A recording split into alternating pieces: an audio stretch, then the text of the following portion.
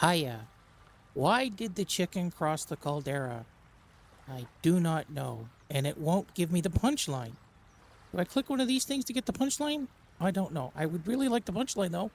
Please give me the punchline. I'd like a punchline. I'm never going to get a punchline. Okay, play offline because apparently people are hacking into other people's games and screaming the N-word down the microphone. And I again forgot to turn off my notifications. I don't know how many times in a row I'm going to do that. Probably a lot more. And here we go. I have never played this game before. I do kind of know the controls. I just bought it. Seriously, like an hour ago. I want... What do I want here? We'll go with that. Let's go with no hair.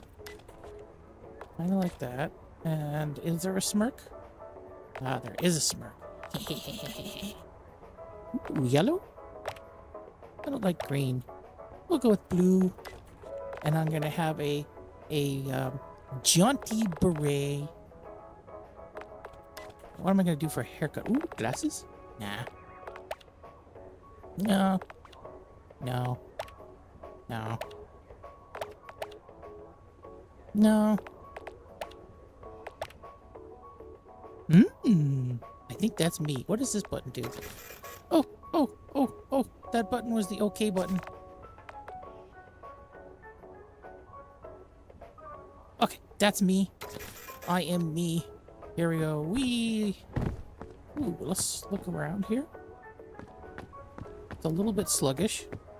Okay, I need to increase my mousey sensitivity. Where's mouse sensitivity? Let's increase it by half.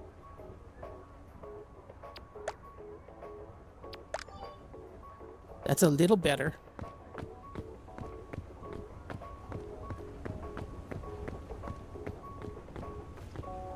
Yeah, no, that's the wrong one. How do I open up the radio thing?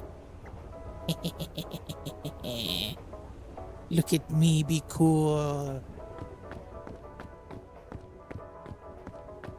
And there's a little practice thing over here. We'll jump on the little practice thing. Yahoo! And there we go.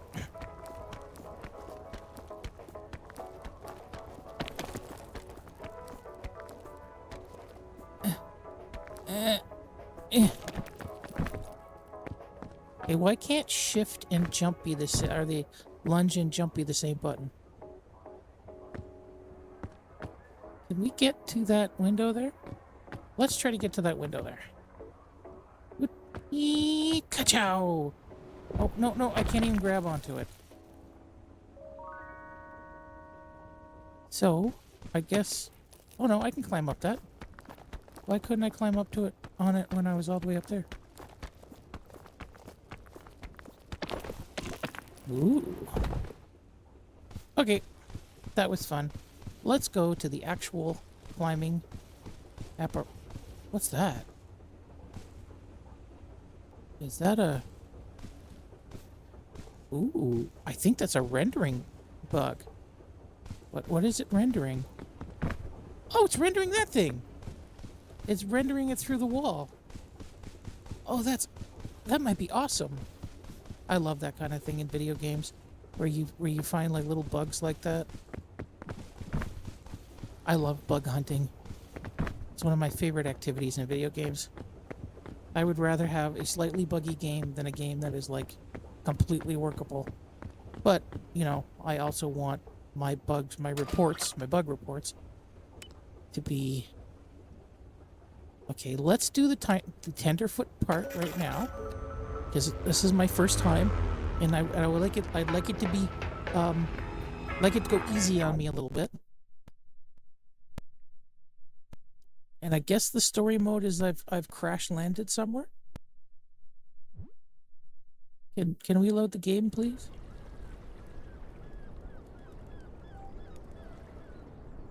Yep. See, this is why I say this kind of has the same feel as The Long Dark. It's got some story. It's got some... How do I pick this up? I can open Oh, okay.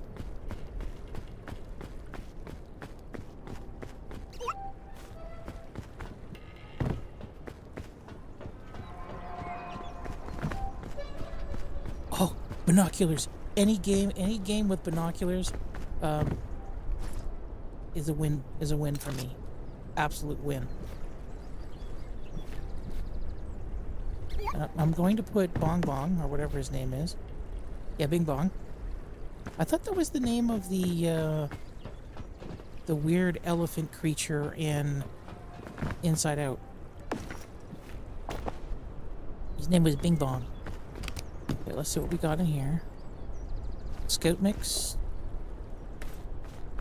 Bandages will be needed. And what's this? Okay. I'm going to bring some food with me because I tend to overpack those kinds of things. Ooh, frisbee. Why is it called a flying disc? Whooshing! Perfect. Look at that. Isn't that amazing? Let's look around a little bit. This amazing little place that I would kind of like to be able to walk a tiny bit faster. I think that would be nice. Right now the walking is just a little bit too realistic. It doesn't instill in me that kind of thing that says this is a fast-paced game. This slow walking kind of tells me that I'm going to be impatient from time to time and that I'm going to fuck myself up. Yeah. Okay, so now that we're looking around, let's talk about economics. To an empty room, which is basically how economics is taught in the real world.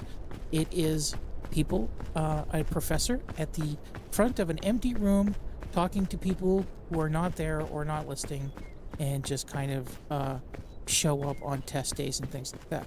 What are these little alcoves for? Like, I'm assuming I have to get to the top of that. I'm not sure what that is up there.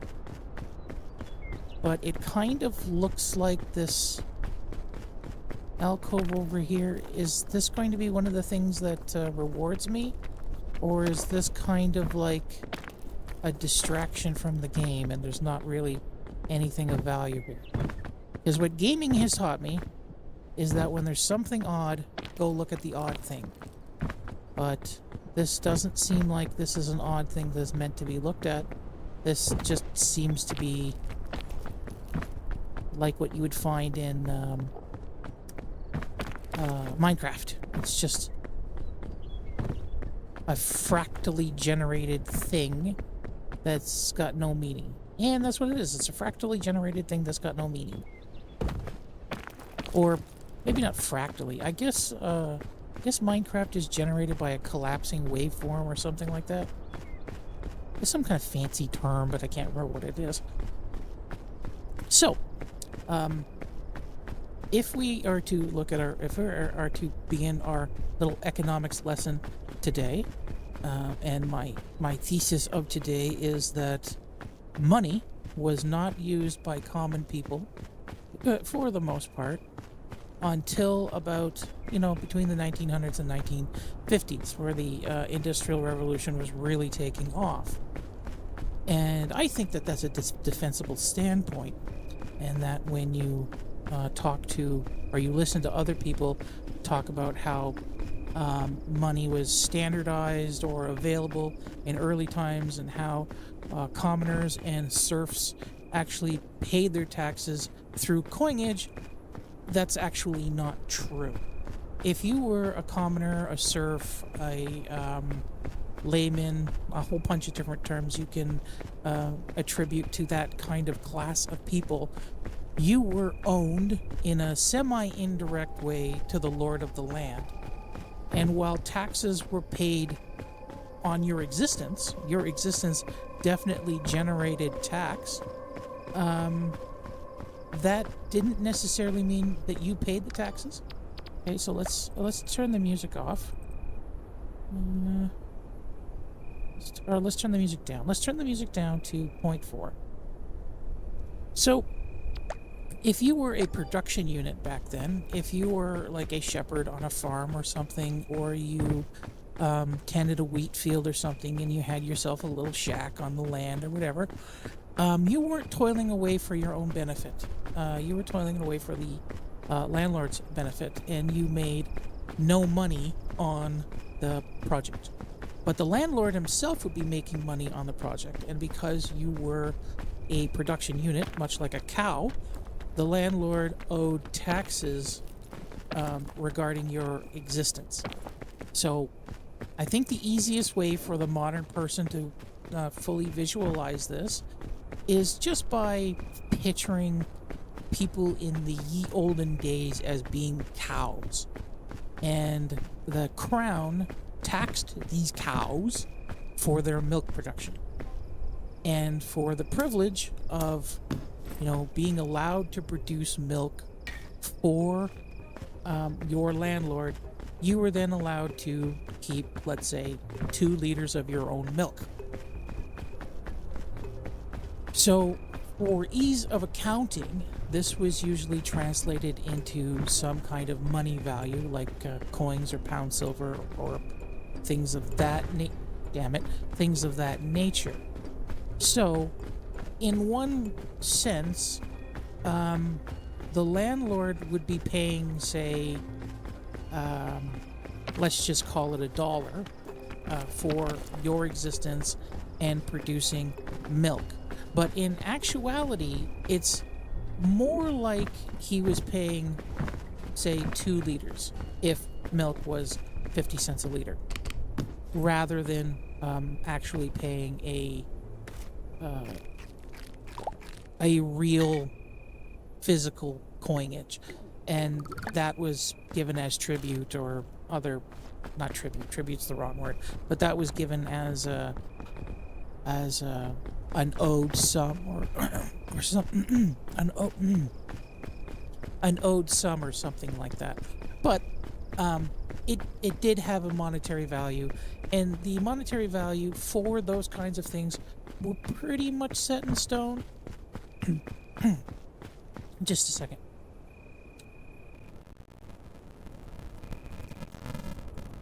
That value was, something's wrong with my microphone. That amount was pretty much set in stone. It was something that was, more or less agreed upon by everybody involved. But the crown did most of the dictating of how much those amounts were. But a landlord or business person could easily petition the crown to change what the amounts represented. But you yourself, as a commoner, received pretty much nothing for it. You would be given, like, an amount. Again, let's say 2 liters of your own milk to go buy stuff with, or pay for your rent, because even though you didn't own the property that you lived on, the house that you lived in, the little shack that was yours, you still had to pay some kind of pittance for it. And that came out of your $2 for the milk that you were given. In most instances, you weren't given the product outright. And you weren't given the coin for it outright. You were given some kind of... Ooh, what's this? Okay, that's... I could have went up that way? You were given some kind of tokenary representation of it. Sometimes that took the form of tokenary currencies, like an actual stamped or minted currency that was local to the area that you were in. So if you lived in a certain town or municipality or something like that, coin would be stamped out of copper or tin or some other marginally worthless piece of metal. And sometimes you would do commerce with that, But for the most part, you would not. For the most part, you wouldn't be doing any commerce whatsoever. If you needed, let's say, wheat or other cereal from just to make food or something with,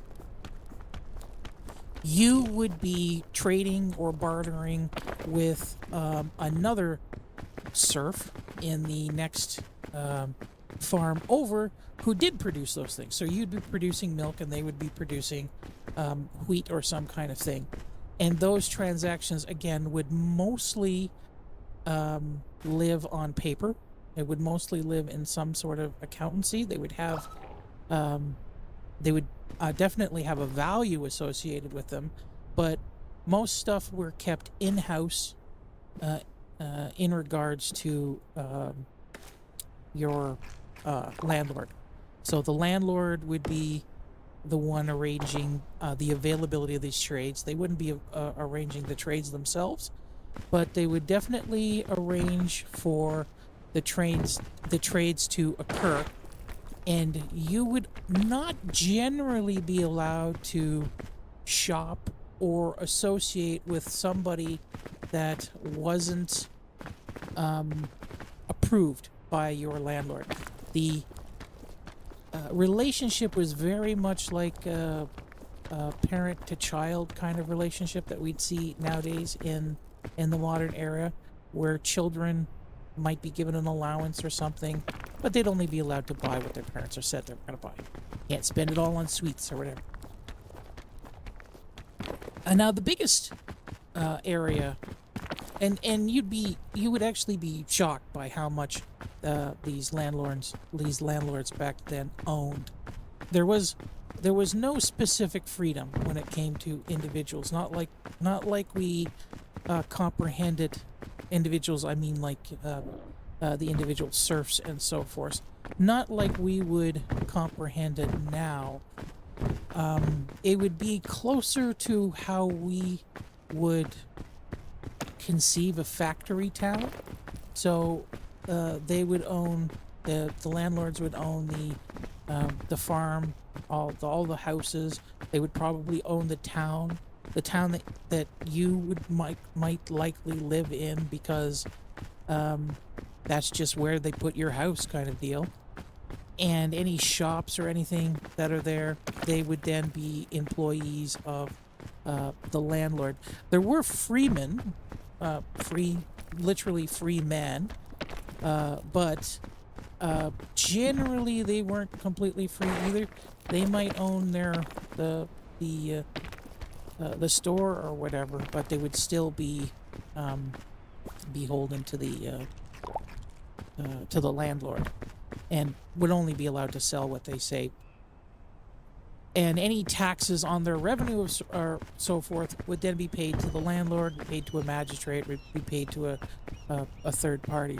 So the concept of taxes back then was much different than it is now. Not right now, but I mean, in the modern era, we have like personal taxes, and back then it would be like a top-down taxation. So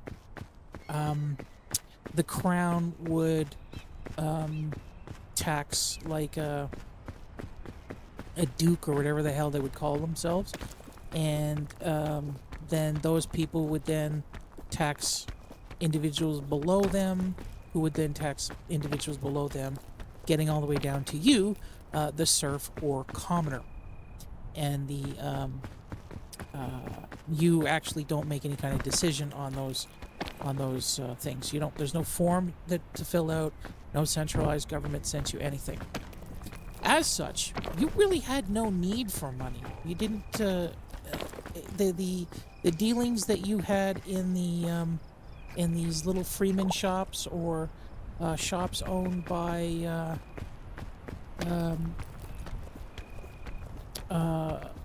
the landlord, all of that stuff was what's the proper word? I can't remember the proper word. But basically, if you got something like milk or beef or cheese or wheat, flour, whatever, instead of paying cash, instead of paying coinage, you paid in a work requirement. So you would then be said to be required to work a certain number of hours or days or even years to pay off this debt that you accumulated by getting stuff. Even stuff as small as coal or pieces of wood for furniture or things to that nature. That's why one of the biggest things that occurred in this time frame, and we're talking about maybe the 1000s to 1400s, I guess, was that there was a lot of foraging going on by the lower classes, because they would be supplementing their diet and other such things by, getting wood and things to make their own furniture and just improving their lives generally, because for the most part, those in charge of you didn't give you much. I'm sure everybody's falling asleep by this point. YouTube reports that there's no one listening to me right now, and the longest listen was only like 5 minutes. So again, this is how economics is boring. So now when you get to like the 1400s and things like that, you have a little more organization, and you have the invention of the printing press. Now again, people at the lower rungs of society, like you and me, and commoners, wage employees, things like that, that would, in the concept of the 1400s, that would be the regular person. That would be most people in the society. And again, you wouldn't be paid in money. You wouldn't have an opportunity to get coin or banknotes or promissory notes. Around this time, and maybe a little bit before the 1400s, there were something like tally sticks or tally markers, where, just a second, let me see what we get here. What does this do? Fairy lantern. Let's skip that for now. I don't think we actually need it. And it was basically like something that you would carry around, and if an individual, you wanted to trade with an individual or get something from an individual. Dear diary, okay, I don't care. I think we can completely ignore the story mode here. These would be used between citizens, serfs, and commoners, to be able to keep track of how much they've traded with each other, how much they've given to each other. Again, no coinage or money necessary. It's not a matter of bartering, because pretty much the value of whatever you were trading was set in stone. You were told how much you were given was worth, and you kind of abided by that, and you used like fractions of a penny, fractions of a cent, which rich people didn't use. All of that stuff was specifically for poor people, the lower denominations, when they existed as coinage. And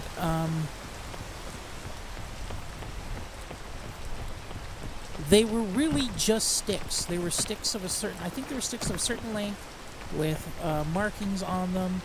And when you traded with somebody, you broke a stick in a certain way, and the length of the stick that each person had left determined how much money you've exchanged.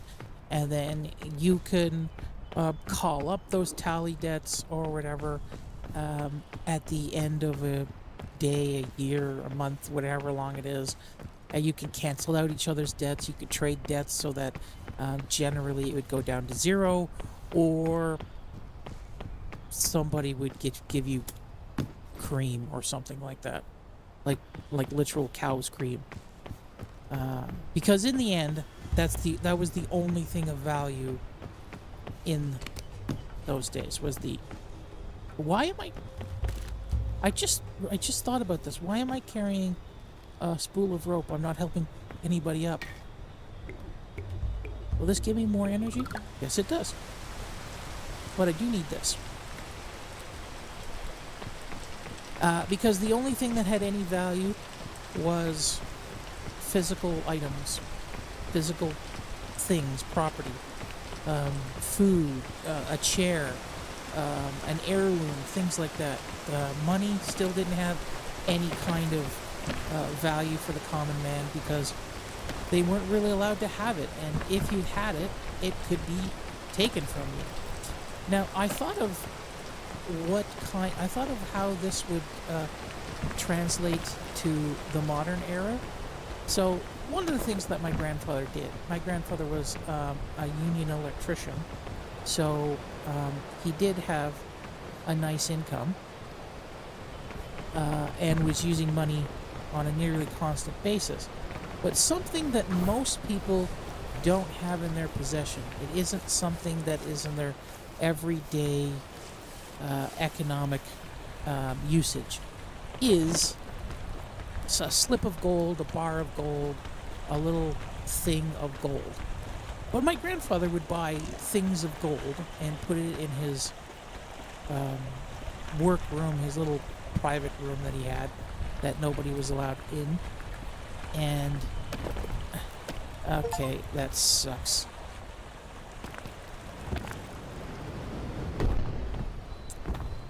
I can't believe I just died. That would be equivalent to somebody getting like a sterling pound, in the ye olde days, and burying it underneath the floorboards. So that's the kind of visualization you have to make, that the access to money was similar to a modern day person getting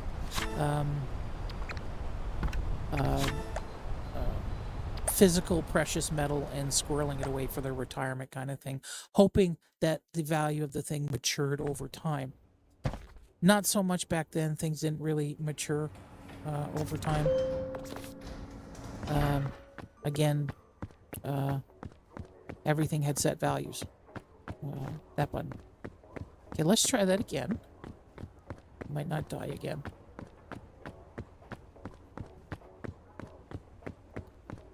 Then you start getting into the Industrial Revolution, and that's when things really changed, because you have more people participating in the economy.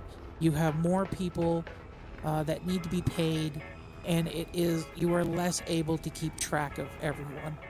So lower denomination monies were created. So before 1840,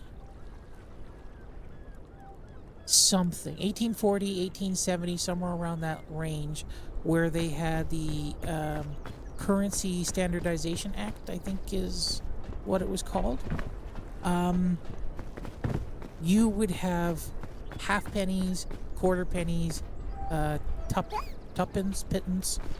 You had different things like that were not exactly legal currency.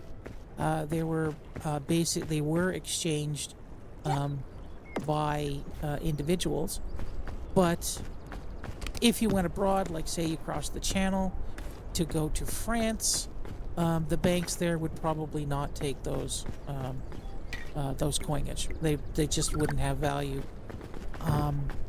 But they would take, like say, a sterling pound or something like that. And mostly this is what you would be using.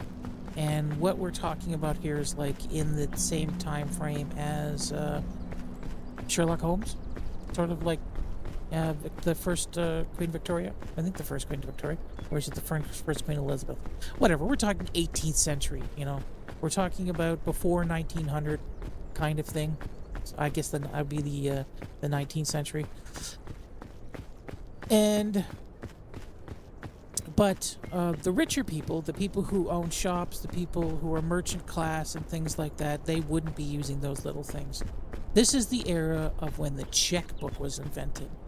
And rich people and landowners and so forth would be using these checkbooks or banknotes that were of a certain value, not specific denominations, and you would go to participating merchants, and they would write down how much they charged you, and then the accounts would be settled, you know, every quarter or something like that. So again, rich people invented a new kind of money, and the poor people were locked out of that denomination. Were locked out of that money, even at this time.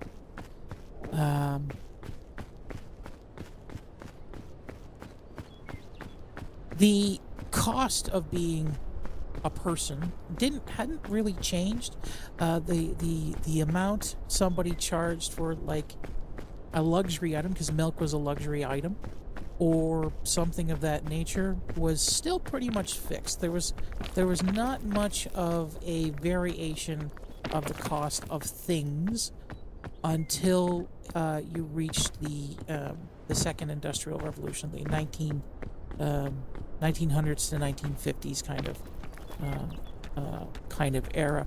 So your great-grandfather's great-grandfather, who worked the fields and was given their pittance in whatever they worked, was generally earning the same amount that you would working for, let's say, the local blacksmith, delivering his goods or keeping the furnace stoked, or, you know, if you were working for the local, I guess they weren't really called scribes, but you were working for the local accountant or whatever the hell he was. And again, you probably wouldn't be literate at this point. I just want to point that out, that the invention of the printing press changed things for rich people, but you and I would very likely still be mostly illiterate at this point. And you would still be illiterate in like 1850s or something like that. And still making like the equivalent of 2 liters of milk a season, or whatever it was. I'm just using that as an example because the actual value of things I would have to look up, and I can't remember what they are. So your economy and your economic engagement was still fairly walled off in the same kind of way to amongst other poorer purchasers. And that really didn't change. I think I've skipped a whole pile of stuff here. Can I jump and get a hold of that bridge? Where does this bridge take me? If I go here and I go up here, I can go up here and I go up there. Okay, so I think what I'm going to do is I'm going to try to get on to that ledge there and walk that way. You know, it kind of helps when there's like people asking questions and not me just talking about shit.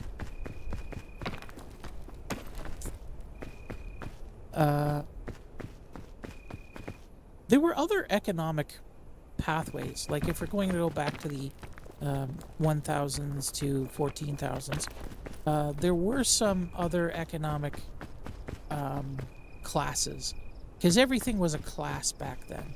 Still is now, but we will, you know, kind of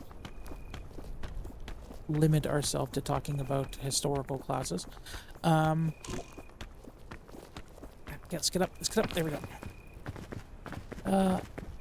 Does that work if I go over there? Let me look. No, I don't think I can make that, but if I get on... what's the one that I was looking at? Is that the one I was looking at? Yeah, this is the one that I was looking at that I wanted to get up on. So can I get onto this here? Yes, I can. This is fun. This game. I'm kind of burning out on the on the economics stuff because I felt the economics crap was boring when I first took it. But yeah, like nights and things like that, and fairs that you would go to. All of those kind of things were. Okay, why can't I take this? Can I take this?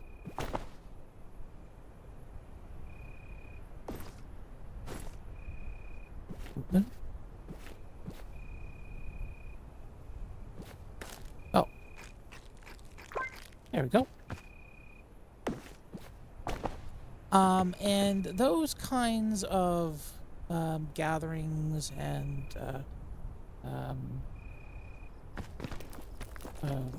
conflagrations were kind of more of a show to get the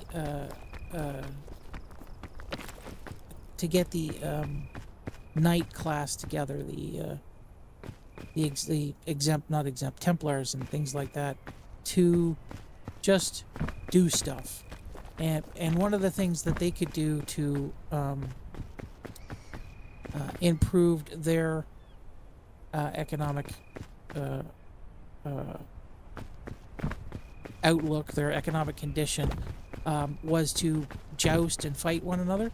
And in most instances, you would bet like an item of armor or item of clothing, and that's how a page or squire or whatever the hell they were called would end up getting the pieces needed to then become a knight in training, was by beating somebody else up and winning their gauntlet or bandbrents or whatever it was that they were doing. Again, the purse would almost never be money.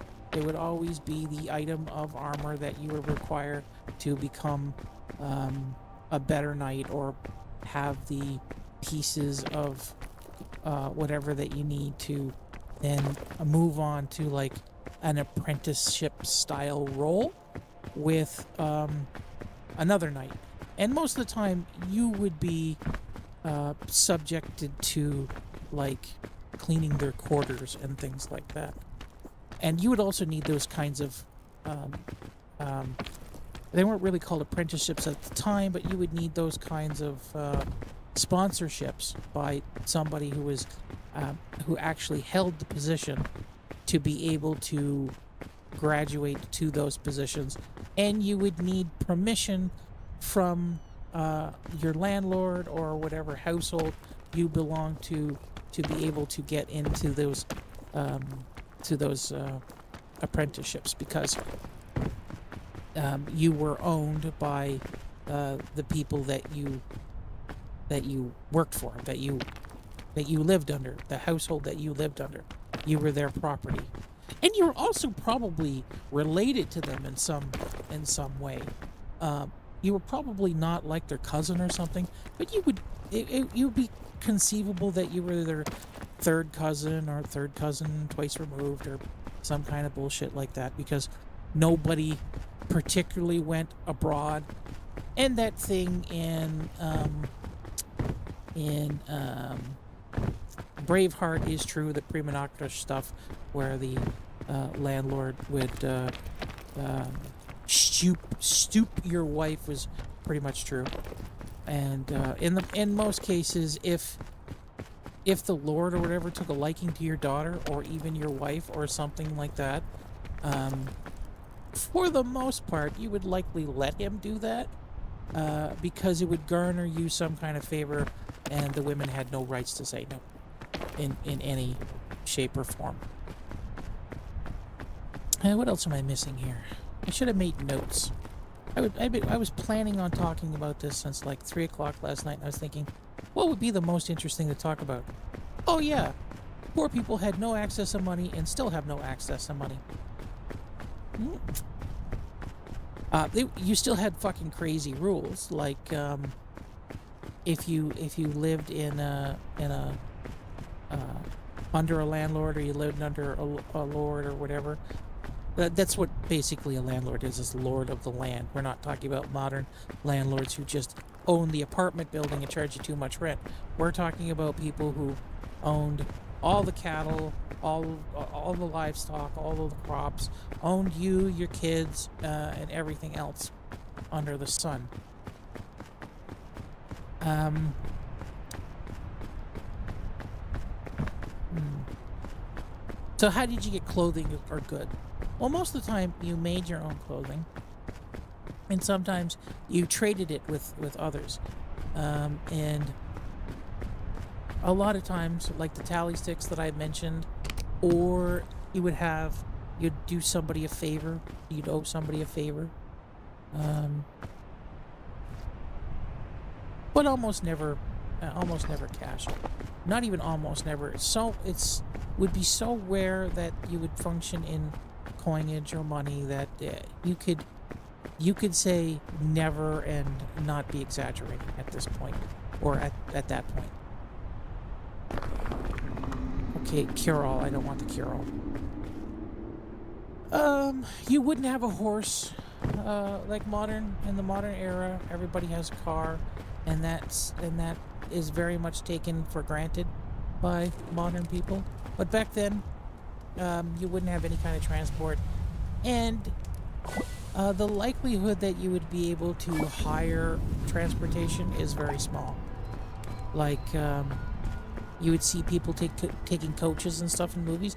That didn't really exist for most people. That was something that very rich people would have, would be um, some means of conveyance. You would likely just walk everywhere. If and even though there was trains, well, probably they're not before the 1400s, but even though there at one point there would be trains and there would be coaches and there would be caravans and things like that, you'd walk for the most part. You would walk and camp at the side of the road if you were going somewhere, and you would need permission to do that.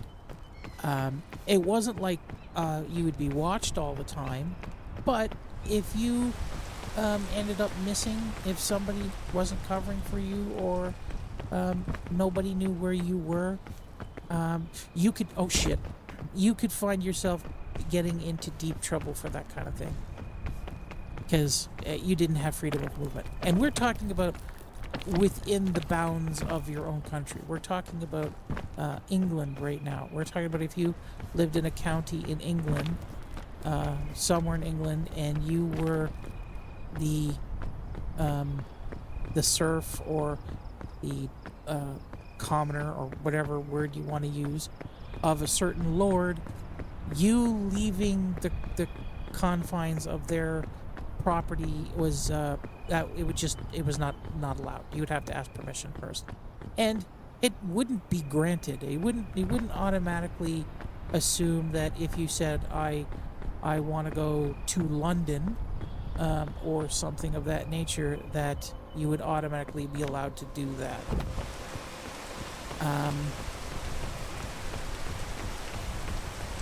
They would kind of like ask you why, and if you didn't have a good answer, you didn't go. Again, it was a lot like a parent-child relationship, where you had to justify everything that you're doing, and you were pretty much treated like a child too. It's one of the reasons why you wouldn't be having money, is because the rich firmly believed that the poor didn't know how to handle money, and that if you gave it to them, they would just waste it or lose it or do something stupid with it. Okay, where are we at now? Not in the game, I mean in the little economics precursor here. There is a lot of modern revisionism when it comes to what I guess now would be called, would charitably be named as an ancient people, because we're talking about 5,000 years ago here, and trying to like connect how people lived back then to more now, and just sort of saying that back then you were like wage slaves or something, wage earners, but that's not really how it was. Again, taxes were a big difference. You still you were still owed taxes. The crown was still owed taxes on you, and your existence if you were um, a commoner or something, but you wouldn't be paying taxes on yourself. It would be your lord who was doing it, and whatever. Nobody sent you a letter. You wouldn't be able to read the letter to begin with. This is the problem with just starting with a random idea and say let's bullshit about that. Let's talk the shit about that.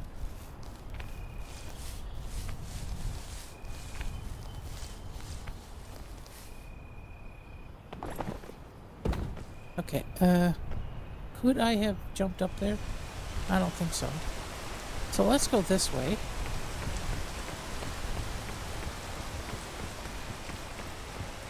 The Industrial Revolution is what changed things. But by and large, people didn't have bank accounts until like the 50s and so forth, because you never had enough money for that. That was like that was the realm of rich people.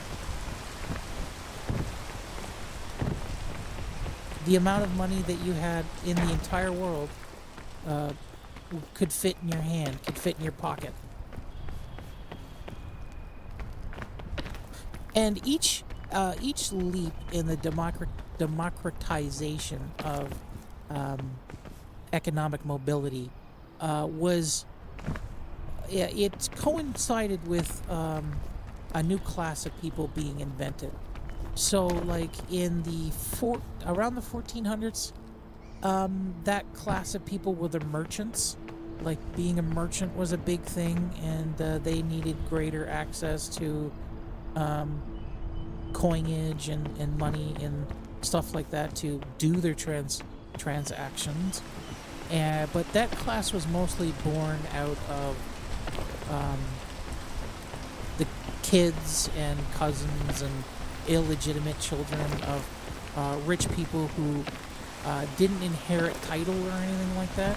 So they kind of invented a class for themselves that sort of existed before then, but instead of like bringing items into a region to be sold at like the larger towns, they were bringing items to be sold to like a pseudo middle class kind of thing, which was, the freemans, and that pseudo class was still largely not handling money that the princelies and everything were using. Maybe if I go this way, can I go that way? I also need food.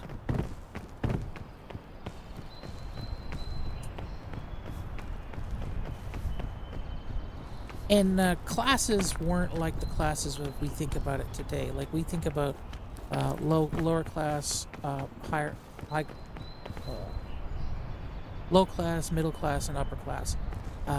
That wasn't really how the class system was broken down back then.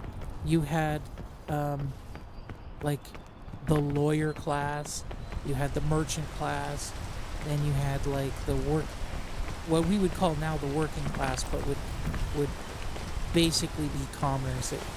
The entire surplus people would be considered a class.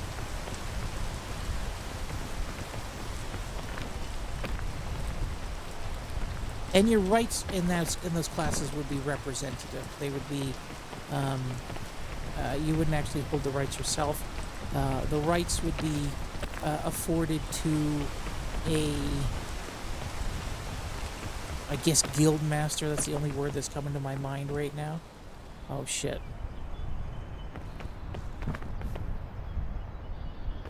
And I don't think, was there not supposed to be no fog on this?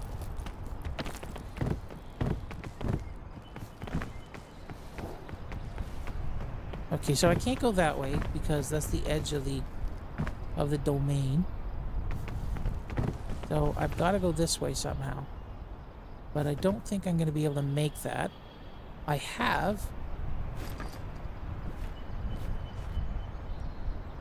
chain thingies. Let's put it like this. How do you shoot this thing? Throw. That's not how you shoot this thing. Chain launcher.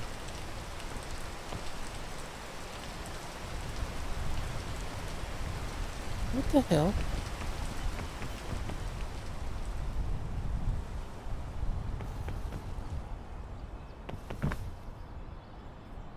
Why can't I use this?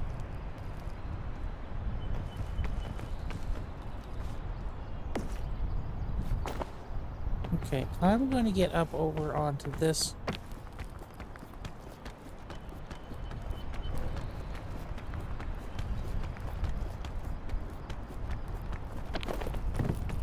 Thing here.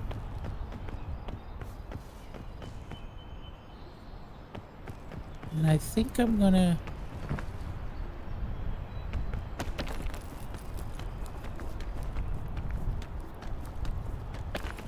get up over here. Nope. There we go. So I'm kind of petering out because, like, there's not really much else you would need to know about that kind of era, except for, like, it's reflective of how things operate now. You might have access to money, but money isn't the new money. It's not like it was. The new money is very much, you know, leveraged stocks and bonds and all that kind of stuff. If you have, you know, cash in your bank account and you rely on that cash, that's not how rich people operate. And it's no longer... Money is damn it.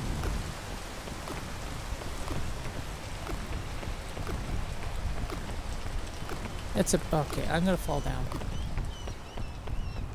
Okay, I think the gas effect goes away, right? I think that's how that works.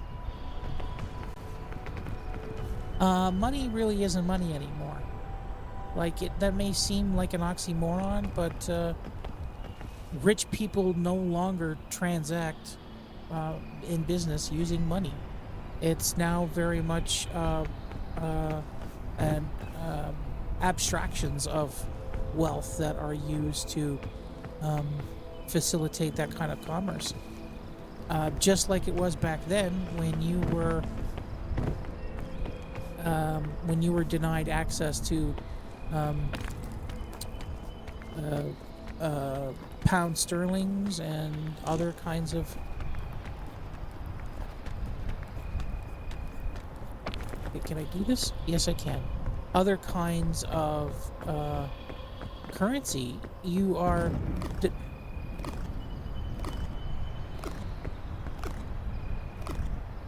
Okay, I'm gonna faint. Right here, I'm gonna faint.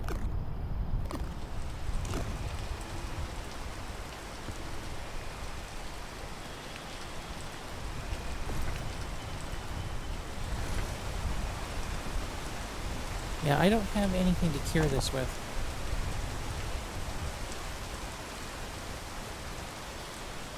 I don't know what to do.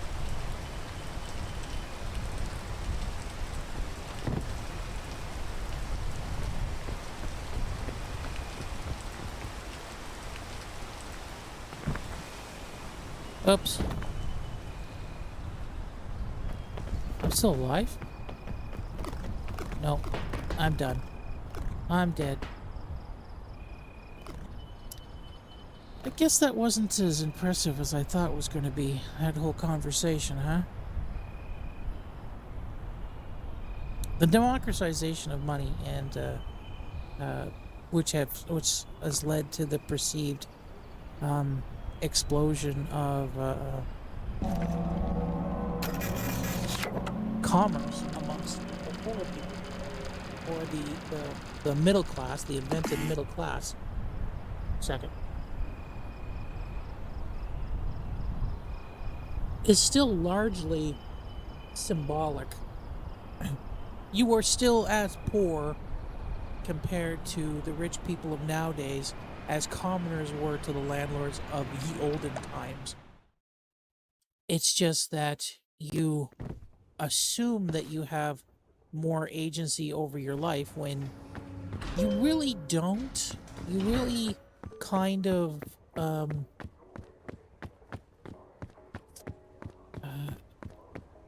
you're given the illusion of choice, the illusion of freedom, the illusion of um well, I can't think of another word besides choice. The illusion, the illusion of illusion, the illusion of plenty. Um, you may eat more meat and more cheese and things like that than would have been consumed back in ye olde times. But largely you are still consuming the food of the poor, and the rich just invent a new kind of rich food. Um, like seriously, caviar eggs are considered a delicacy, considered to be something that's like um, a luxury item, but it's just fucking fish eggs. And they create a whole kind of mythology around it, that being um, you have to eat it with a spoon.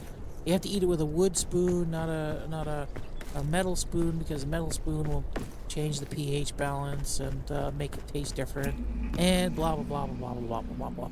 But largely that's just delusional stuff that people tell themselves to make their thing special, or how rich people put gold leaf and was like gold leaf, yummy yummy yummy, kind of bullshit. But it's all just making it expensive for expensive sake. A hamburger with gold leaf on probably is not going to taste better than a hamburger, like a real barbecued hamburger that you get out of somebody's backyard, kind of thing. So the pageantry has never really changed. It's just the components of that pageantry have been altered slightly over the years.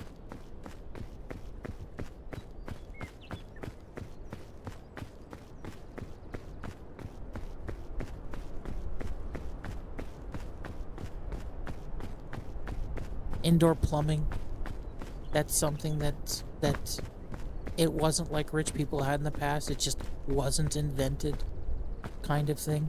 Oh, and how slavery started abolishing that.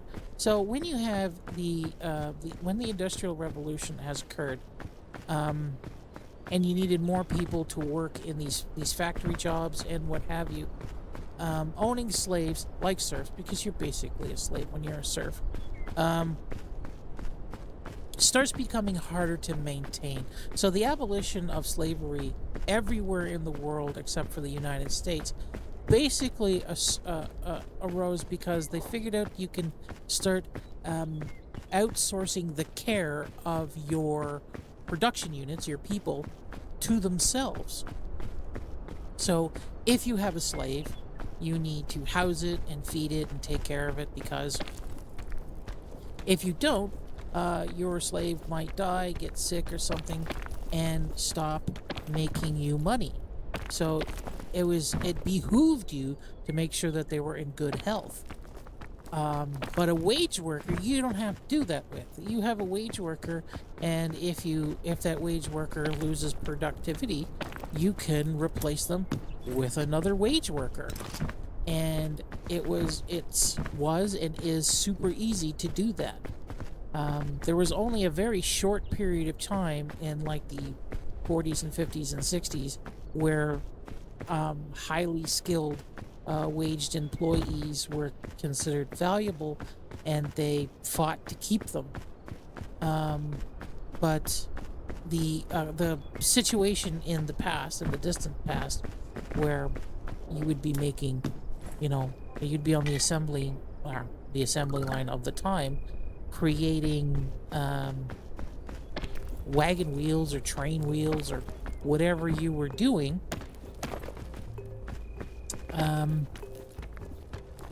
Largely you were doing the exact same thing as the guy next to you, and the guy next to you could replace you just as easy as, you know, his cousin. You know, if he wanted to try to get his cousin a job or some stupid thing like that, or some guy passing by on the street. And it was typically fairly easy to get them trained up and get them going. Now, if you think that sounds familiar, it's because it is. That's the way it works today. It's the way that it's largely always worked. And the anomaly, the stability that was in the 60s, 50s, 60s, and 70s was an anomaly. That's not how things generally worked in the world. It was something new and interesting that didn't last very long. And it was it corresponded directly to the expansion of workers' rights. And the expansion of workers' rights is what basically led to the abolishment of, no. So the expansion of workers' rights didn't. It was the creation of workers that abolished slavery. It wasn't really the fighter of anything. It was pretty like the rest of the world kind of thought it was strange that the United States was keeping slaves, whereas the rest of the world did not, because it's just inherently expensive. Like, would you rather, like think about it, would you rather pay for your kids, or would you rather your kids go off and, you know, become adults of their own? Like, imagine if you kept your kids for the rest of your life. You continued to have responsibility for your kids for the rest of your life, never being able to get rid of them, but you could make a little bit of money back on them by helping them with your job. So let's say you owned a grocery store, okay? And you could never get rid of your kids. You have to support your kids forever, but they could work at your grocery store. And you might think, oh, that's a good idea. That's a good thing. Except it's not, because you still have to feed and clothe your kid. Okay, and you might care about your kid more because, you know, you have a genetic relationship with them. But imagine if all of your workers were like that. That's basically what a slave is. It's somebody who you have to treat like a pet or livestock or something like that, because if they lose their health or they lose their abilities, then you're stuck with somebody who is not productive, and generally you can't kill, because even though serfs and slaves and all of those kinds of people didn't really have many rights, you weren't generally allowed to just blow their brains out and say, the horse threw a shoe.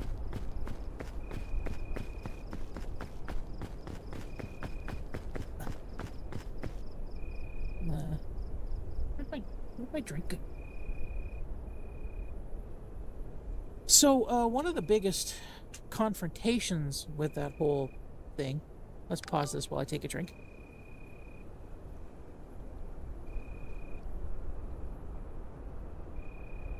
Was like I think it was Haiti, the fight for sovereignty between Haiti and France, and how the Haitians basically defeated Napoleon, and how Napoleon, Lamar, how Napoleon basically forever despised the Haitians for it. That was also a big turning point. This is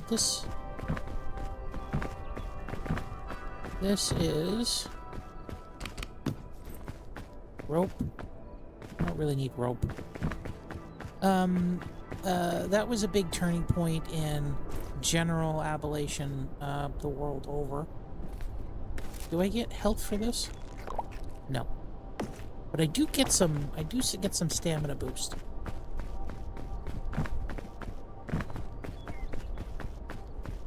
And that was sort of the nail in the coffin. The Carolinas, the Caribbean was like one of the last bastions of organized slavery in the world, aside from the United States.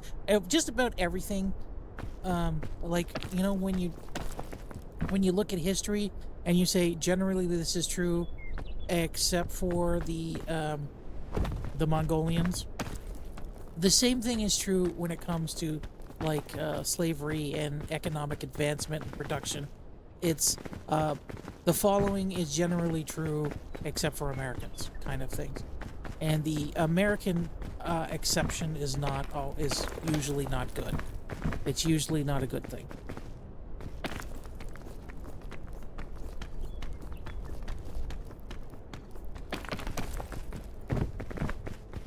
And I don't think people fully think of the implications of owning somebody when they, you know, think about not wanting to pay their employees or not wanting to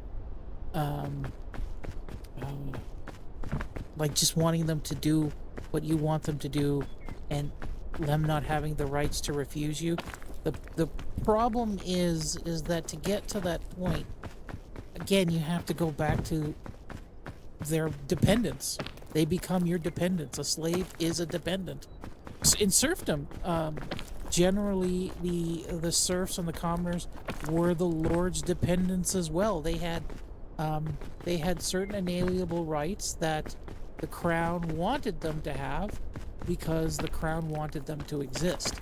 Because not only were they production units for the lords, they were production units for the empire as well, for the crown. So you couldn't just get rid of them. You couldn't just put them out. You couldn't just do anything. You could force them to marry people and shit like that. Like, you weren't free, but generally speaking, they had certain they didn't have freedoms. They had rights, and I mean, calling them rights in the modern concept of rights is almost like inviting misinterpretation, because what would be considered rights then would be considered like basic human decency now. It would be like, well, of course you would give them such and such a thing. Of course they would have the right to do this, that, and the other thing. That's not even a right. That's just a given. Back then, no, it wasn't a given. Back then, it was something that needed to be codified in law, so that you were slightly more important than a cow or a sheep or something of that nature. And it was important for the crown to do that because there were some lords, just like there's some people today, that didn't think that they should abide by those rules and thought that their serfs were beneath them. Again, even though for the most part these people were related to you because the lords lived in the same 12 kilometers that you lived. Can I get to that by jumping? I don't think I can I? I might be able to get to that by shimmying over here or coming down here. Yeah, let's come down here.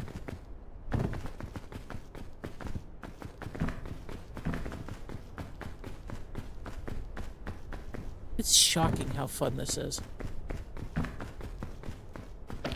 I'll get sick of it quickly, but it is shocking how fun this is.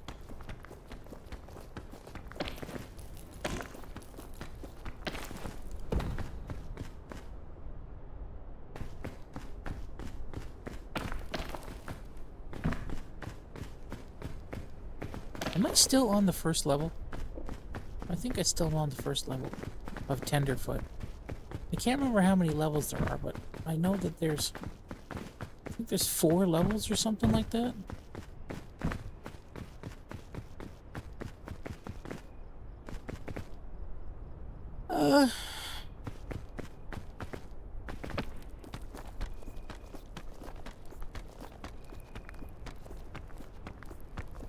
And I think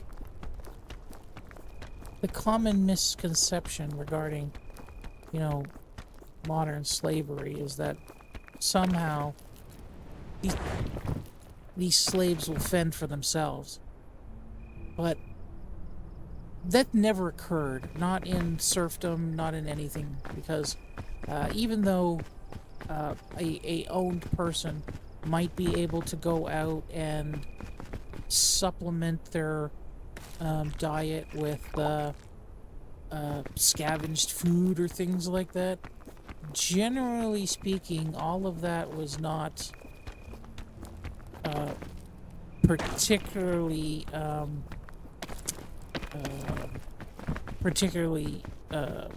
nutritious.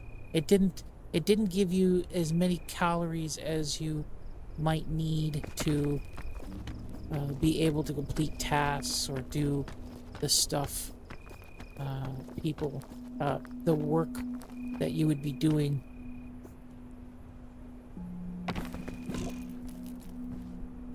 Why can't I set the piton? Hey, you know what? Let's try to keep going over to the right here.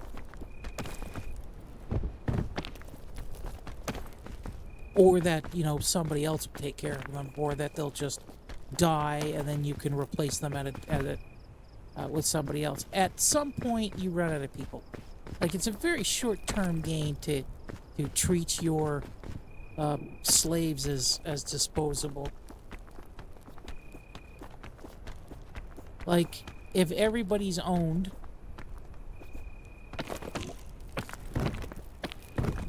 where are you going to get your replacement workers from?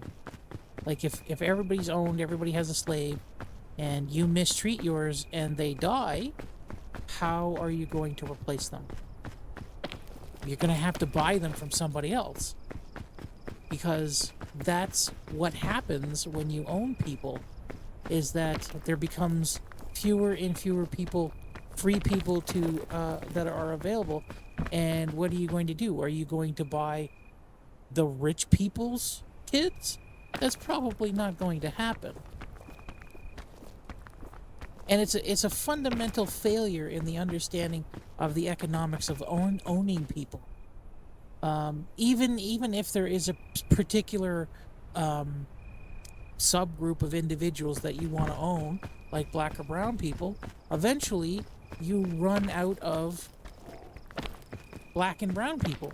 Eventually, if you work them to death, eventually there is no more, or eventually they are owned by other people who might treat them better because, they don't want their production units to suddenly become sick or dead. And it's also important to note that, and I fucking hope no one takes this out of context, because I just know that it's going to do. For the most part, black and brown slavery is a new thing. For the majority of history, the people who were slaves were the same as the people owning the slaves. Because yeah, we're not doing that. Go away. I said go away. The majority of people, that might be one of my friends calling me to say, shut the fuck up. You're going into territory you shouldn't be talking about. The majority of the people who were owned were people who looked like you, for the most part. Like, we're talking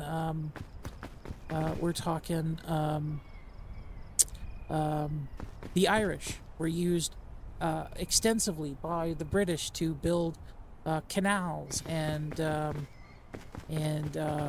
rail and roads and things like that, and they were paid slave wages, or just they were serfs and told that they had to do that if they wanted to keep their house, sort of thing. Or keep, not their house, they wouldn't even own the house, but keep their living arrangements if they wanted to continue to have those living arrangements. It wasn't until like the age of sail that they would like go out, and the British started colonizing places and taking over individuals, like the people from Africa, and I mean all of the countries of Europe. What just happened?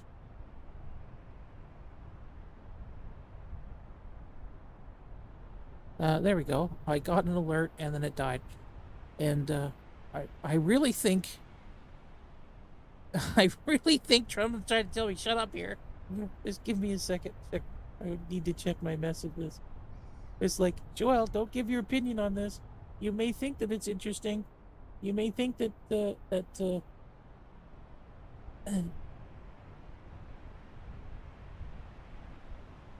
oh yeah.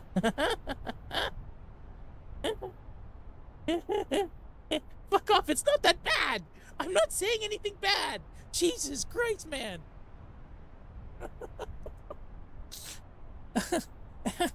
because you couldn't go further afield. But then it came because generally speaking, the people that you'd want to take advantage of are less like you than less like you as possible, because again, you were most likely related to the people that you had rule over, and to some extent, like second cousins or third cousins or something. So the more xenophilic, I think that's the right word, an individual is, the less uncomfortable you are with telling them what to do or owning them or otherwise taking advantage of them.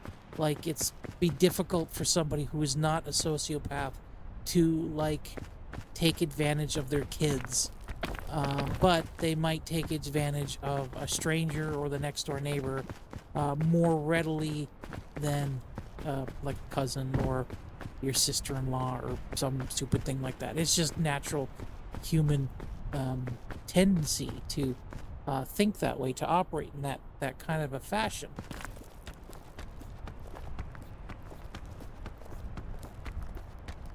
And the whole point that I'm saying all of this is to say that is not cost effective.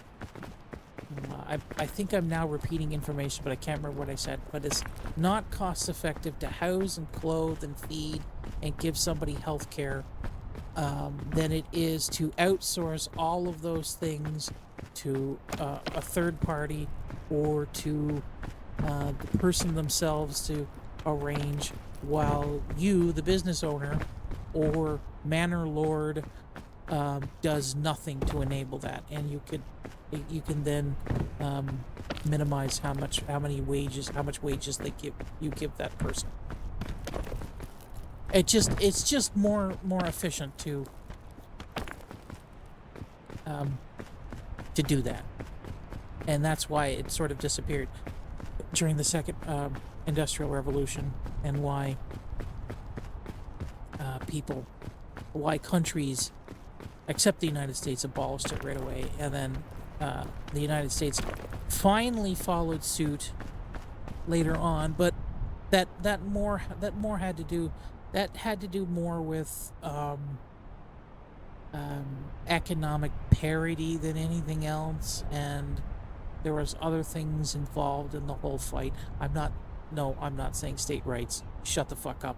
What I'm saying is that the economics of production of North versus South were much different, and that kind of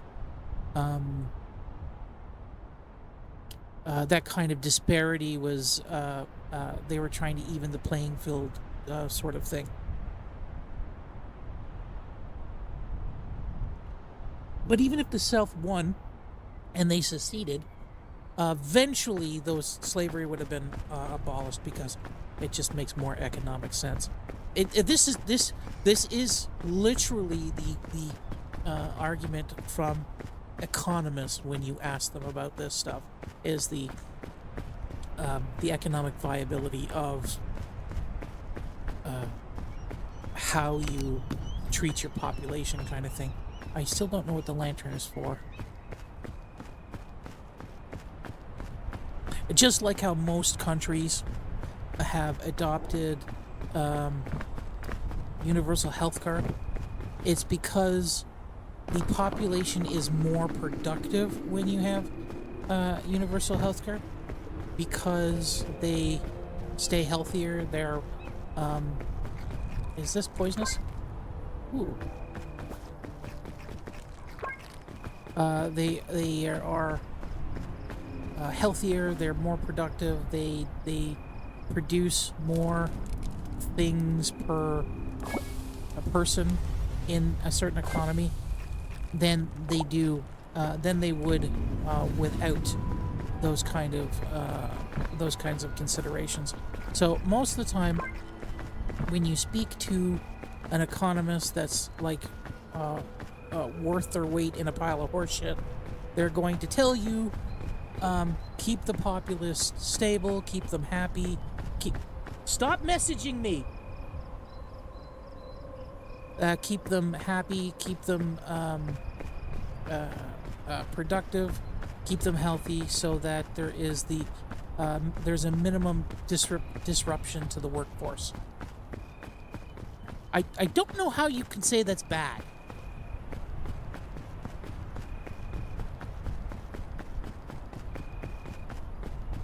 Like, it's the fact of modern economics that we are all production units in a greater whole, and that there's a minimum number of people profiting off of us. And you have to talk about slavery to understand the implications of economics, the implications of one kind of economic system versus another, because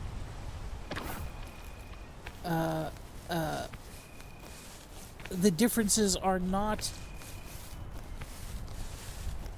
blatantly apparent. Like, somebody might think, a lot of people might think that owning somebody and making them do something for free has a higher economic throughput than it would be if you were to give them wages, or if you had to pay them shit, or like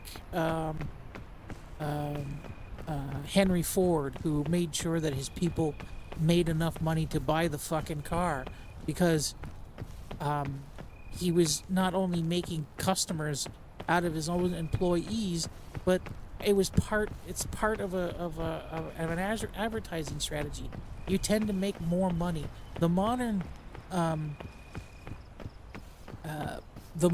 wisdom is that if you make 100 widgets for $10 each to make $1,000, that it is better to only make 10 widgets for $100 each to make $1,000. But that's not economically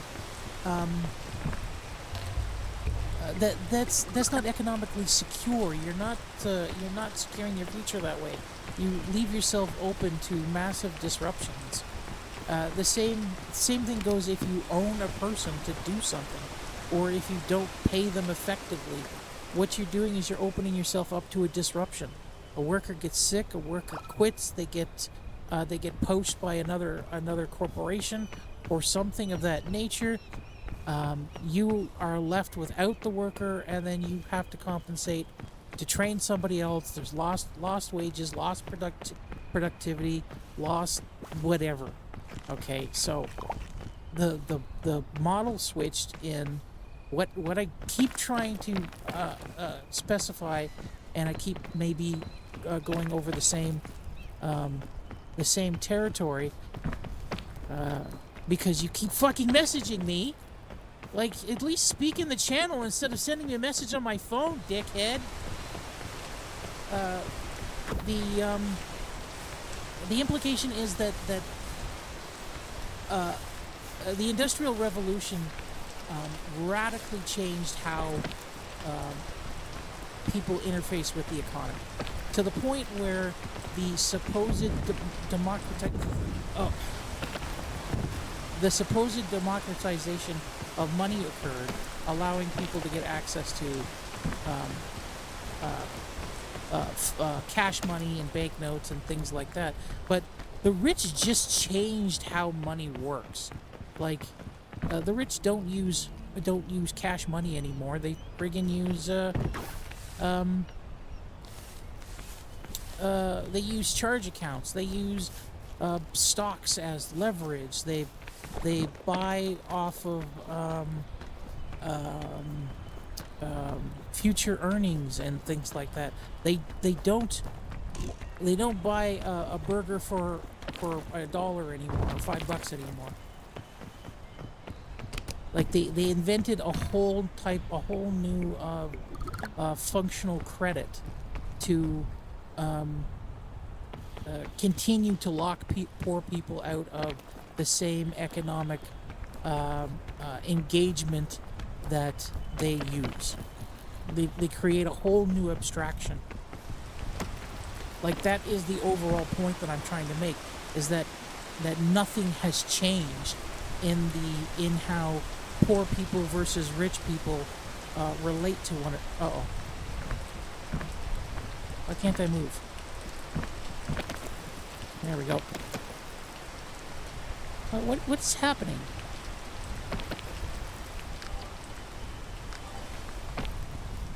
There we go.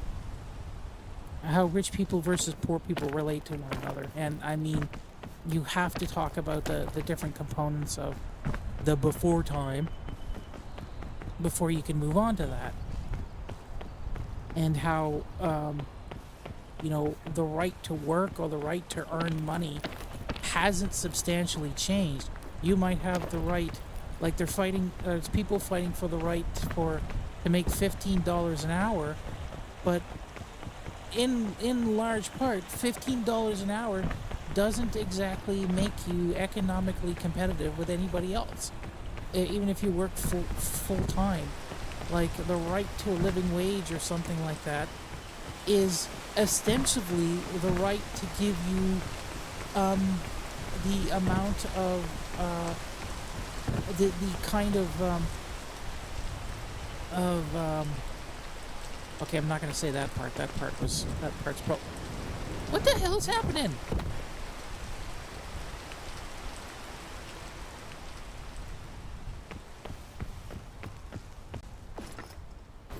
Of like somebody who was in the 16th century would get from their British factory owner, kind of thing. Okay, fine. This wasn't a great TED Talk.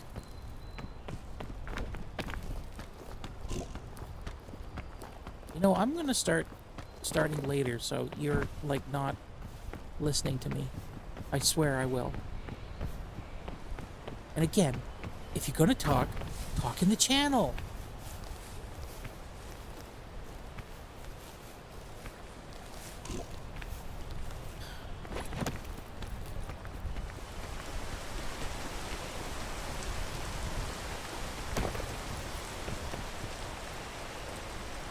Oh, use cases. Okay, use cases for cryptocurrency.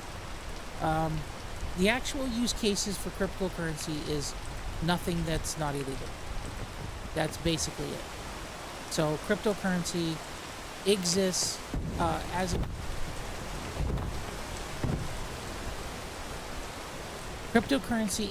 as a means for individuals to bypass legal scrutiny. That's it. That's the only thing that it exists for. That's the only use case that makes any sense for cryptocurrency. Some people would say, "Oh, it gets your money out of big banks and stuff like that." No, it doesn't, because if you want to engage with cryptocurrency, in the greater economy, you still have to exit the cryptocurrency ecosystem through a bank, and you have to make the virtual currency realized as a fiat currency at some point, because there's just not anybody who's accepting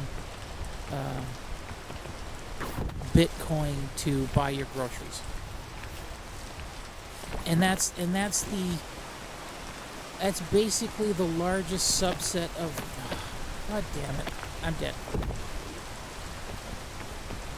Basically, that's the largest subset of individuals who engage in a currency, is to buy the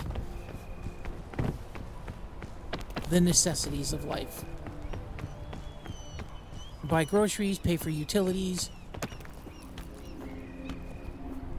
Okay, you know what? That's it. I'm just gonna kill myself. How am I still alive? There we go. Start over again, because that was stupid. I talked about NFTs yesterday. NFTs are just basically a scam. They were fake assets that they were selling to people, and they hyped it up, and they got people like Jimmy Fallon to talk about them so that people would invest into it early. It was a Ponzi scheme from top to bottom, left and right. That's why no one is talking about it anymore, is because it was a Ponzi scheme. And everybody who's going to make money on it largely has already cashed out. So if you're holding on to an NFT, you have something from the Bored Ape Yacht Club collection. It is never going to regain in value. For it to regain some value, somebody else would have to buy the other Bored Apes for more than asking price for it to increase. And the reason that some of those assets continue to be listed for thousands of dollars is because nobody's buying them. When you have no movement in an asset, and you list it for a certain price, it's going to be listed at that price. But that is not the market value that you would get for it. The market value that you would get for it is probably more like 50 cents. You happy now? You're gonna keep bugging me? Let's bring some stuff. There we go. So I basically talked about economics for an hour, or multiple hours, for basically nothing, because nobody cares. And even my friends won't engage me on my channel. They just fucking message me on WhatsApp, and you're an asshole.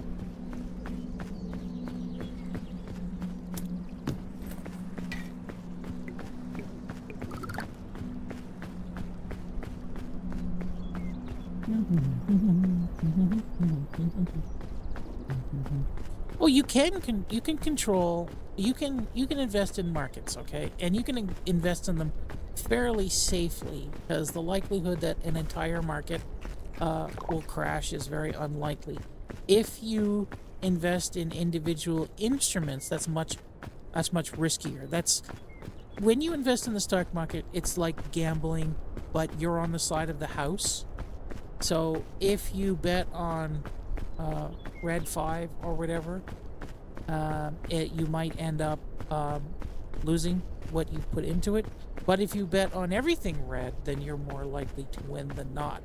So if you diversify into a larger portfolio, especially one that's managed by people, by larger entities that want to make money,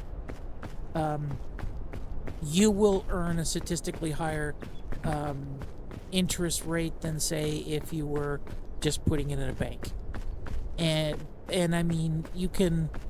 The problem is that that's subject to capital gains tax, whereas the interest rate that you would then earn on a bank account is not subject to capital gains tax.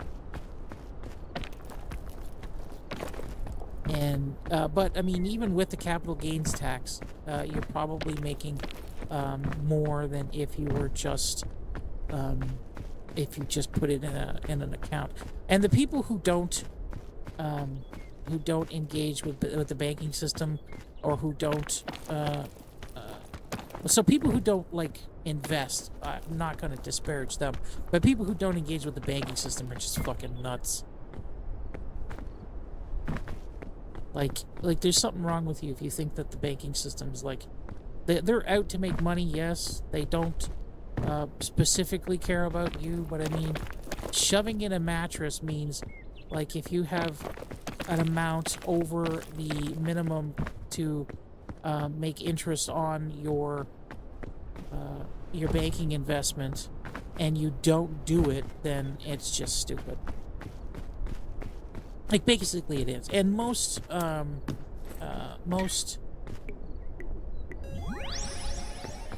okay, I don't think that's what I wanted. So energy drinks give you more of that little bar in the corner there. Oh, that works well.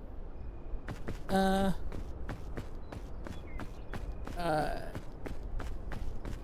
because like the saying is true, like make your money work for you, don't work for your money, kind of thing. But I mean, there's limited utility in that kind of same statement, because not very many people have $1 million laying around to stick in a bank account. But doing like day trading, that is extremely risky. You have to be, it has to be your full-time job. You have to be looking at the markets constantly. You have to understand trends, and then you have to basically understand that randomness is going to occur, and you basically have to have luck to go beyond that. But if you're careful, you could probably earn at least slightly over how much you would rather otherwise earn from a managed portfolio. But you'd have to do it every day, and if you don't engage with some kind of up to the minute platform, because so this is important. When you look at the stock tickers on Google or Yahoo or those places, they're delayed. They're not real time, up to the minute indications of how much an instrument costs. So if Google says something is being sold for $10, it might be being sold for a little bit more or a little bit less, depending on what the market is doing at the time. And that is a specific requirement that the stock exchanges have. You have to pay for access to second by second instrument updates. And they go so far as to use like enormous lengths of fiber optic wire to slow transactions down by a few microseconds. Like, literally, that is a thing. They literally have a box of fiber optic cable that connects one side and then comes out the other side, and all it does is introduce latency. That is it. And that happens to be a requirement for like massive trades by certain institutions, and that's how they comply with the law, kind of thing. But I mean, if you're trading the broader strokes, if you're not trading like per up to the second trends, then Google will be great. And there are some instruments that are moneymakers. Like there was a one a while ago that I was looking at that was it was a company that ran. Do I want to go up that way? It was a company that administered storage units. Yeah, storage units. I could probably even look up the name, and it was fairly popular at the time. I don't know if it's still doing well, but it was a reasonably upward earner. Okay, let's... You know what? That hasn't changed the map. And I think going this way is what stuck me. Let's try it anyways. I don't have any specific, like, you stupid fucker. I don't have any specific recommendations because I haven't done stock trading in 2 or 3 years now. Not that I was ever any good in it. I lost more money than I made. And it was just, I just basically wanted to know more about the stock market. Last time I played it, I was in my, I was in my 20s.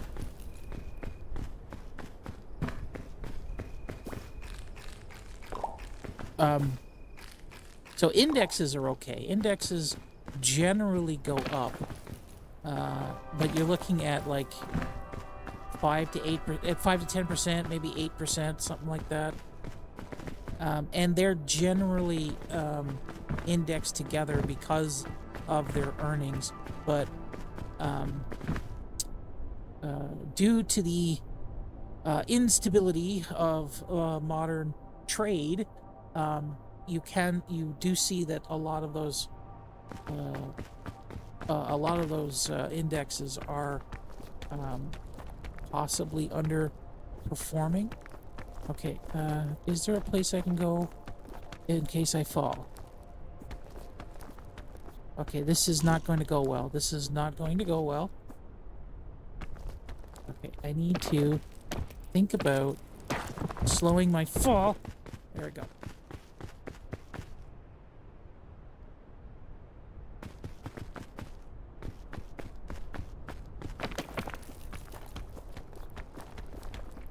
Well, okay, so first of all, okay, so like I make fun of the word all the time, the word fiduciary, because I just love the word. I love the way the word sounds. But a fiduciary basically is legally obliged to make you money over themselves. They can make money off of your money, but they have to make sure that you don't generally lose money yourself. So they can't exactly drown you in fees is basically what the biggest problem was. So like somebody who okay, let me pause for a second. So somebody who doesn't have a fiduciary responsibility to you, if they were not a fiduciary and they say, I think you should trade from this stock to this stock, and you do it, and they make a transaction fee, that's not illegal. Even if the stock that they're moving to you does worse than the stock that they're moving from, because they're not a fiduciary. If they're a fiduciary and they're giving you financial advice that they know might be more bad than good, and you're charged fees on top of that, they can be liable for that kind of thing. So that's what a fiduciary is all about. It's liability for poor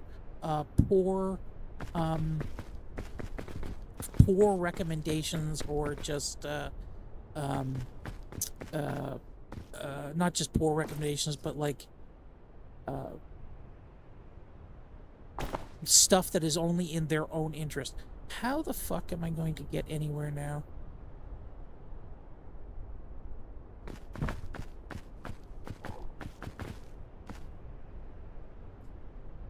And most countries have fiduciary, some kind of fiduciary class, some kind of certification or bonding or something that basically means that the person has to not think about themselves and their enrichment over their financial responsibility to you. And bankers are not automatically fiduciaries. Like if you go to like TD Canada Trust or Scotiabank or something like that, and they've set up an index or a mutual fund or something like that, the mutual fund has to abide by certain regulations, but the banker who's setting up the trade for you does not necessarily have to do things in your own best interest. They are perfectly within their legal rights to um, try to get you to spend as much money as possible in service fees. And legally speaking, there's nothing wrong with that. Morally speaking, those are the kind of people that they blew the heads off of in the 1920s. But yeah, that's what a fiduciary is. And no, I am not a fiduciary, because I just never wanted to be one. The thing I'm actually qualified for, the thing that, like, I'm more qualified for than not, is just an insurance adjuster. That's what I'm qualified for.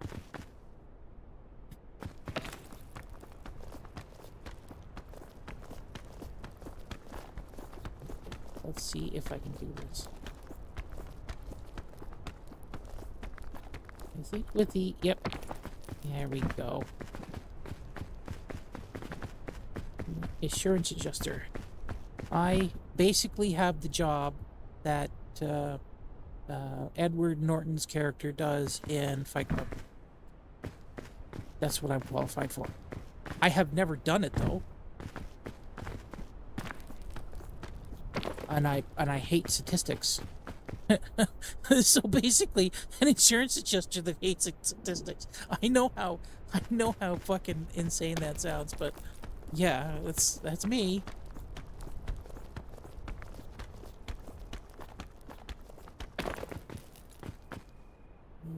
I'm more philosophy than anything else. And my professor was too, like all the concepts about how money was used in the past and things like that all comes from my professor, and how economics is a big component of just about everything, and the predictors of economic stability and growth and all that kind of stuff and whatever. But I mean, like, so, like, again, the only thing I'm qualified for is insurance, and it's one of the things that I've learned. A lot of my outlook in life revolves around the insurance companies, because the first the first insurance adjusters were basically created in a coffee house in London, the Lords of London, during the Age of Sail, to be able to spread out the risk of, going to the New World and stealing all that great Inca gold. And you can really tell where a society is going and how prosperous they are and things like that by looking at the insurance company. Because that's another thing rich people do that poor people don't do, is they insure things. Like car insurance. I haven't met a wage worker who has ever enjoyed the fact that they're forced to get car insurance. Not a single person I know says, "Oh, it's a good thing that as a citizen of this province, this state, this country, that everybody is required to have insurance." I have never met a single person who has said that. But economically speaking, forcing everybody to have insurance means that you have less economic pressure on the individual should they do something stupid like get into an accident. And that is the majority purpose of insurance, is to reduce overall risk to a group or class. And you can really get the handle of the health of an area or the health of the people by looking at the insurance, by looking how insurance calculates risk and stuff like that. So if you want to know how a certain type of people, how a certain class of people, or a certain high risk class of people fare, um, um, look at how much health insurance costs for them.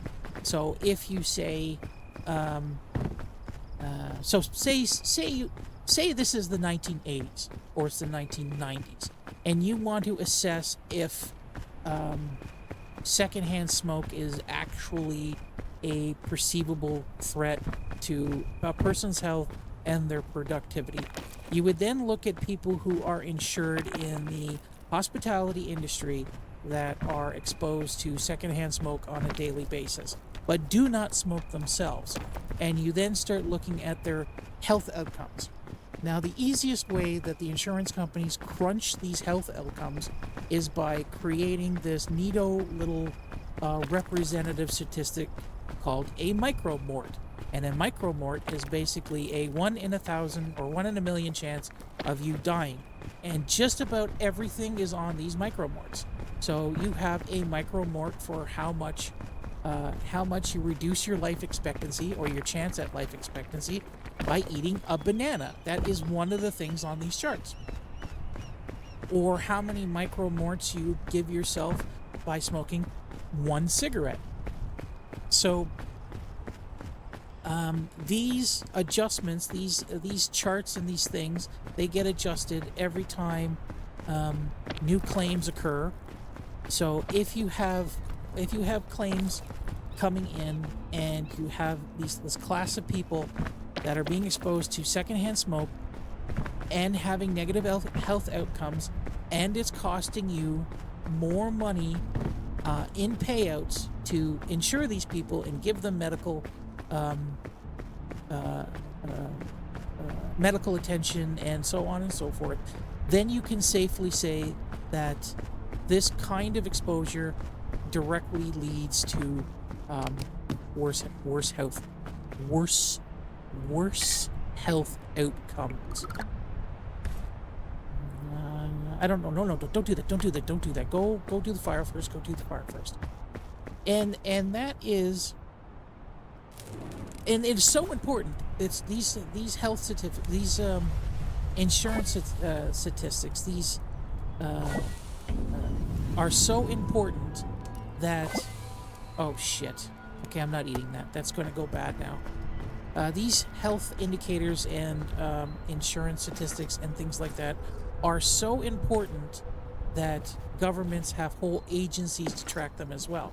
So you have Stats Canada, and Stats Canada tracks the statistics for, oh shit. Can I eat one more? No. So I guess I need an antidote, or I needed to eat things in between eating those things. Like if I ate a green one and then a yellow one?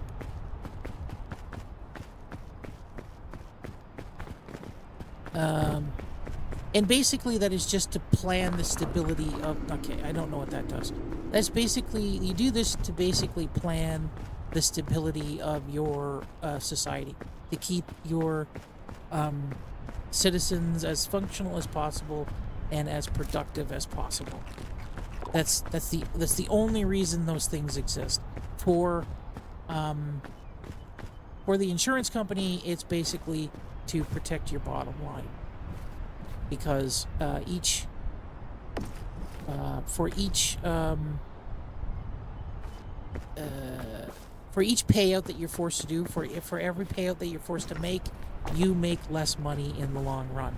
So it behooves you to figure out what the future cost of that stuff is, and they are very good at doing it. Bean counters are exceptionally good at their job. And you have a bunch of individuals now that average individuals now who hate insurance companies because of the perceived failures of the insurance in the United States, because it's very unregulated, whereas in most other countries it is regulated. In most other countries, if if you are insured, like say auto insurance is the best example, they can't just not pay because you don't pay out of pocket first. They pay. If they don't, if your insurance company doesn't pay for your accident, the person that you got into an accident with, their insurance sues your insurance. It's not you being sued because your insurance company didn't pay out. That's not how that works. Can I jump? That was close. And that's the way that it's supposed to work. But health insurance, and this seems to be the only thing, the only industry that does this. But in health insurance, you pay first and then you're reimbursed later, which is fucking nuts.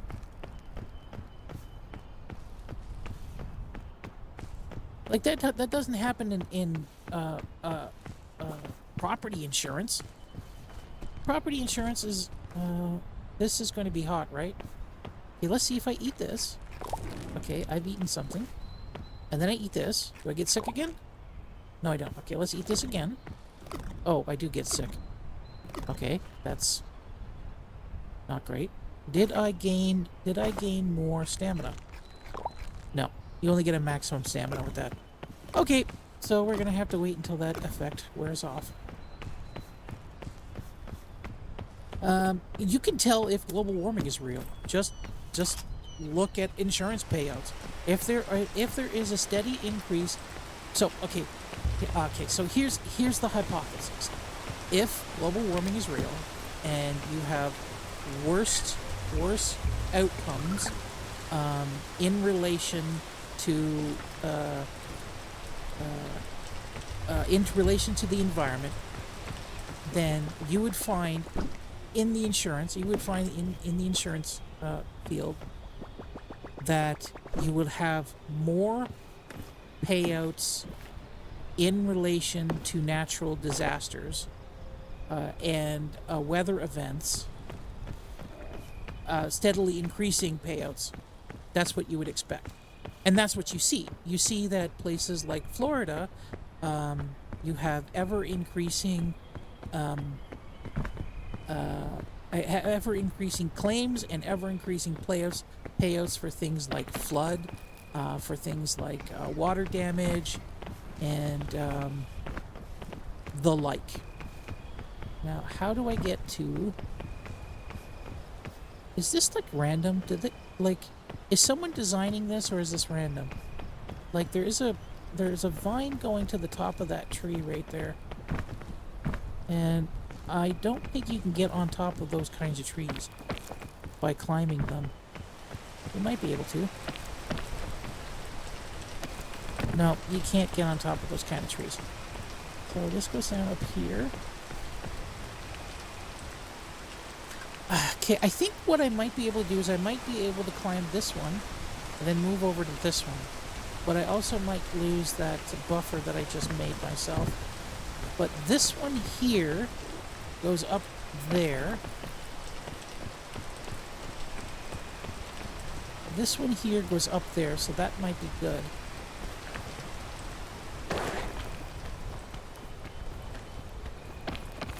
There we go. Like this is kind of morbid, but if you wanted to determine if people were being exposed to mutagenic chemicals, like things that would cause birth defects, you would then analyze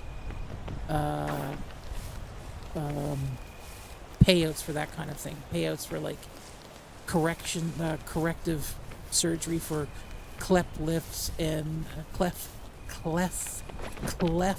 lips, or deviated septums, things like scoliosis, spina bifida, things like that. So when children are exposed to chemicals exposed to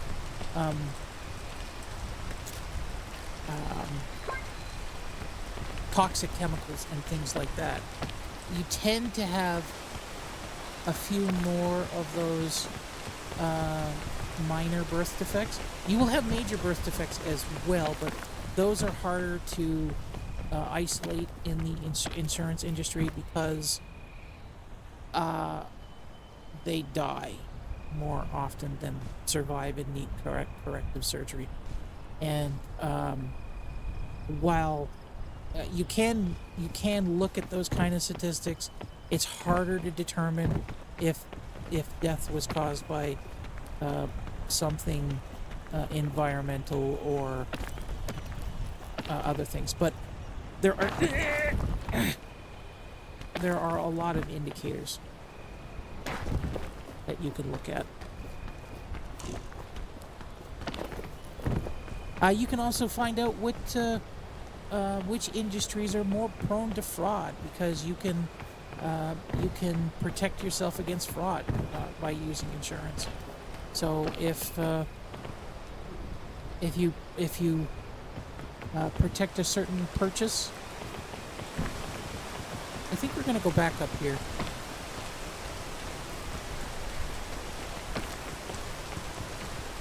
And you find when you're crunching the numbers that there's a higher probability that you're going to be forced to make payouts. Then you charge a higher premium. Where does this one go?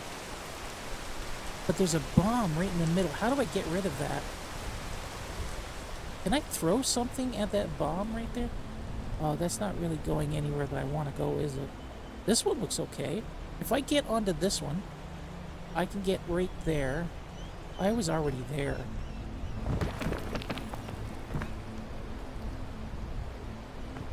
I was looking. I was looking and you pushed me off, game. It wasn't I fell off. You pushed me off. You pushed me off. That was a push. I was pushed. I think I'm going to go back to this one here.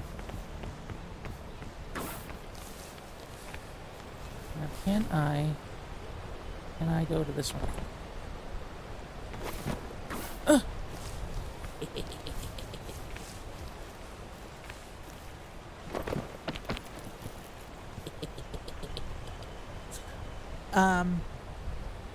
You'll see more payouts in that area too. But micro mulch is the big one. That's something that that people are kind of flabbergasted exists. And again, the character in Fight Club, that's what he did. And the thing that he was doing to figure out whether or not recalling a vehicle or, you know, letting it blow up and burn a person to a crisp is more cost effective. Is something that really happens. That calculus actually happens in the auto industry. I think the movie 12 Angry Men was about that, the black and white movie. I think that was about auto industry bean counting, I think. I can't remember. An old movie I haven't watched in a while. Okay, so do I want to go that way? Fuck. Maybe I should have picked up the glasses, eh? Okay, so if I go this way, I really don't have much opportunity to move around. But if I go this way, it looks like I have way more opportunity to move around. Does this go anywhere nice? I don't think this goes anywhere nice. Like, it goes to the bottom of that right there. Actually, I could probably take those vines up there and come back down if I find that my... Oh, why can't I move? Okay.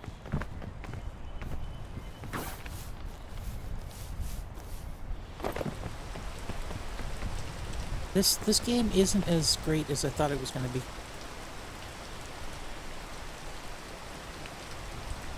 It's still fun, though. I still like this game. It's like a puzzle. It's like an environmental puzzle where you're trying to figure out where the end of the maze is. And that tickles me in a certain way. In a certain way where I say, no, don't tickle me, you're being mean. No, I need an adult. An adult. Yeah, I go from talking about micromorts to, making jokes about being molested by a video game.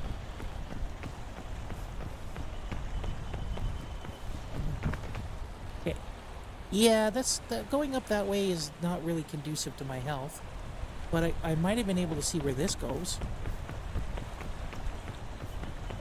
Because I don't think this goes where I want it to.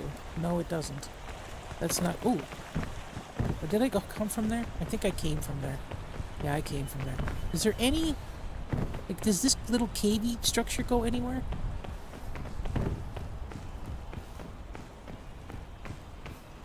Oh, it does go somewhere. Awesomeness! Look at that! There's a little cavey structure.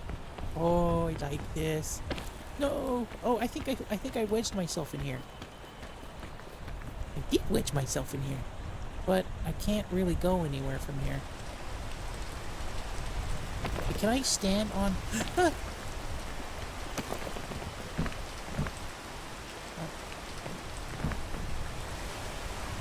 Yeah, I don't want to use the python, whatever it's called, because I don't know if that's going to go anywhere.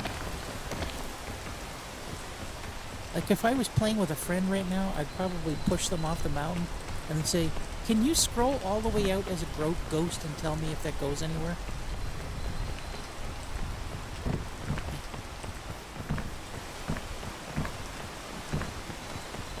Okay, we have this, but this is where I was originally. Yeah, this is where I was originally. So, let's keep going this way then. Even though I don't really think I have the opportunity to do much.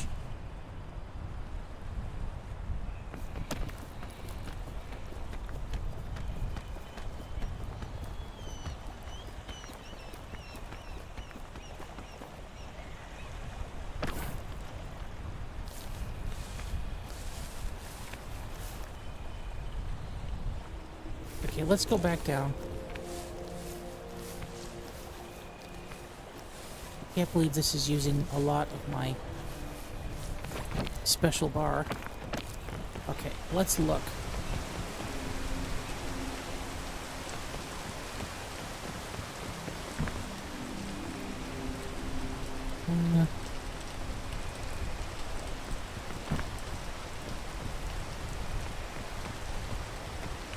Okay, there's a lot of trees. I think this is the edge of this side of the mountain because I'm getting a lot of fog effects right here. And if I go over here... Oh, that's just a... Okay, let's go there.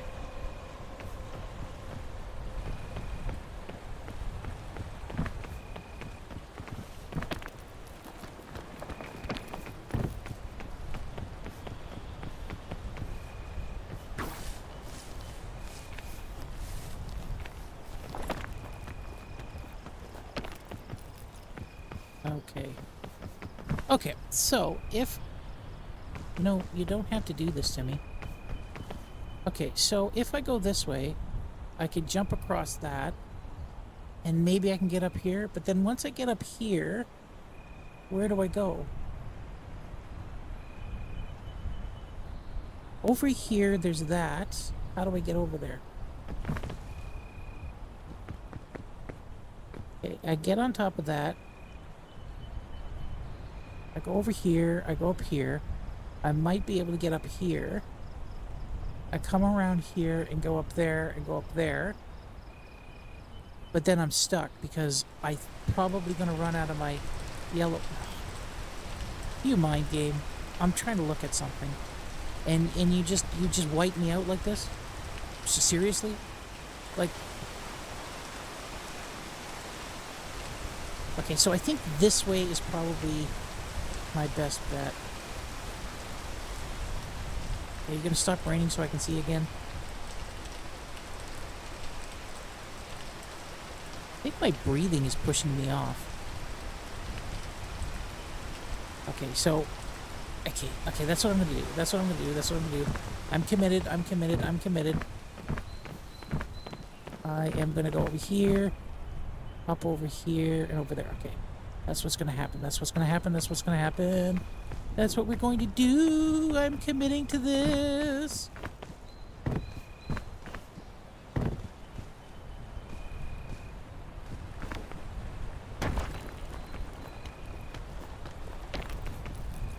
My hands have got to be like really nasty.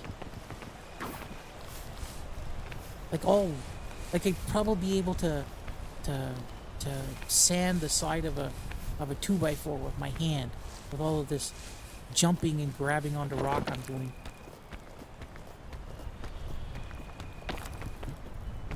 Okay. Now what did I say? I said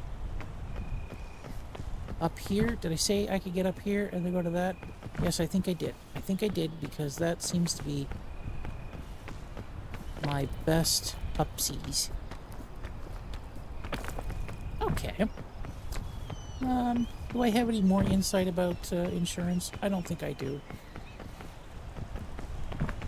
Now, I should have took a picture. Now I don't know where I'm going. And okay, so if I move across like this and up like this,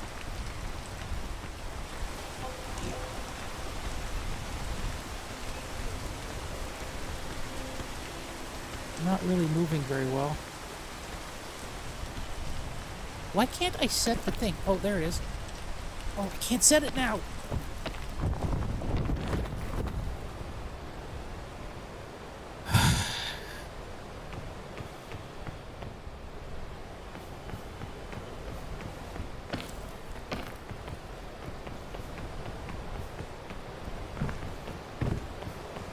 This is hard. This is so hard. This is so hard. Okay, I haven't really been here. I haven't really been here. Do I get any more opportunities here? I don't really think I get more opportunities here.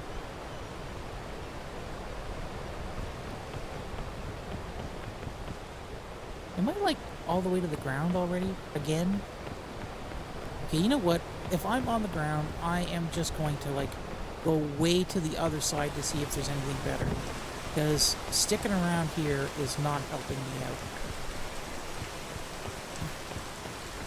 The algorithm that they use to build these mountains has to have some kind of check in it to make sure that...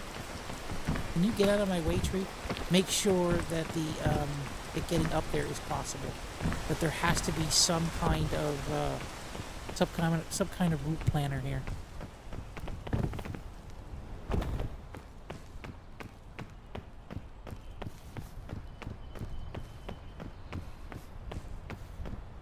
Food? No food.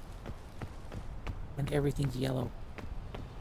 Maybe I can chance one yellow.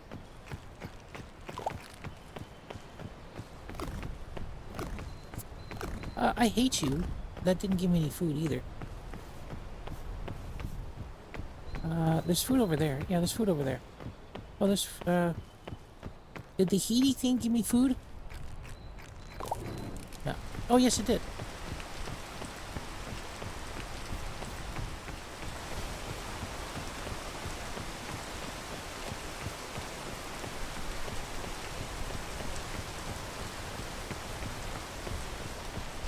Car insurance is one of the big ones that people don't think they should have, because that they should be allowed not to have because they think they're a good driver.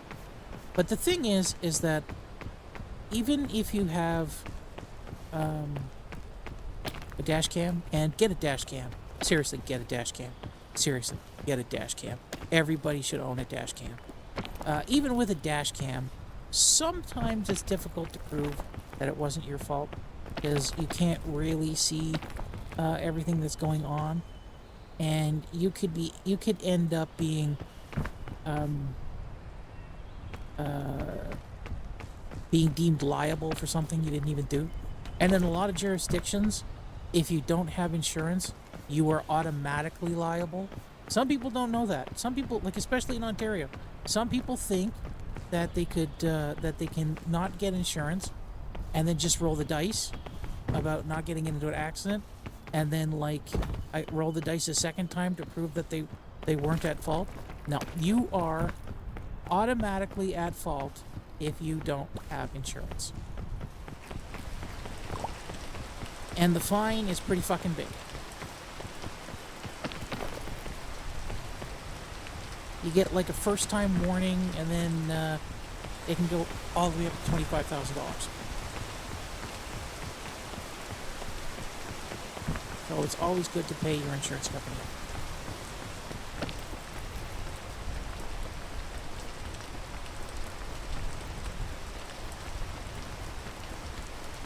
And if you think it's unfair that a 25-year-old male has to pay more than a 25-year-old female, well, guess what? Micromorts. The reason that they charge more is because there is statistically more payouts. It's not a discrimination. Statistically, insurance companies had pay out more for 25-year-old males than whatever. And I don't care if your little Johnny son of a bitch is a good driver. He probably isn't, and you're just a delusional mom. Or you're the 25-year-old son of a bitch who thinks they know how to pop a wheelie on their motorcycle when other people don't, and that the rules shouldn't apply to you.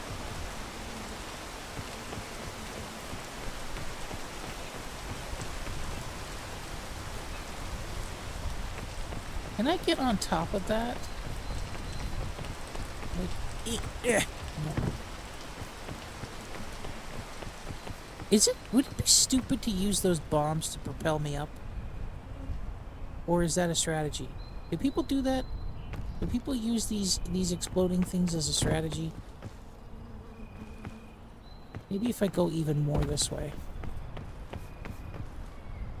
So I see I stopped talking about the history of money and I'm starting to get viewers. But I talk about the history of money and nobody wants to watch me. Ooh. Economics is boring. Oh. Well, I agree with you. Economics is boring. Ooh, there's a wasp's nest up there. I am so glad I'm on the simple mission without fog. I think this mission doesn't have fog. Okay. I think I'm gonna try it. This might be a bad idea. And I'm gonna get my butt lined up, and I'm gonna go kersplat. Nope, that didn't work.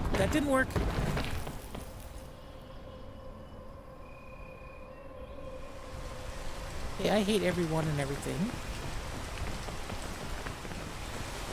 So, hey, can I blow that up and like get my stuff back? Let's try this. We're going to learn how to deal with this bullshit.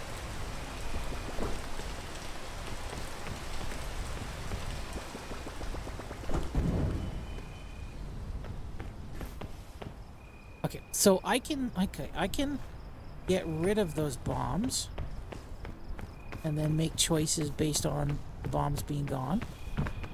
Oh, let's go up here.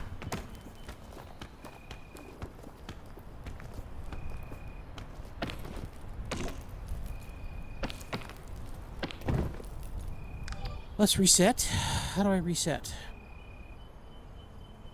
I think I just reset by doing this.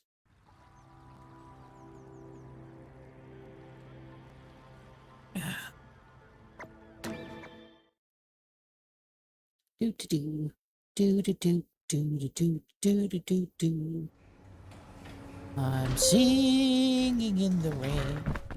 I'm singing in the rain. Oh, what a feeling. Okay, so climbing up this from the side takes about as much stamina as I have. So if I climb it with the rope, oh, that's a lot less stamina. That's like no stamina. Okay, so ropes are always better, but I don't have a friend to ropey. But how far up can I attach a rope without having somebody with me? Like, can I attach it up high, get a little bit of a boost by not having to pay for the stamina through the rope, then jump off and climb the rest of the way? I should have watched videos about this.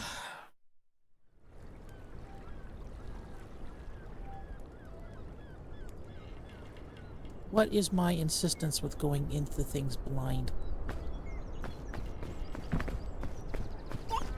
Hi, Big Bong. How are you? Oh, wait a minute. Okay, what is the... I think he's supposed to be able to talk. Where's controls?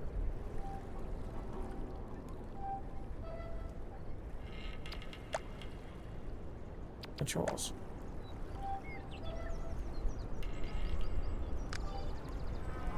Hello, Bing Bong? Can you hear me?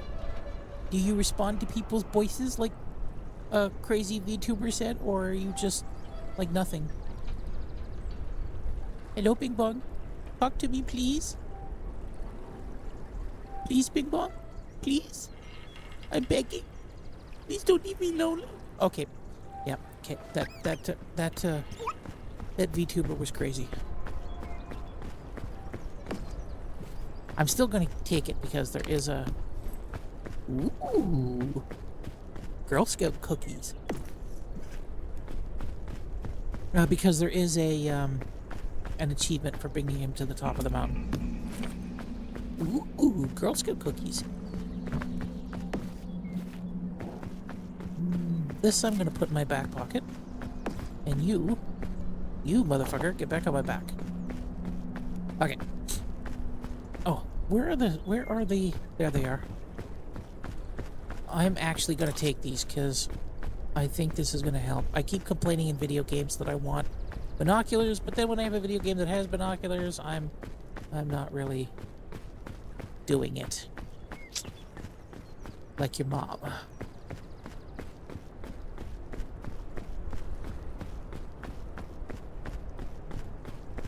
Maybe I'll do a stream where I'm just looking at insurance statistics. Am I that boring? I think I'm that boring. And how come you're not messaging me anymore, motherfucker? Now that I'm off the economic topics, suddenly you're not going to blow up my phone?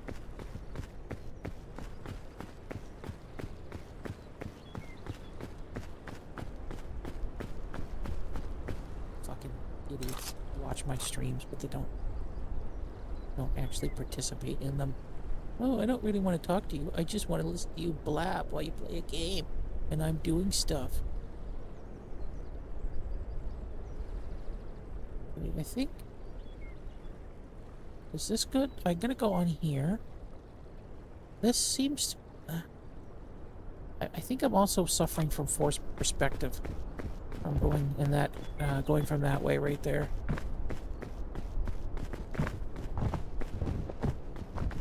Let's go to the other side. Can I? No. Okay, I gotta put it away to climb.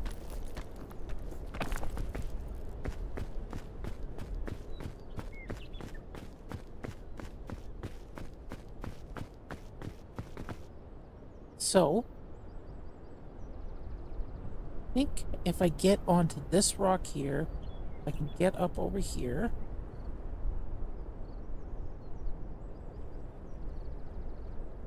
Nah. No, that doesn't seem good. I think if I try to get up this rock here. But then where does that go? Can I get up onto this rock? That is the question that preoccupies my people.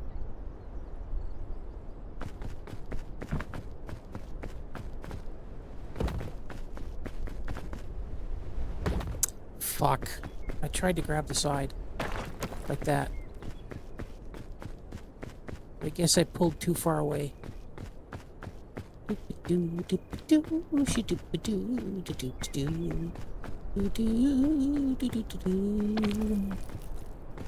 Okay, so...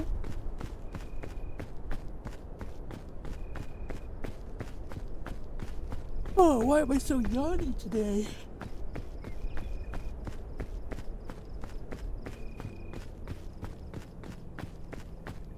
Sorry for yawning in your ear. I tried to turn away, but my auto gain just corrects that. So it sounds like I'm louder even though I'm quieter. Okay, so if I get up these pillars, I can get to this pillar here.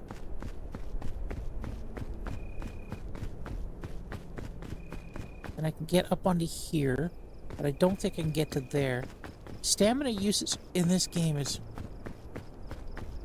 it's quite unforgiving.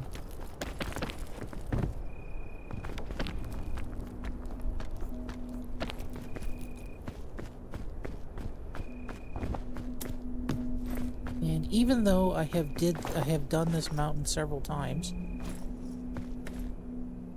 and I think the first time I did it pretty quickly.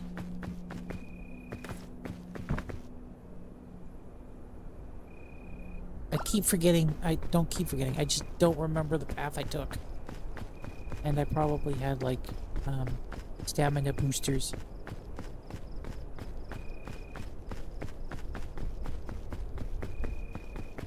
Okay. Oh, I can go here and here and here. But can I get up there?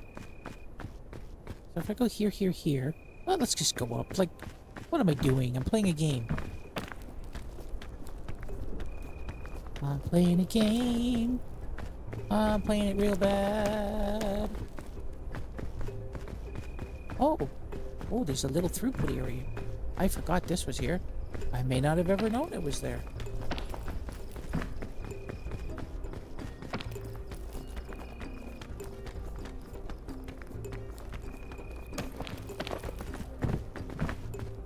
I would say that the stamina usage is too tough. But, I mean, if I was doing this with my own arms and legs, I think I would find it much harder. And I think I would die. Oh, that was lucky.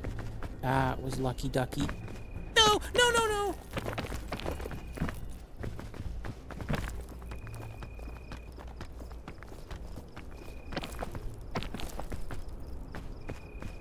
Is this a good place to go up?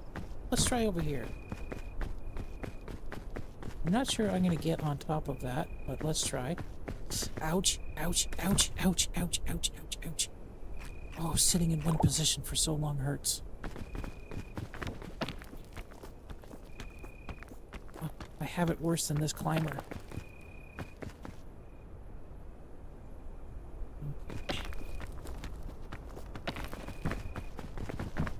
And this is easy mode.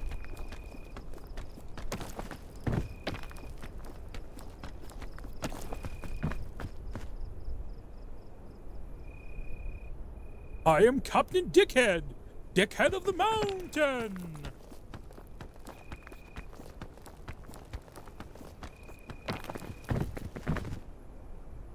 Okay, there we go.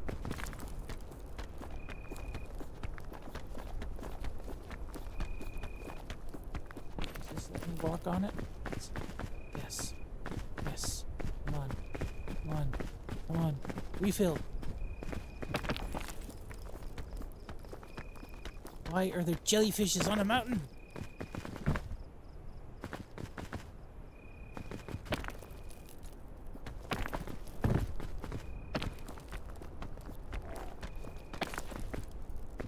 I'm like super fascinated with micromorts too. I don't know why. The first time I ever heard about them, it just tickled me so much.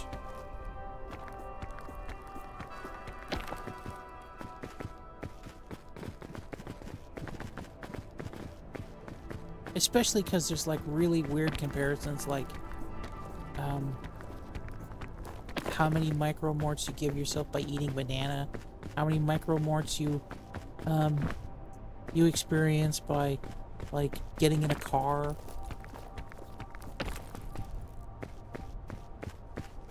And there's like one of the reasons why the insurance industry is so demonized and vilified by people. Well, one of the reasons, not the reason, but one of the reasons that it is because there's a lot of racist stuff in it. Because you're drawing conclusions and creating and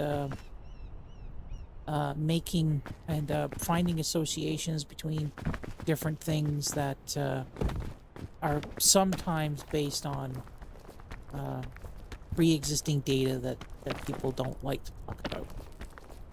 I'll say it like that, and not try not to endorse any kind of one view about the data. Like, I can say that I can easily say that data doesn't lie, but I mean, data is bias. There are biases in data. But, like, there are statistics about getting in the car with certain types of ethnicity, and based on who's driving and who drives more aggressively than others. And there are statistics about people who are domestically licensed versus people who've gotten their license in another country, and what kind of the statistics on how often they get into traffic accidents, small scale traffic accidents, fender benders and things like that.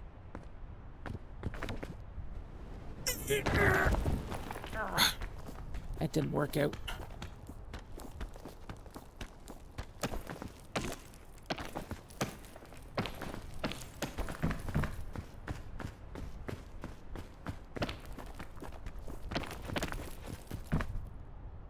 And pretty much it's overwhelming that domestic drivers are worse than foreigners. And people who have been taught to drive on the left side of the road as opposed to the right side of the road cause fewer accidents in countries where they drive on the opposite side, where left-handed drivers vacation in countries where it's right-sided drive, as opposed to the other way around, where it's right-sided drivers that go to left-sided countries. So people who go from right-sided drivers going to left-sided countries are overwhelmingly more responsible for accidents in left-sided countries than left-sided drivers in right-sided countries. That's what I wanted to say. That's a more better explanation of that.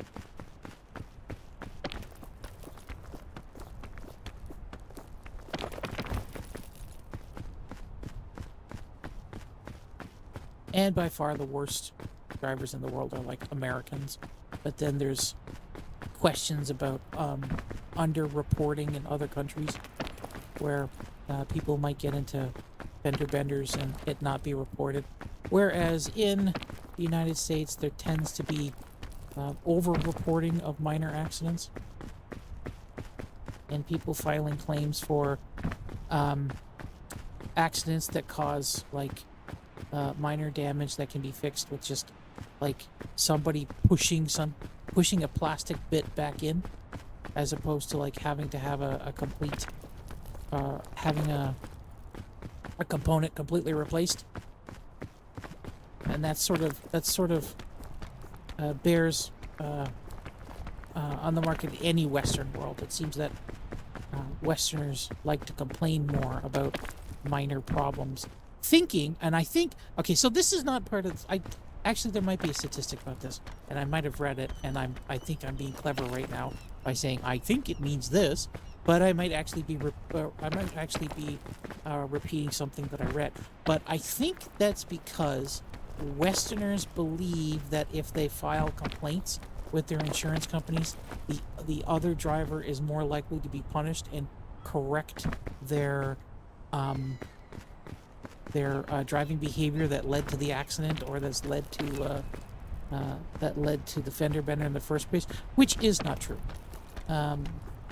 When you are in an accident, and it doesn't matter what level of accident that you're in, the likelihood that you are going to get a point deduction or even a fine, greatly depending on the accident, is very small. So if you're at a stoplight and someone rear ends you at like 50 kilometers an hour because they're not paying attention, the likelihood that they will be charged or otherwise get some kind of penalty for that is negligible. Because for the most part, insurance is no fault. And unless there is some kind of evidence that you were negligent, you are probably not going to be charged. There would have to be some level of public property damage for you to be charged with some kind of negligence. Just rear-ending somebody is not enough.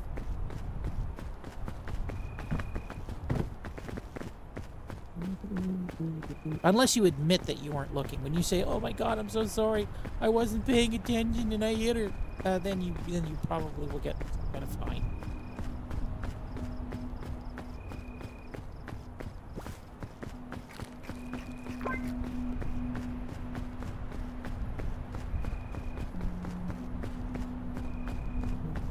Let's see what this is first.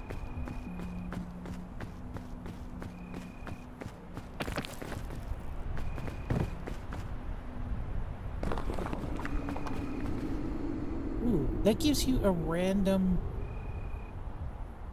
I don't want these anymore. Maybe I should take them with me. Yeah, because this side's a lot harder. But I don't want the Pandora's box. It gives you a random status effect, I believe. Okay, let's have some mushrooms, because there's not mushroom not to take it. Mushroom! Eat the mushroom. I said eat the mushroom. There we go. What's in here? I am gonna take the rope, and I'm gonna experiment with the rope.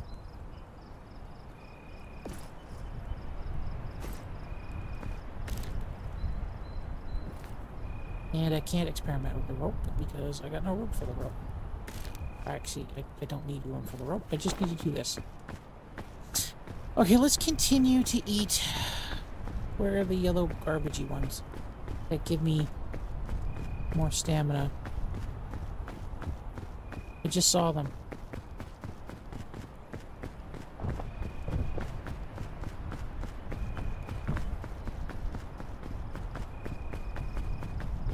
But like seriously, even if you're in a very minor accident, you should probably call your insurance company. The statistics are helpful for everybody. Okay, so it removed the tree that had the speed fruit on it, and I think that's unfair.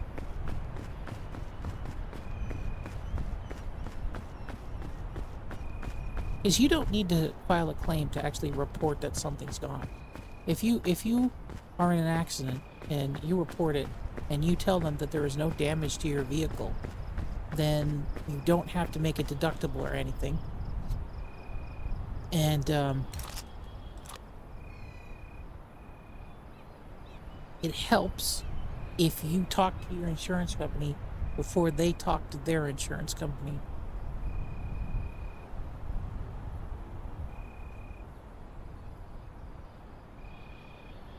Is there even a way up here?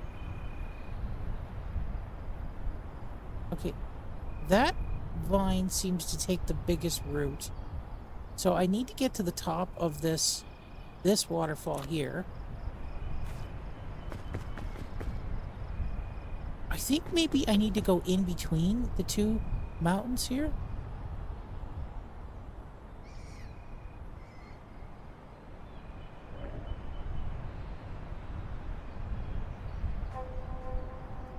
This is going to be difficult. This is going to be difficult. It was difficult before, but I think it's going to continue to be difficult. And I'm not sure that you can actually finish this. Like, I know I'm saying that because I'm not finishing it. But I mean it. I mean, I don't think you can finish this. Okay, let me see something. If I take this and I reel it out, can I attach it like way up there?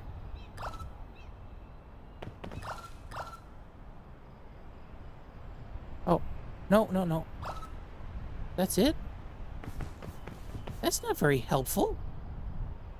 Okay, I'm not taking the rope with me.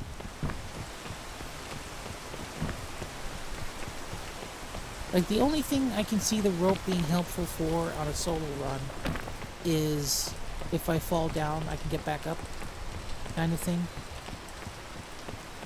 I think chained launchers and the floaty ones are the best. The floaty ropes are the best choice.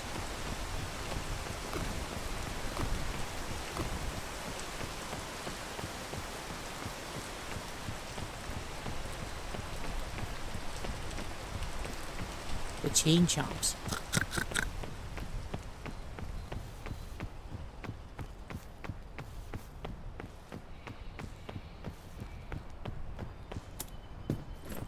Ooh, this is what I wanted.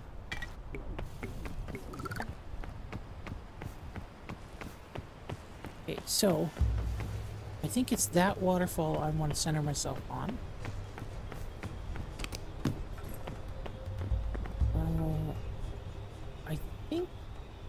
I think the lollipop will give me like stamina and shit when I need it.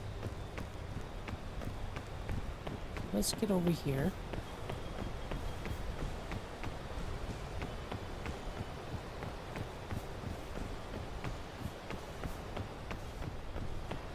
Okay. Okay, so maybe if I go further over, I can find something.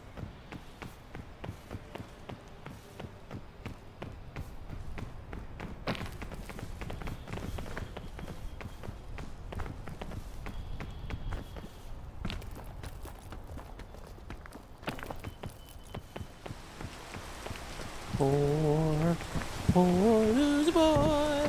I'm a loser, baby. Why don't you kill me?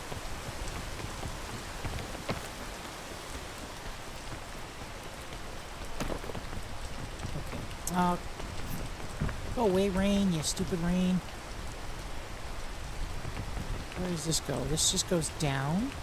That goes over there. So none of this is meaningful. Where does that go? That just goes up here. Okay. Hmm.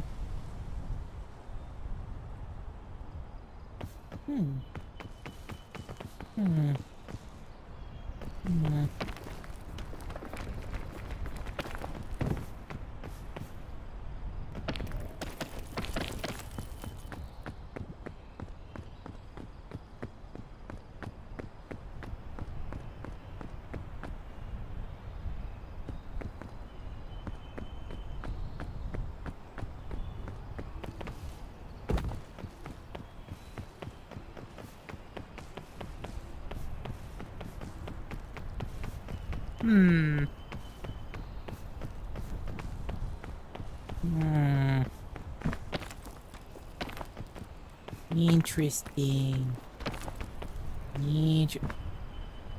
Interesting.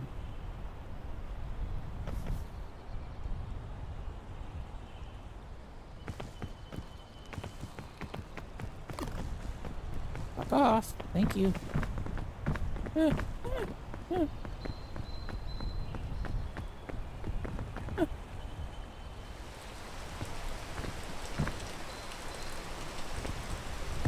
Can I not get on that?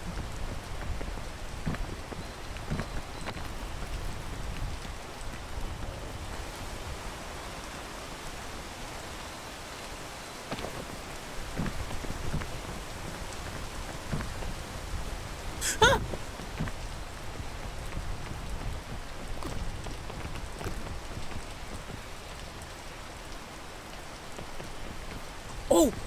Oh, the thingy! That thingy! I know what that thingy is!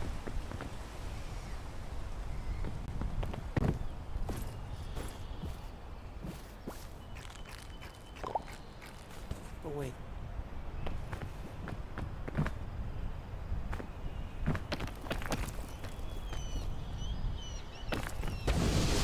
Oh, you dickweed!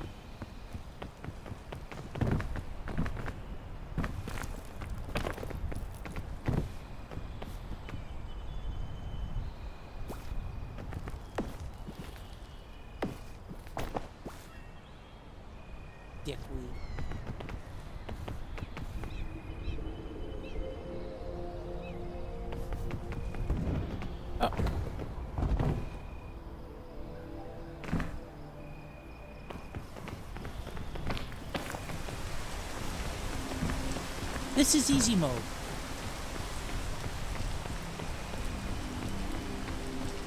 Just a minute. I have to scratch my stress hives. There. Bastard. Can I actually walk up this thing? Like, is this an actual thing I can do, or is this just a shitty bread train?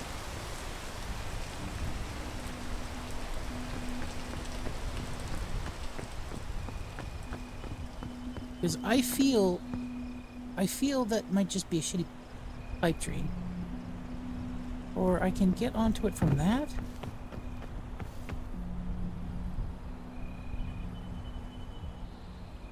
But if I climbed that, I'd have to get all the way up there, and I don't think I can do that. And this is like so full of pitfalls and bombs and shit. Like I just don't see a way up here. It's just so tense.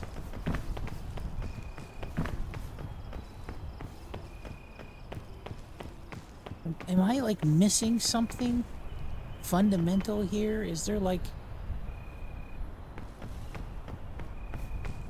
some way I don't know how to...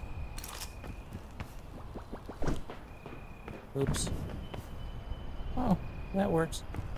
Not.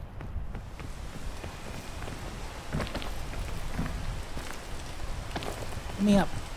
I said, let me up.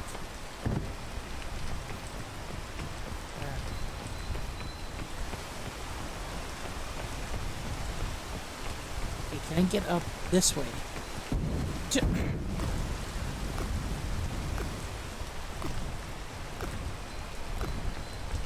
Can't even see shit.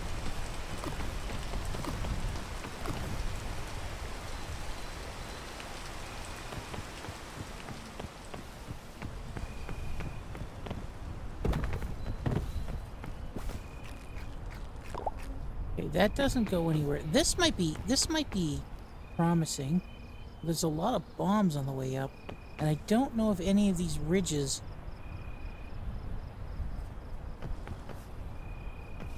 Like, is this level even passable? Like, is the first peak, like, is it just scale its difficulty, or is it because there's no fog that everything is harder? So I can take my time, but it's just fundamentally harder. Like, is that the calculus we're doing here?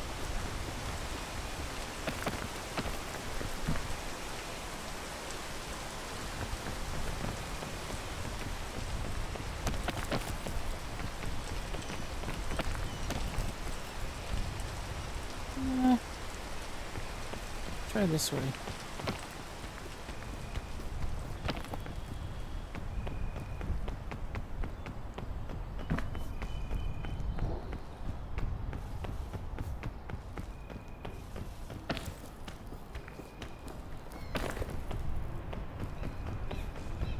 Like, if I were going to write the algorithm for this, I would be like, check that this ridge and this ridge are within a certain distance of one another, so that somebody with full health, full stamina, can get there. How am I going to blow these up without blowing them up?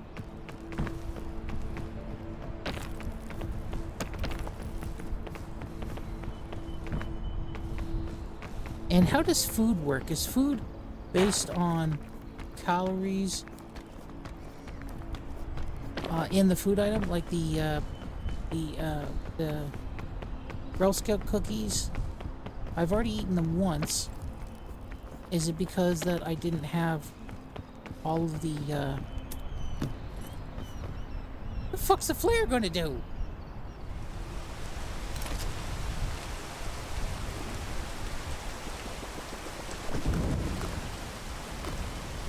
Okay, that was stupid.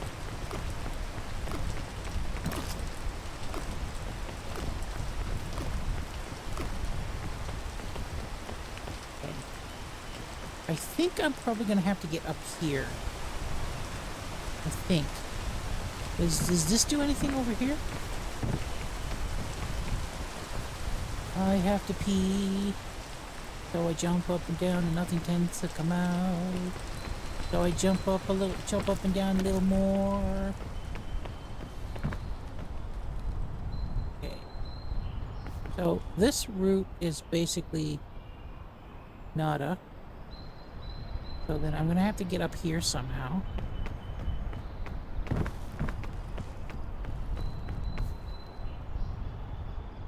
This just seems promising, but I think it's baiting me.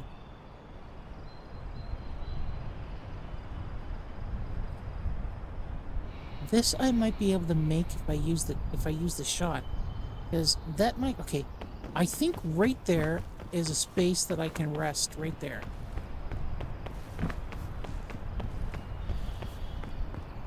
Right there, I think that's a rest stop. So let's get to that position.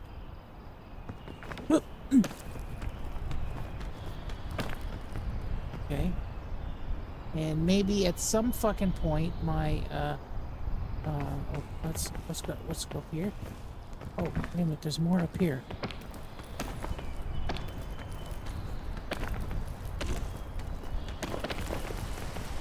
Okay. Now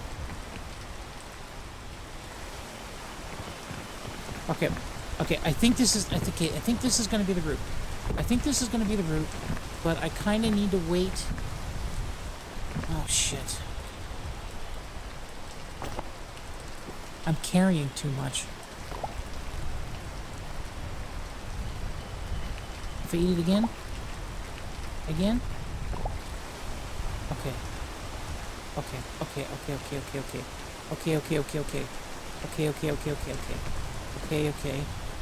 Put you down. Grab this. Okay. No. Put it back on. There you go. Okay, I think I can do this. Okay, I can do this. Okay, that's the maximum.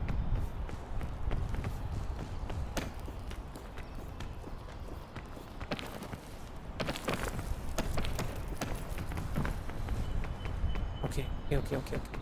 Now this.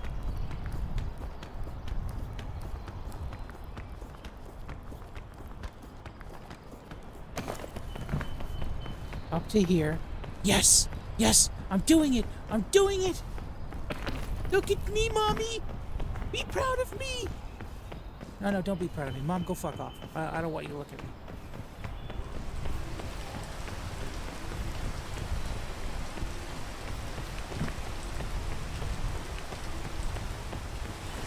I would fucking hate for her to hear that and then think, oh, Jay's invited me back to their lives. No, I am not. I was making a joke.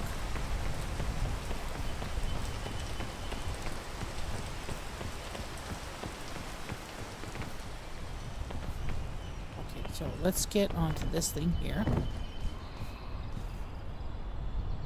Then we'll get onto that over there. And then we'll very carefully not set off the bombs. And then we'll get up here.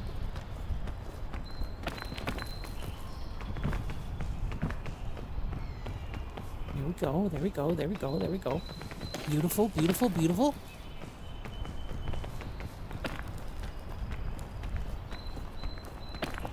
I'm so lucky. Lucky. I'm so lucky. Lucky. Look at me, lucky. Oh, what's that song from Bob Burgers? The Lucky Ducky song.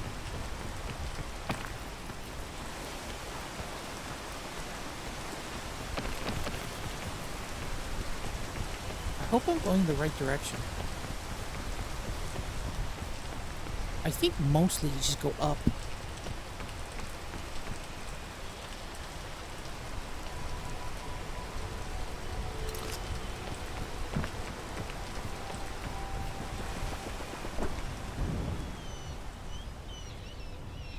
Not gonna get that back.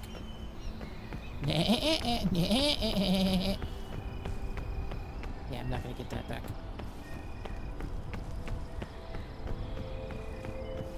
Does anybody know where that actually comes from? Like that little clown in Repo, where he goes, "You shouldn't have done that. You shouldn't have done that." Then he blows up. That's like, that has to be based off of Woody Woodpecker. And I don't know if anybody really knows who Woody Woodpecker is anymore. Oh. Oh man, I should have went over there.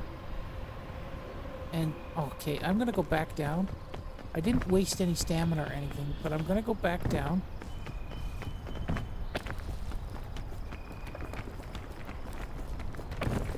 I'm gonna go back down so that I can get to that tree and I can get higher and look up. Look at everything. Because I think I can get pretty good vantage point from there. There's also... There also seems to be a vine connecting it from somewhere to somewhere. Let's see how far up I can get. If I can get to that branch...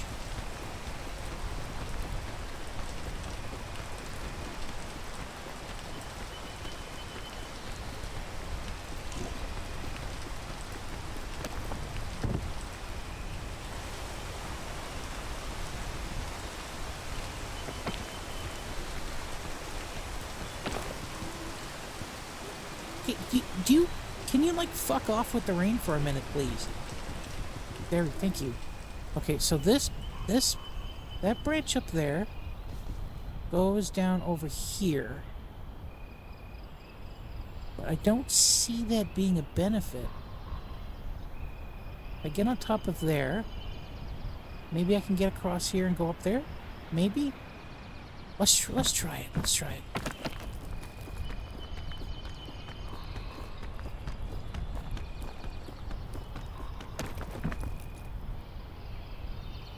Let's try it. We're going to be doing something so great! And I thought I was going to be sitting here talking about shit, but it seems like all I want to do is play a game. Does anybody want to learn anything when they're watching a stream? Or do they just want somebody to play a game and shut the fuck up?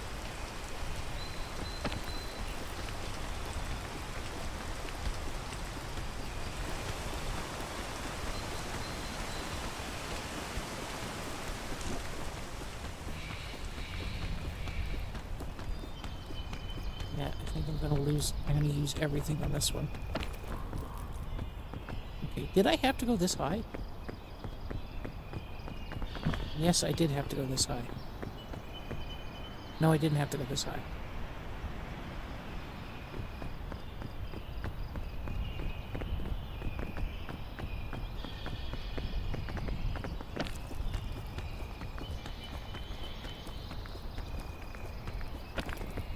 Don't fall, don't fall.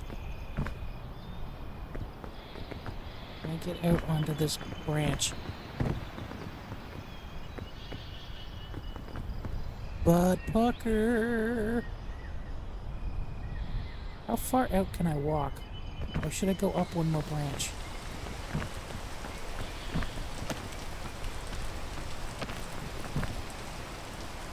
Okay, let's get back through here. Can I get... I have to climb on top of this.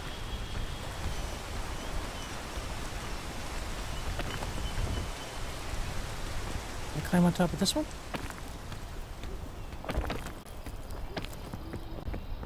Ooh, look at that. Oh! Reached the top of a really big tree. Awesome sauce. Ooh. Look, a thing.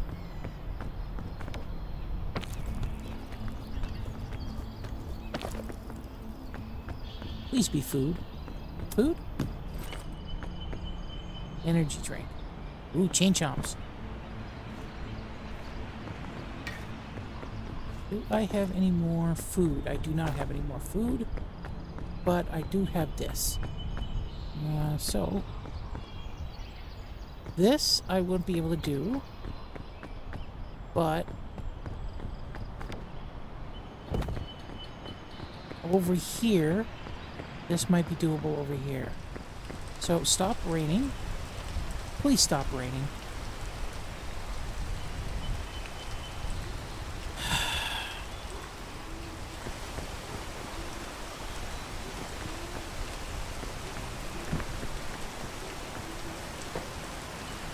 Ooh, how far out can I...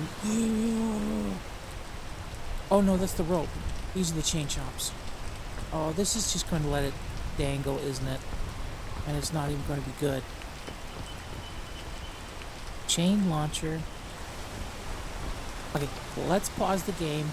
Let's pause the game. Let's pause the game. Let's pause the game. Let's pause the game. And I'm going to go eat chain launcher. How to use the chain launcher.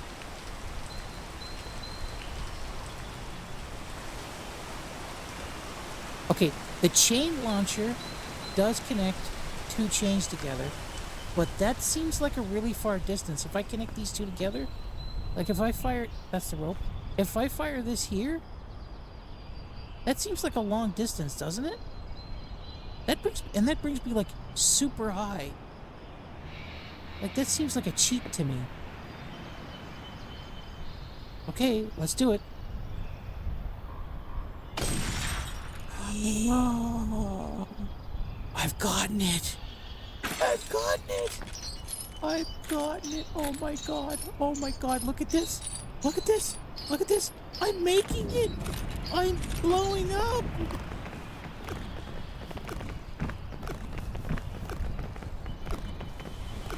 I'm stuck.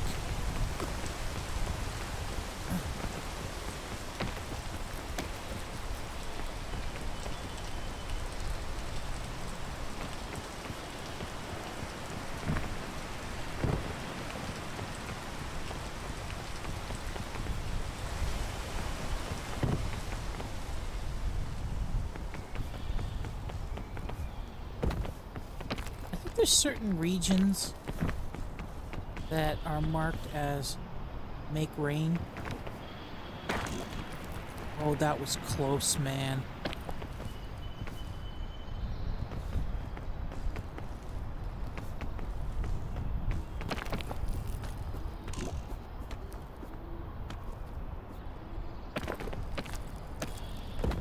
Okay, I'm just gonna have to wait until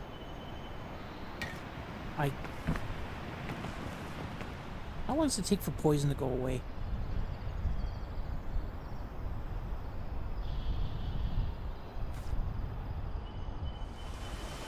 Or does it not go away while you're standing still? No.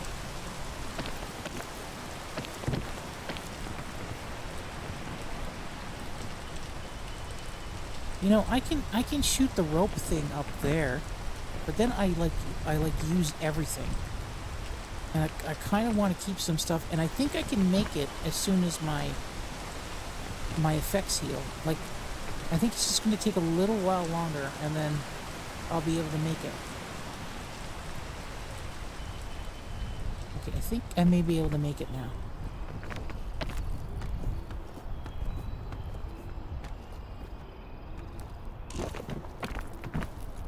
There we go.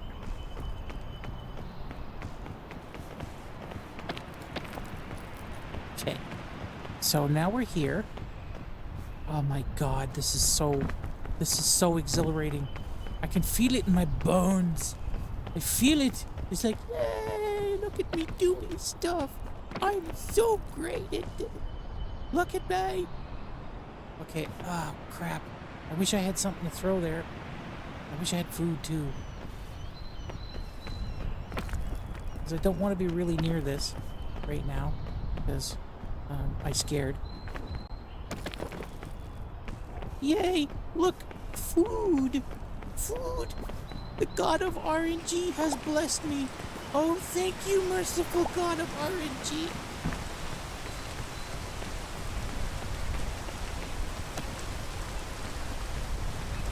Holy, oh, holy number. A dice roll of greater than 0 but less than 1. That's fucking... What's the difference between the blue ones and the yellow ones?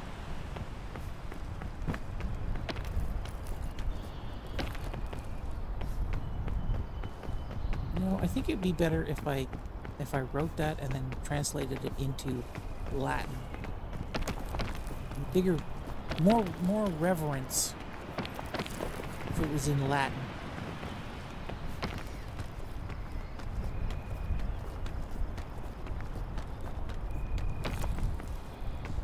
Look at this. Look at this. Look at this. I made it. I made it. I'm a special person. Oh, there's so much more to do. I think we're getting into the cold part, right? Man, why do you hate me, statue? What is the fairy lantern do? You know what? I'm just gonna look it up. I'm gonna look it up. I'm gonna look it up. That's what I'm doing. I'm looking it up. Peek. Fairy lantern. What does the fairy lantern do? It can heal you and your friends, and it also clears out any effects. Oh! Oh! Oh! Why wasn't I taking this? If I drop it, does it go away? Oh, it's still there. Okay. So I'm gonna put you in the backy pack. Thank you, backy pack.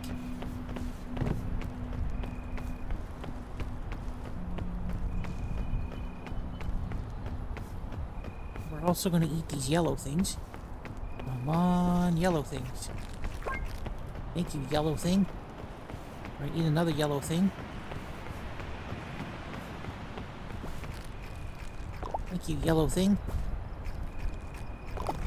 Thank you, yellow thing. It didn't give me more energy, but whatever.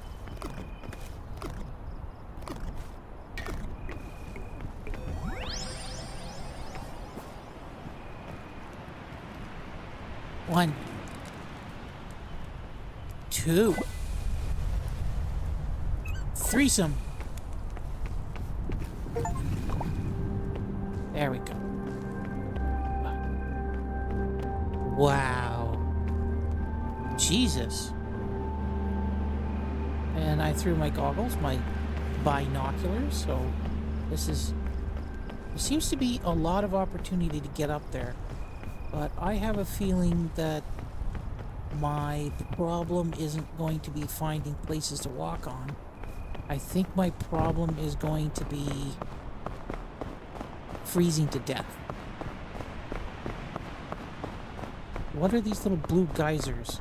Is this heat or cold? Okay, it's heat. And hurty. Okay, don't hurt yourself. Get up, bastard. Okay, so it's hurty stuff. It's hurty stuff.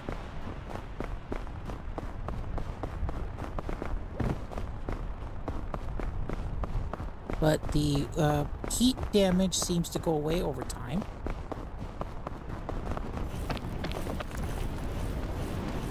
Oh, what's happening? What's happening? What's happening? What's happening?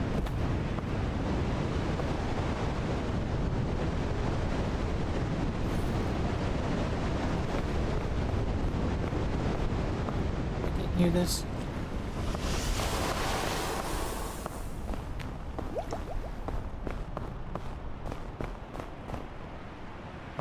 Okay, I think if I walk up to it and then run away... What is this? This doesn't do anything.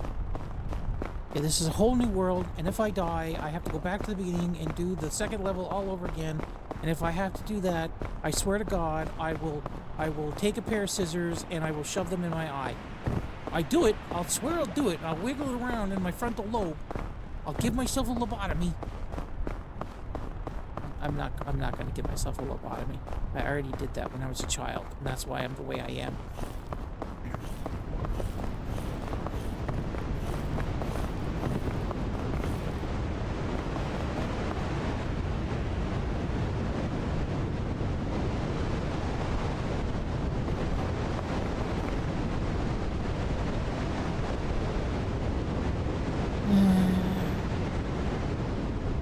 So is this what you do the whole time? You just keep running away from snowstorms? I thought I was taking a break from Long Dark.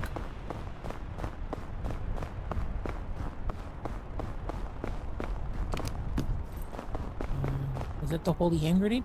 Ooh, heat pack. What does that do? Okay, let's eat this. And grab this. And we'll grab the Thin Mints.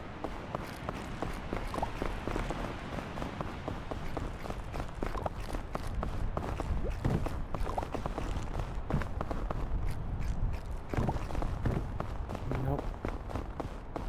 Oh, shit. There's a lot of stuff I want right now. Is that one of the ones that you throw? Like, what is that? Yeah, that's one of the things you throw. Okay, let's see if we can get rid of anything in my backpack.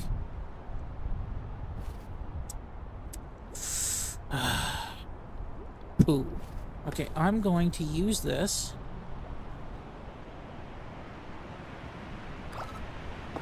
Perfect. And I'll use this, because I don't think that actually does anything. And this is just a pain in the ass.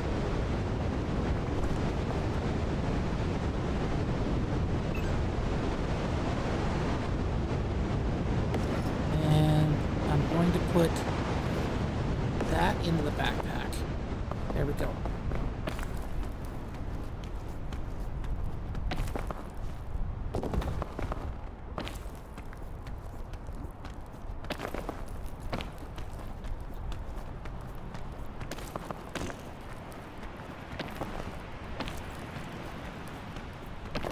Okay, so is the heating pack reusable?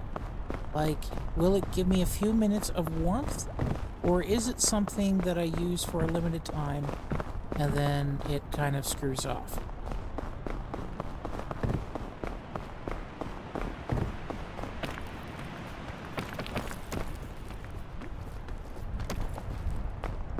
Well, that's ancient thing is...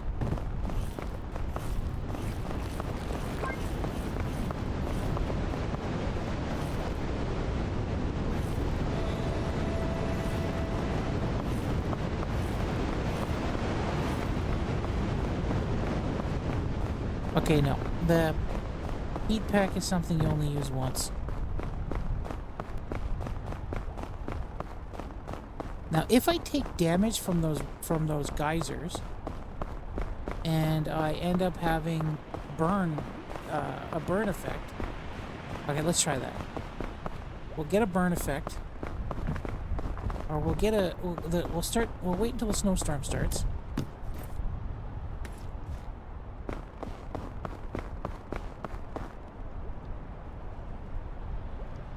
Okay, let's not wait till the snowstorm.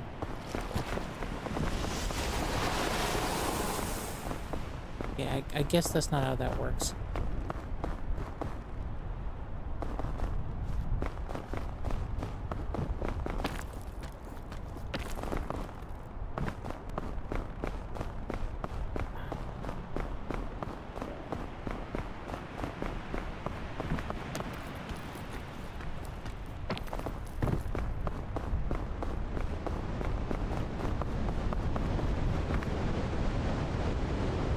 What does winter fruit do?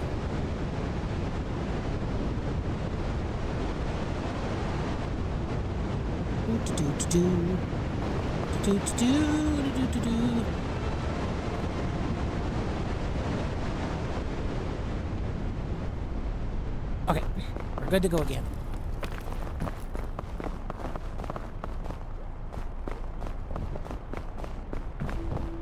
What is that blue thing over there? Oh, no, get up.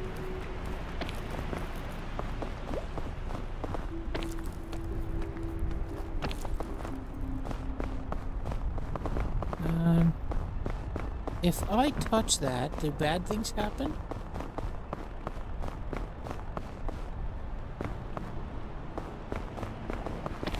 Oh, yes, bad things happen. Okay, bad things happen when you touch that, so we're not going to touch that. Ice is bad thing, but at least it goes away quickly. Oh, I think I injured my bladder doing that. I tensed up and went, oh no!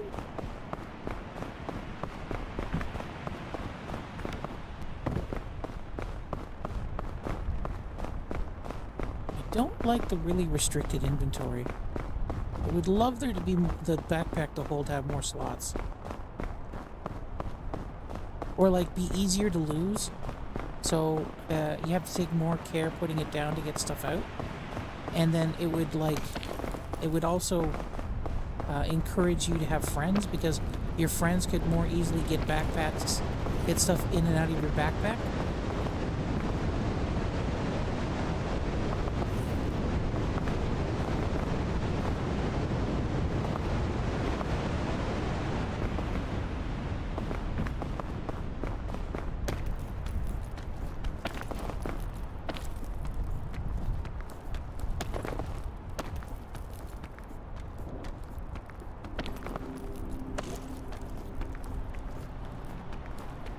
Okay, what is stable ground in this? Okay.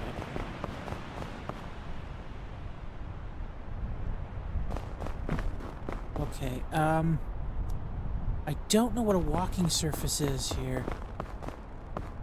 Okay, I get on that. Okay.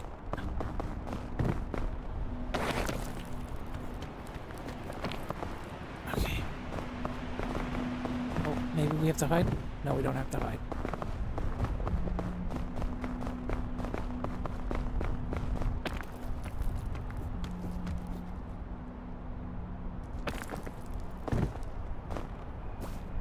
What happens if I eat this? Huh. Nothing. I just stopped being hungry. That's good. Okay. I am guessing I am going to be... I'm guessing I'm going to be surprised with a slippery surface mechanic somewhere.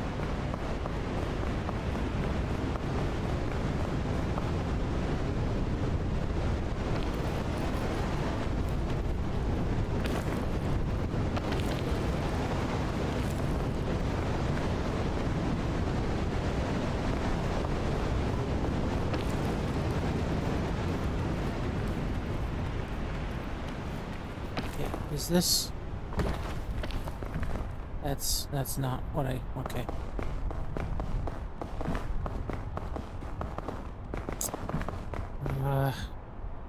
Okay, I think this is the point. Do I use the rope or do I use the thing? I think this is the point where I use the rope gun. How far up can I shoot this?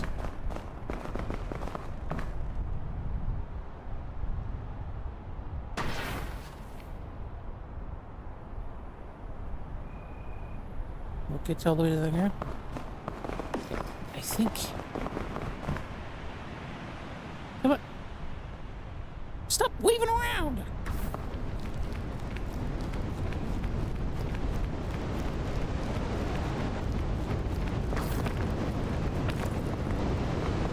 Okay. Come on, get in there. Okay. Okay. Okay.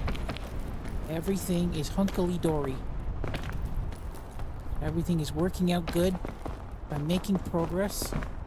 I'm not sure how much progress, but I'm making progress.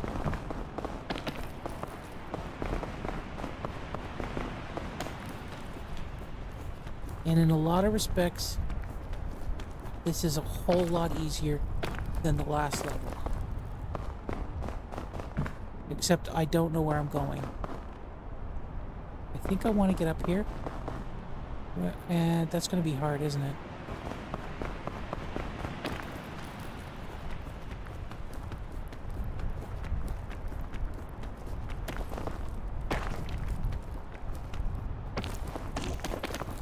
Okay. Okay. I'm gonna throw that. No, please don't. Please don't. Don't do this to me. Okay, there we go. I think,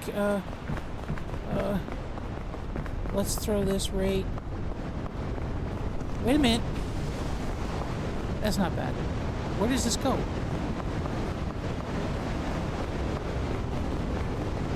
Where does this go?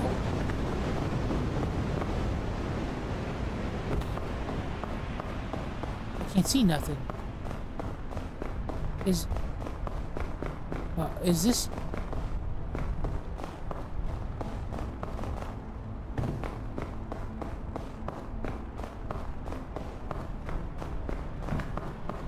Okay.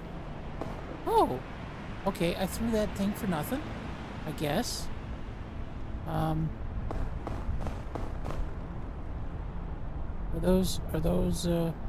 those are vents. But I think if I set them off and run away...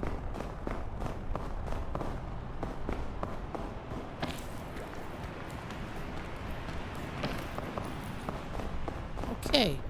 Amazing.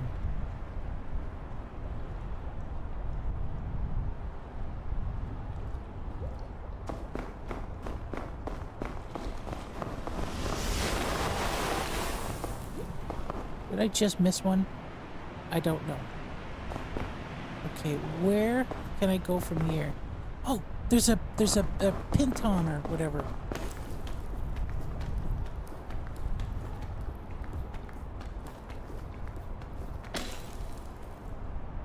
Oh, there's pintons all over the place.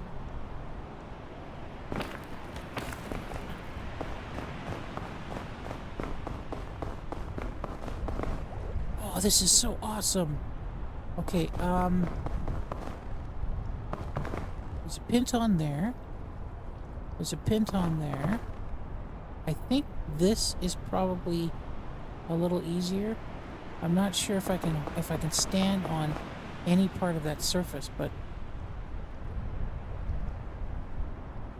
so if I go up here. Oh, there's a pinton there. Ooh, that's gonna cause damage.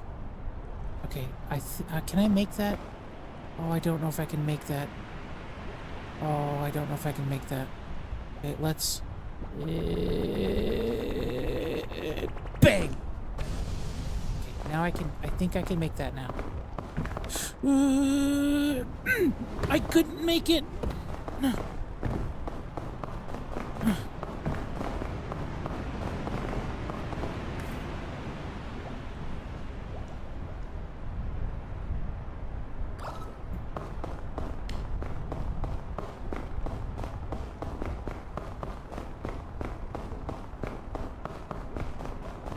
Okay, there's a pinton over there.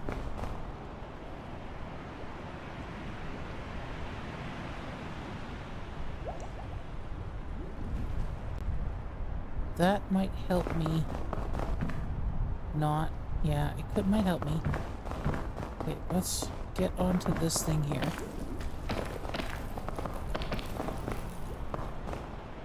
Okay. This pinton over there.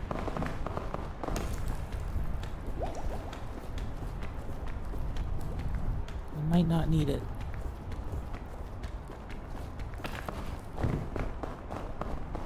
Yeah, I didn't need it. Okay. This is working.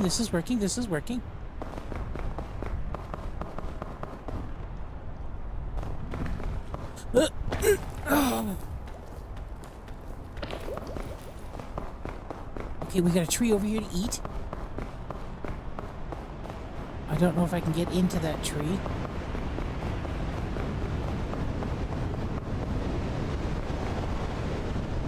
Is there any more pintons? There's one there.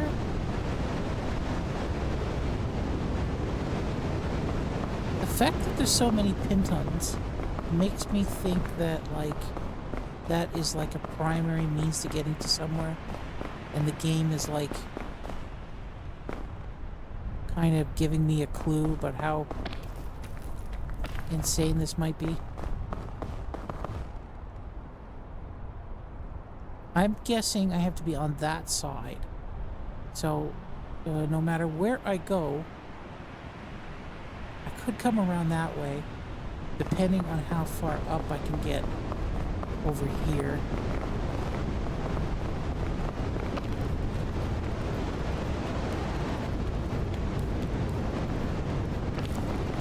Okay. Is this a path? That looks like a path. Okay, and then we come up over here. Oh man, this is engaging. I'm having so much fun. I really am having so much fun. Like, this game is $10 and I'm enjoying the snot out of myself. Look, I'll take a picture of myself. You can see the snot running out. I'm not going to take a picture of myself. Come on, come on, come on. Okay, now we're up here. I can keep going up on this side, and I'm not sure that's a bad thing. Like, it seems... Shit. It seems like the game wants me to be on that side, but I think I could still get up this side. Can I get up here? I don't know if I can get up here. Like, if I get onto this stone here, I can jump over here, but then I can't get in here. Where did I want to go? Okay, I wanted to go over here. And I was going to crawl down, and hopefully,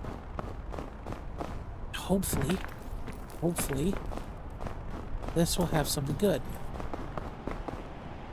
A granola bar. Ah, well, it's better than nothing.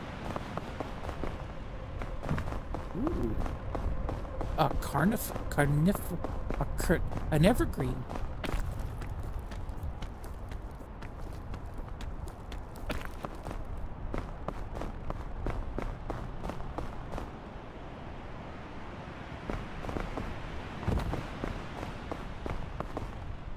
Okay, that route I can't get to. This route... Is there something... I might be able to get there.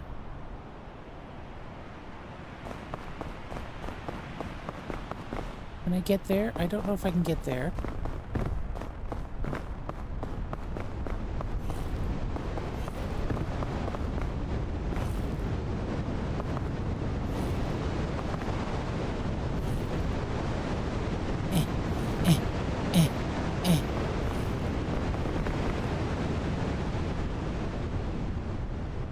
Okay.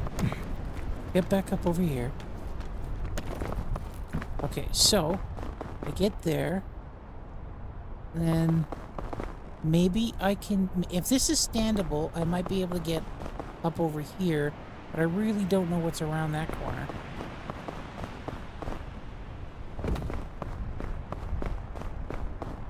Is there any pintons on this side? I don't think I can make that jump. I can't make that jump either. I don't why well blah, blah, blah, blah, blah, blah, blah, blah, blah. I don't even know why I considered it even a tiny bit.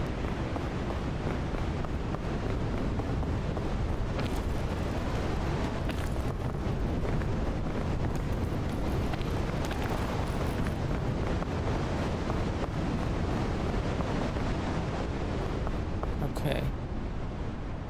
I can probably get up that.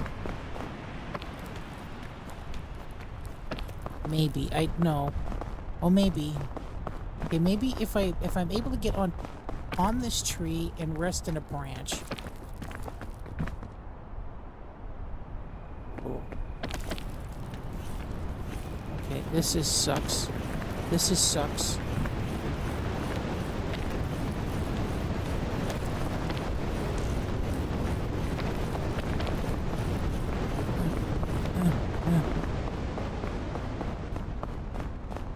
Okay, do I wake up?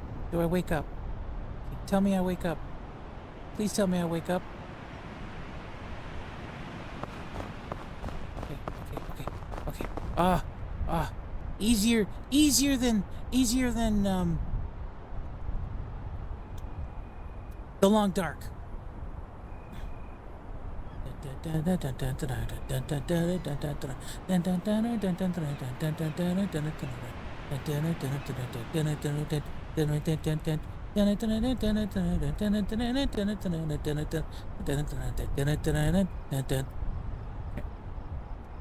Do I have enough? I think I have enough energy. No, I don't have enough energy to get up there. What if I go this way? Ooh, easier this way. I wish that hole was bigger.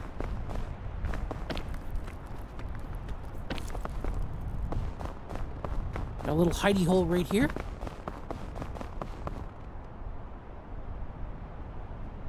And I will be back. I'm just gonna... Oh, shit. was about to say I'll be right back, but I guess not. Where exactly can I go? No. God, stop!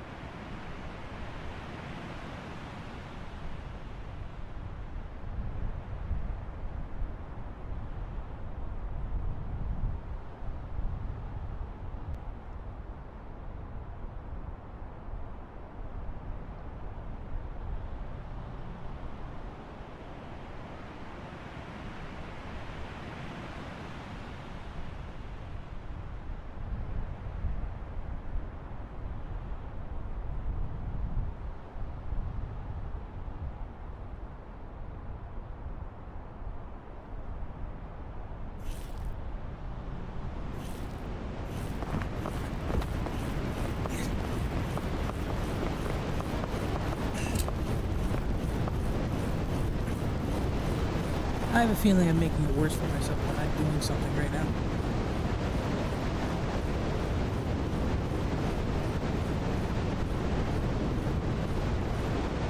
Holy shit.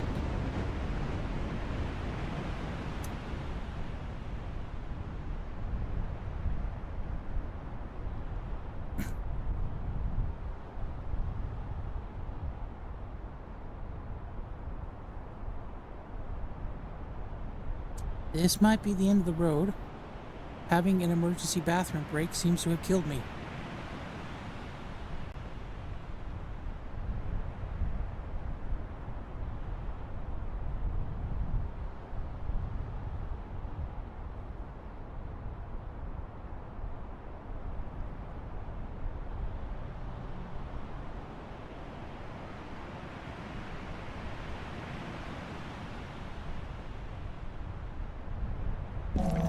Yep.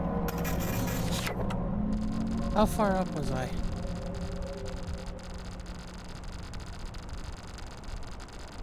But I had to have the bathroom break. I was about to explode. I was about to leak.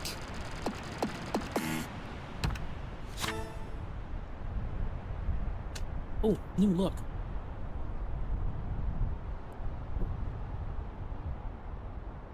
Let's turn that off. Ooh, I got a wizard hat. I've got a... Look at that. Look at that. I'm like fully recovered now. Or I'm recovering now because might be dead. But I'm also think that I'm in a certain part of the crevice there that is protective. Which sucks. It all sucks. Everything sucks. The world sucks. The world is a vampire. Okay. We're going to beat this. I swear to hell, I am going to beat it. I'm going to beat it. I'm going to beat it again. I'm going to get all the way to the top. I'm going to do at least one peak today. I'm going to do one peak today, or I will die of lack of sleep and starvation. Not of dehydration, because I've got lots of fluid around. Plus, I can recycle.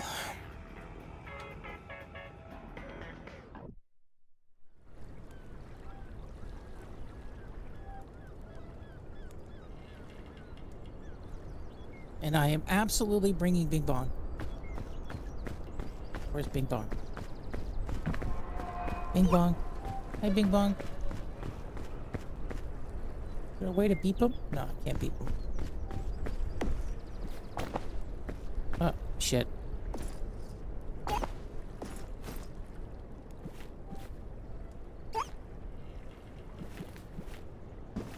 Thank you, Bing Bong.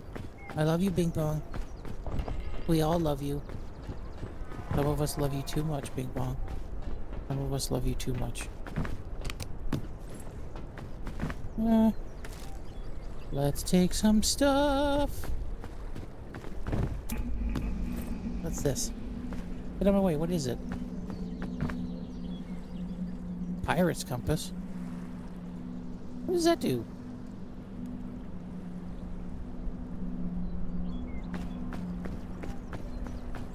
Where's the other compass? Okay, they are definitely pointing in different directions.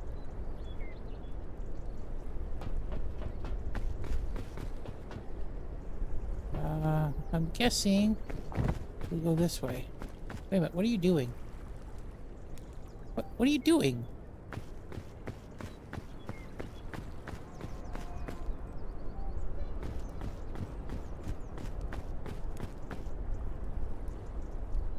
Okay, so there's something this way?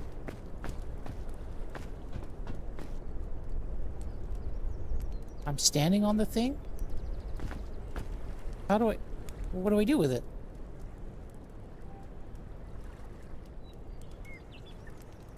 Okay, I'm standing on whatever I'm supposed to, but what do I do with it? Drop?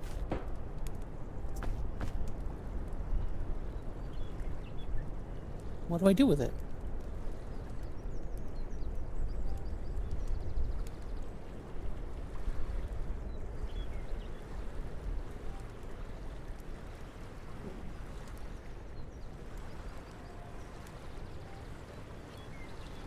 Okay, how do you use the pirate compass?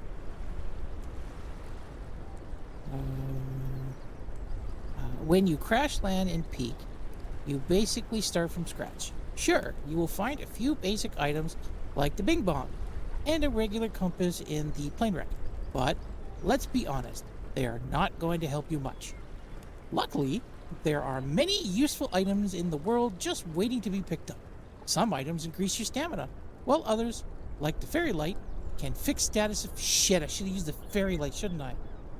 And then there are rare ones that can even bring your teammate back. Fucking tongue.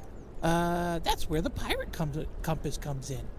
It's not like the regular compass you get in the beginning. This one points players towards the nearest unopened... Okay, this sucks. Yeah, I don't fucking care. Like, getting junk is not my biggest concern. And how does it point me to unopened crap?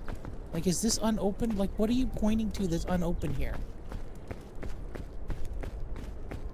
You unaccountable weenie. There's no unopened shit here. Here. This is what I think of you. Die in the ocean. I feel better now.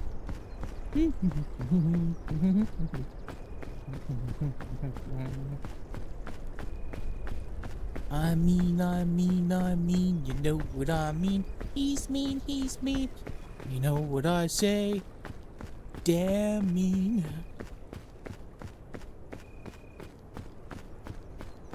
Do.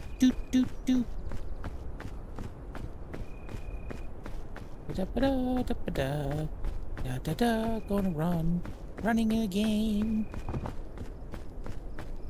Run away. Do. 90s song. They got it wrong. Mostly they're creepy. Is they were written by men who wanted to get laid.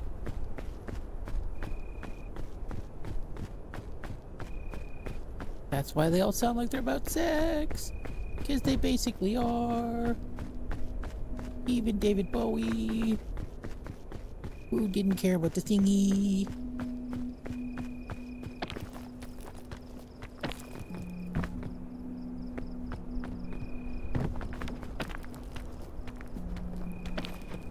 Okay.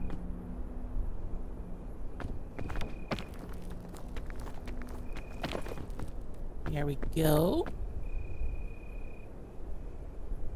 Okay. Is this different? I don't know if this is different. I think this is different because I clicked on the wrong button. I think this one is peak 1. I don't think this is the practice peak. But I do want to do the practice peak. Is this the practice peak or is this not the practice peak? Can I not find that out? Oh no, it is. It says tenderfoot in the corner. This has changed, hasn't it? I don't know if this is different.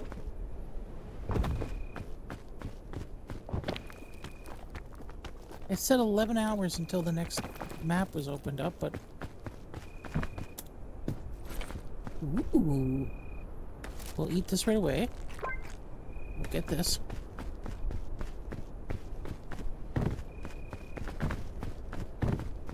Dum-de-dum. Scrum-de-dum. This is like Sons of the Forest. Or no, Forest. This is like the Forest. Where all you do is pick up plane crash parts and baggage and stuff, and nature tries to eat you. Oh. Just a second. I've got an itch in the same spot for like a couple days now, and I'm not sure if it's a bug bite or not.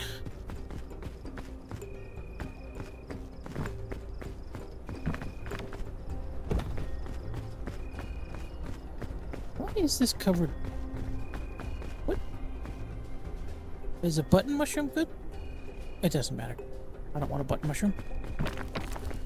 I hardly like butts.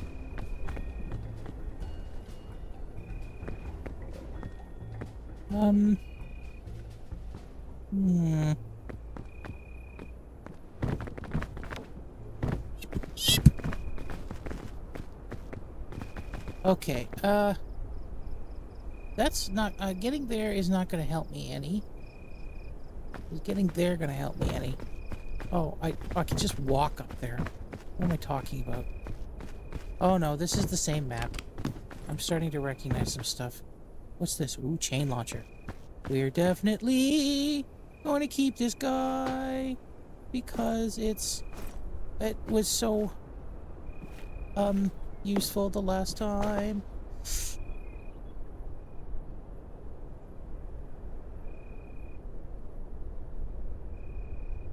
I go on the lone prairie. Okay, no, there was...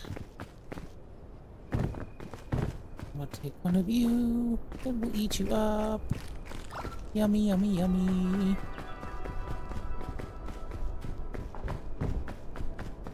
I really do think they were trying to go for long dark vibes when they made this game. Because the sound cues and stuff really remind me of it. Not the sound cues, but the music cues. It really reminds me of how the long dark is like really not judicious. It's really careful with how it plays its music.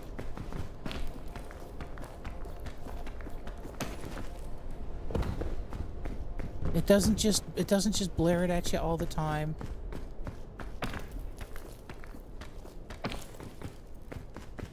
It's kind of choosy.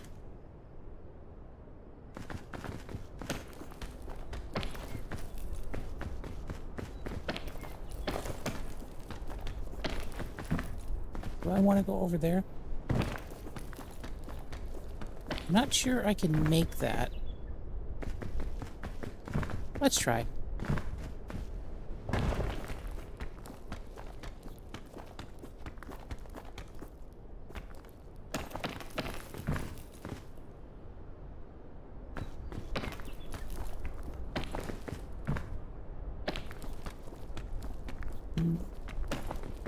I must be in a section that I haven't gone into the last couple times, because a lot of this stuff doesn't look familiar. But some of the placement of things does look familiar.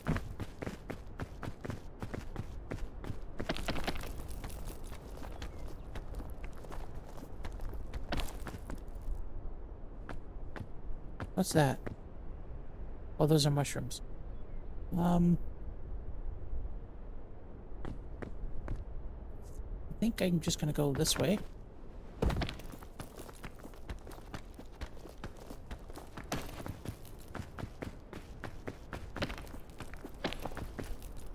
go. We're like motoring through the first part. And I'm not sure if I just have a memory of where everything is, or if I'm actually getting better at the game. Like if I'm starting to recognize where safe routes are and how far I can climb and jump and things like that. This looks easier going this way. Like, I'm pretty sure I can make that, but I'll use up all my extra bar. But I can get down here and up here and across over here and over here and over here and over here. And then it looks like there's lots. Yeah, I think I might go that way.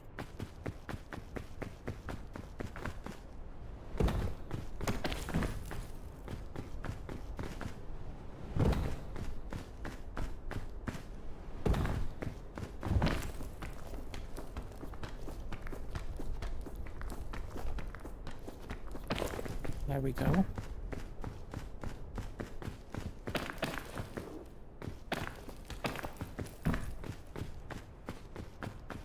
I think I'm spending less time thinking and more time doing. And I always appreciate that in a game. Is this a good place to go? I think so. Yes. Yes.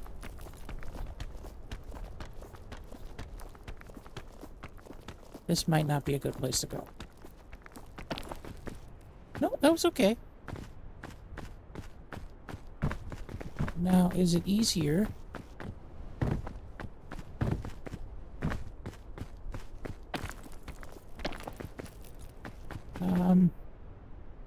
Probably want to avoid that poison.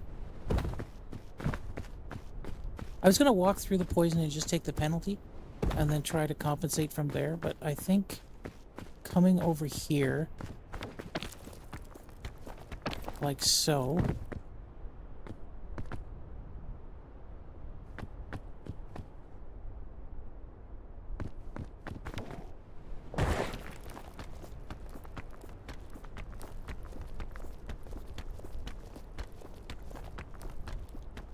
Oh, awesome sauce.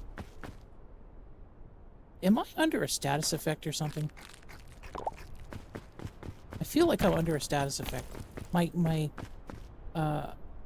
bar is a lighter green, is a darker green, and I'm having an easier time doing things. So I kind of feel maybe the game is giving me like a little bit of a baby boost. You know what I mean? I don't know if it is, but I kind of get the feeling that I'm being condescended to a little bit.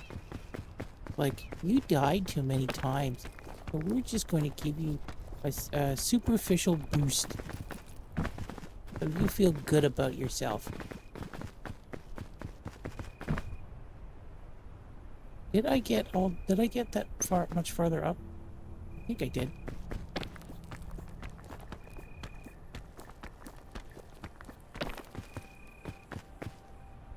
I think I'm making progress, aren't I?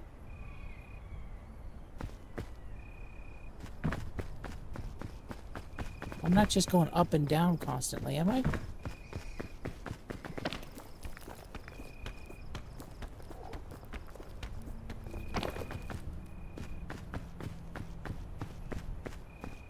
Do I want to go that way? I don't think so. I think I want to continue this way.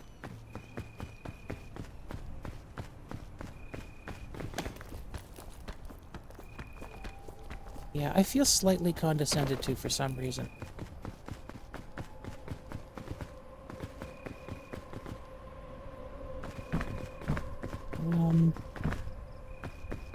Is this a good idea? Let's try to do this.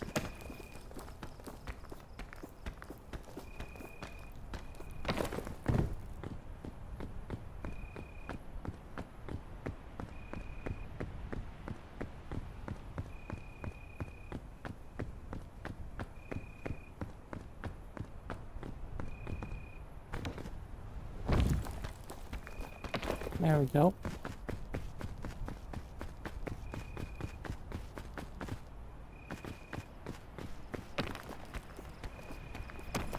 God, I'm having so much fun.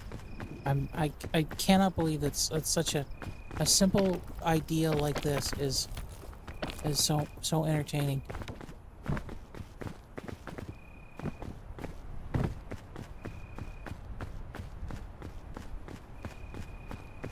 And it's a wonderful break from Long Dark. It's sort of tangentially related, but also a completely different loop.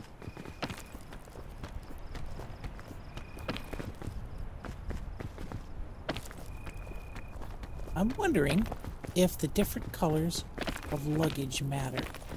Like, do the different colors impact what kind of stuff you get?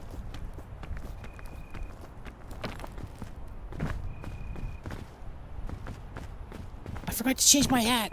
Oh, I wanted to put on the wizard hat, the witch hat, because you know I am a witch at heart.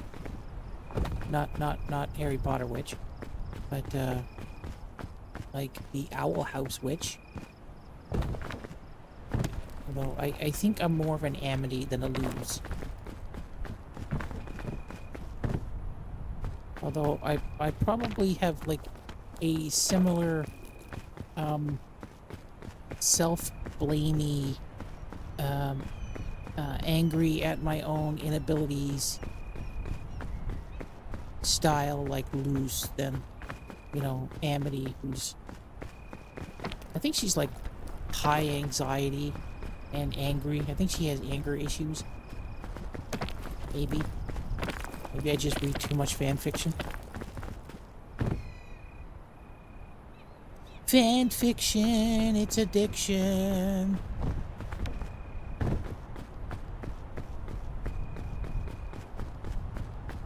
Okay, here we go. I'm going to eat a single piece of this yellow crap, and let's see if it gives me just a tiny bit more.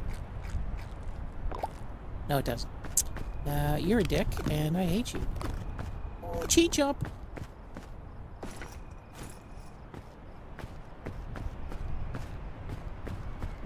We got 2 chain jumps. We're looking good. Just like I knew I would.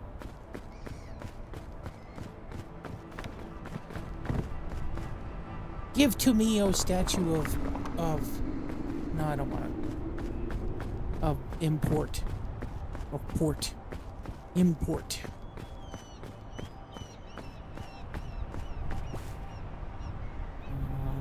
Light. Toasty.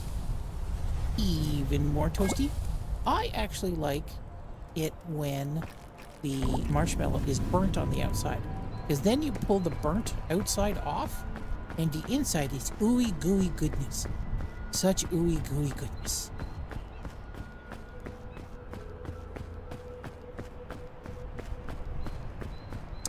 Okay, so the last time coming up on the right side over here was a little bit easier. So we're going to do that again.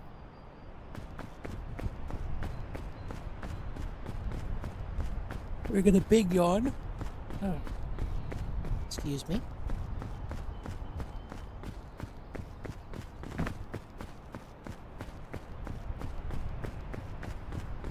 I walk like a little child. Am I supposed to be a little child in this game? I certainly look like a little child. I'm not comfortable with a little child walking up the side of a mountain.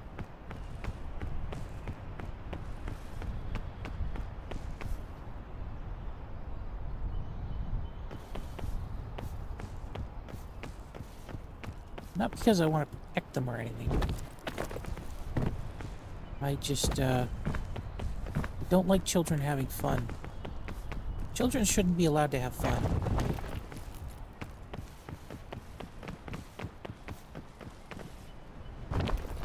Children should be locked in their room until it's time to go to school. Were those bananas? I didn't see those before.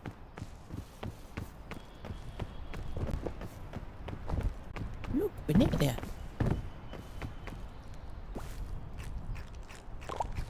Cool. Yep.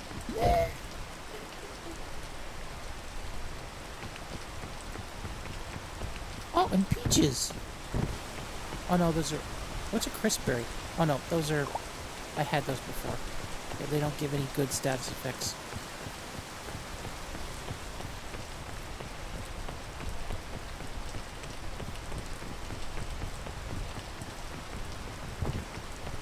Didn't I climb all the way up a tree last time? And that, like, super worked? Where's that tree?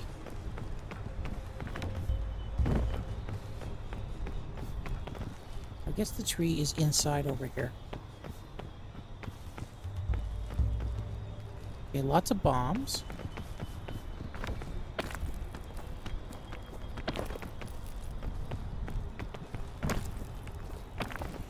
Okay, there we go. No, no, no, don't fall, don't fall, don't fall. Chill out, guy, chill out. Okay, I think this route is good. But all of these bombs in the way are going to be a little bit of a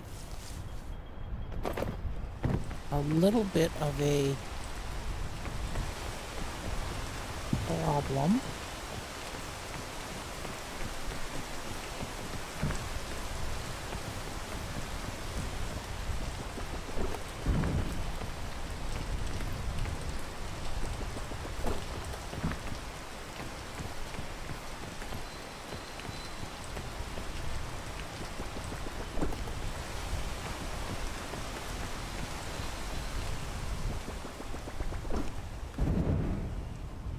Where'd it go?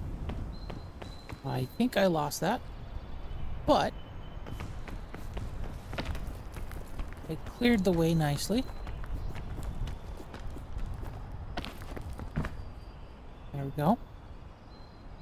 And I would rather lose the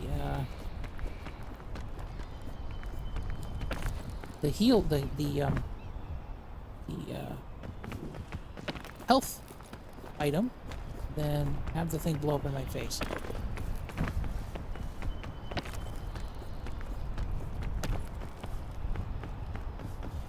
Okay, I wish there was a way to get it to stop changing the, oh, thank you! To stop changing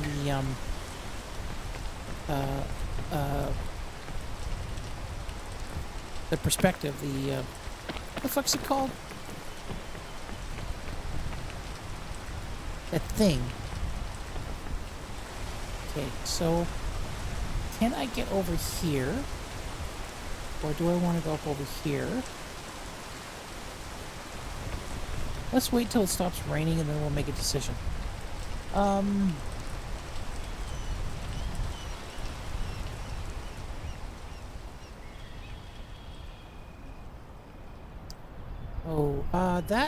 I think that might be doable. I can go up that vine. I rest there, but I can't rest on that vine. That's a problem. Like, maybe I can get up, if I get to this vine.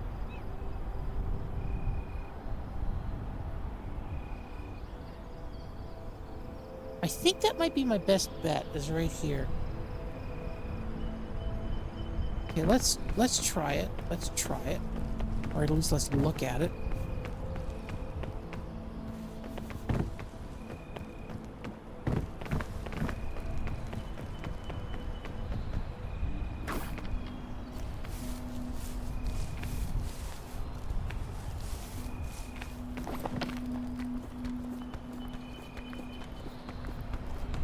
Okay, there we go. Now,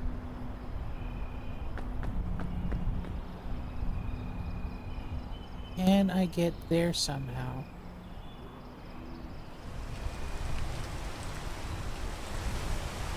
That might get me close enough.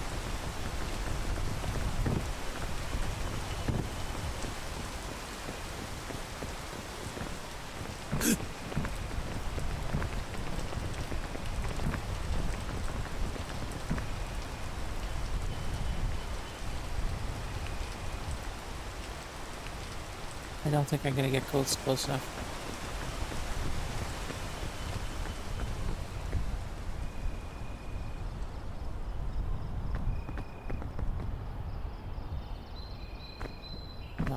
doesn't get me close enough.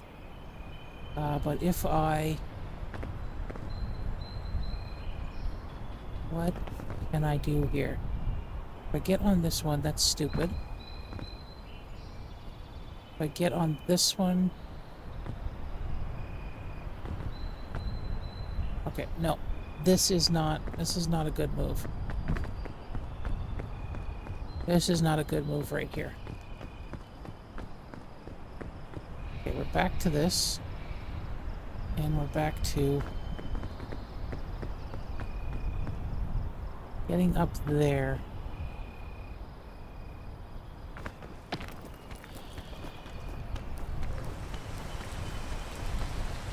Maybe if I get onto this one here.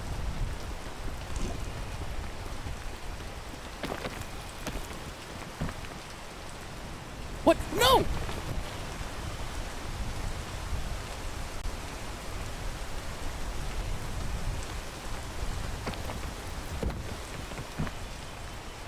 know what? I'm gonna get that, whatever that is. And I'm gonna eat this.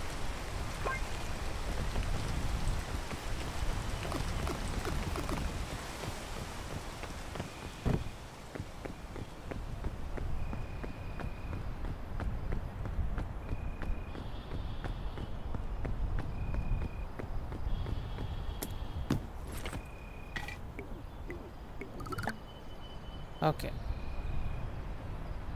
Is that the vine I originally wanted? No, that's not the vine I want. That's the vine I wanted.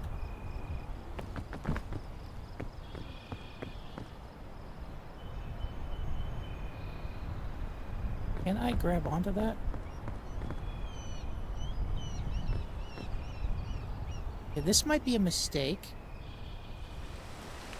How much of a mistake do I want to make here?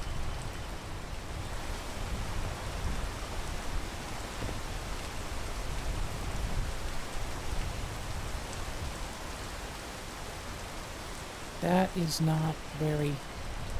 Oh well, let's try.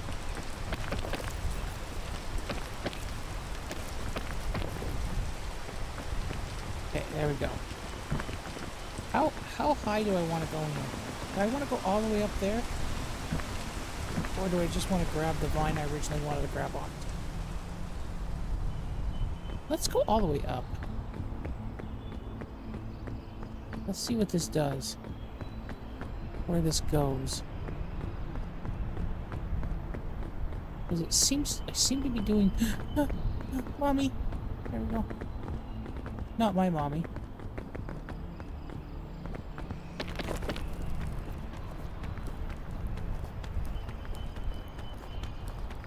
Okay, there we go. So this is not much better, I don't think. But it gives me... Ooh. This is nice. This is good. I can get around here. If this is open this way, I can get that way. But even if not, I can get right to the edge here and then just crab crawl over there. Whee!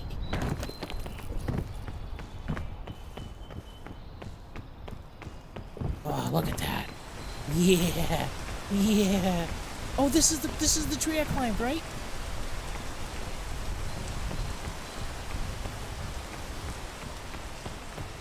Yeah, I think this is the tree I climbed. This is awesomeness. Awesomeness. I can do this. I can do... Maybe... Okay, you know what? I climbed the tree and I got the achievement. So maybe let's try it without climbing the tree. Maybe there's another way we can get up here. And be sneaky.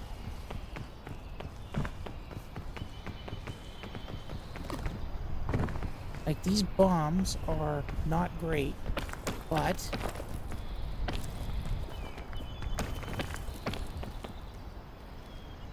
Do I want to go over there?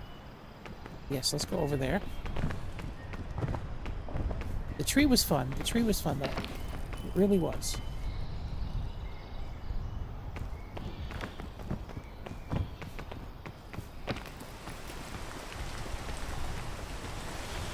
Okay, this is a lot longer than I thought. It's not.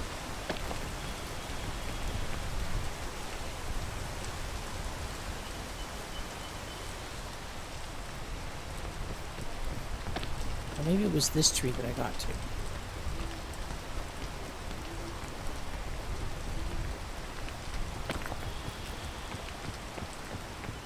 Okay, stop raining.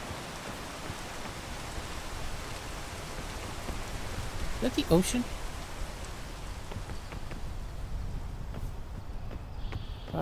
Where's the peak? Is the peak up here? I'm now kind of not knowing where everything is. Hmm.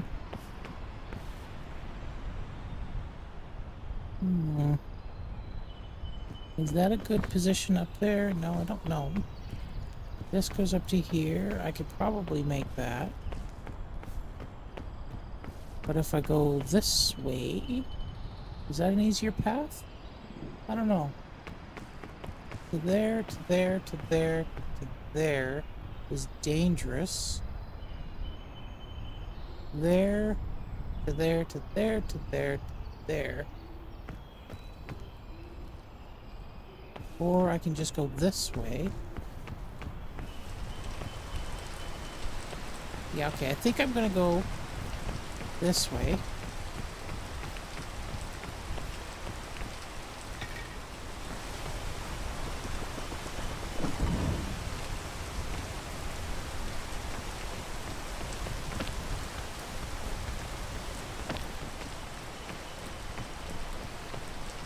Okay.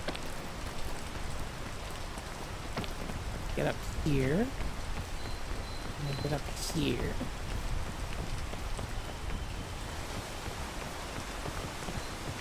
And I get up there.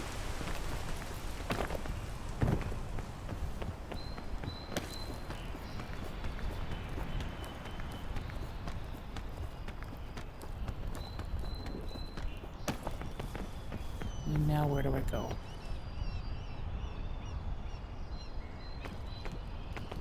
Where do I go? Oh. Oh!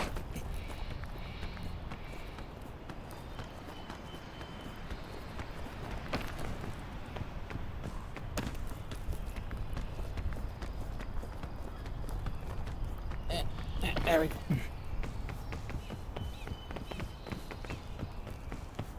Now, is this leading anywhere special?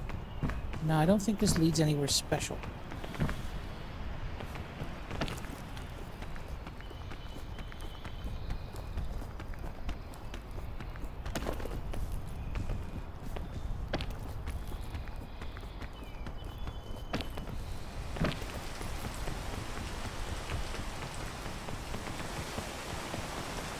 Does in here lead anywhere special? No.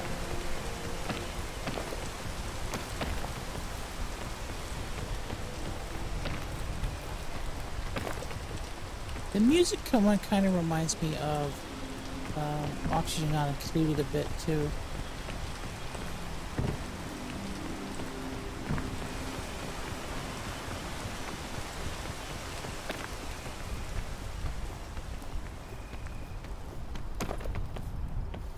Okay,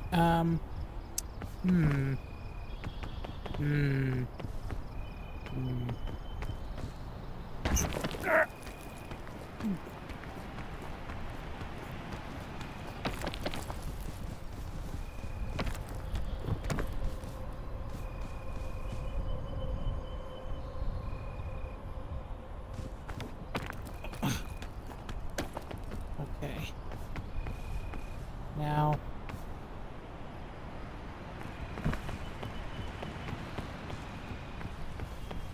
that is going to be...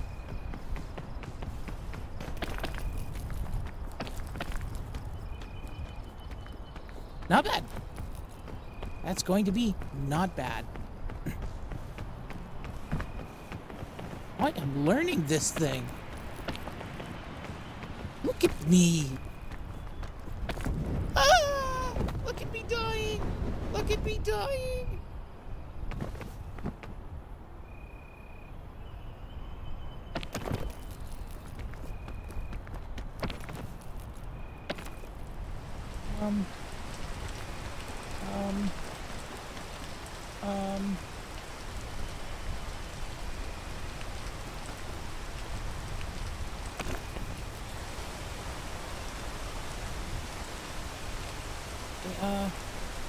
I'm not grabbing on. Why am I not?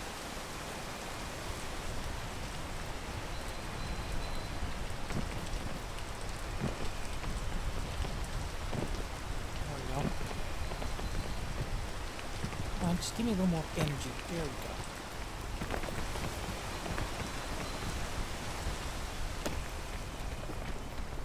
Oh, wait a minute. Am I on the side of it? Oh, I can't die. I can't go any further down. I can't get to that space right there.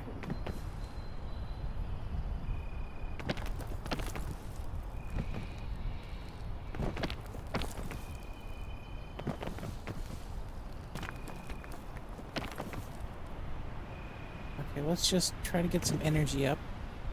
And then I'll climb this. But I don't see...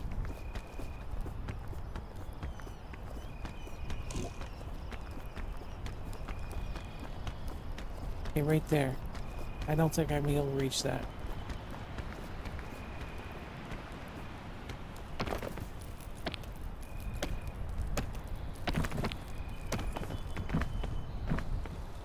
Yeah, I'm right back to where I was. Like, this is sort of a no man's zone here.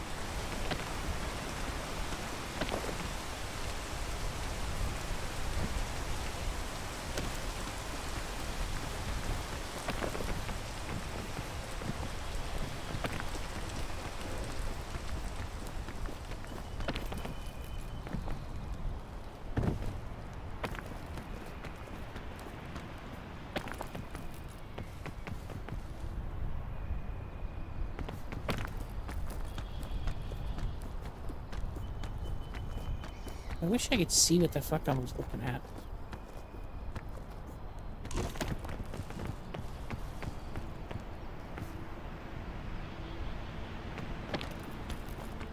Like this cloud thing is this cloud whatever. I don't know what I'm talking about. Forget it. Cloud texture, that's what the fuck I was trying to say. Okay, so that kind of saved me. The fact that... So, oops. The side of the map was...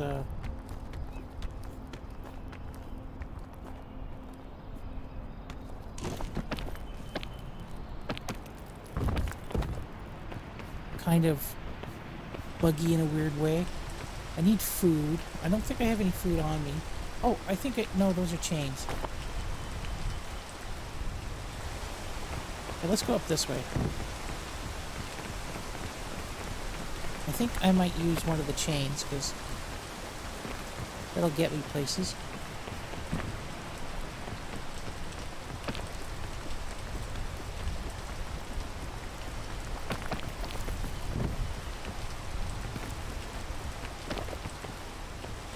Okay, I think I'm back to where I was, more or less.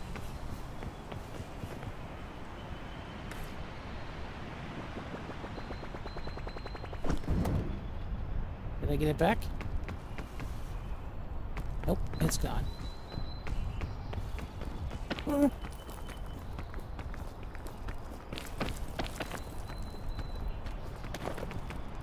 Okay, there we go.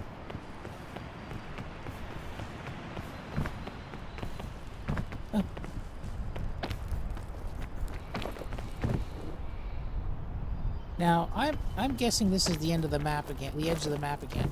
And it's not going to really let me walk around this stuff. Maybe it will.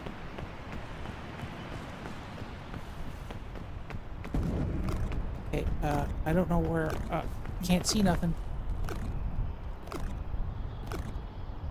Let me see something.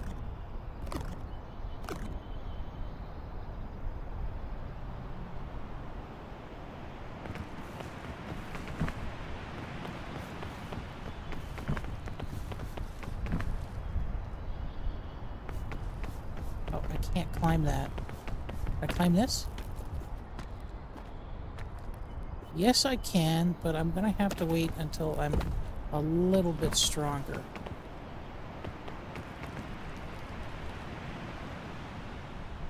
Or I can go there. Ooh, food.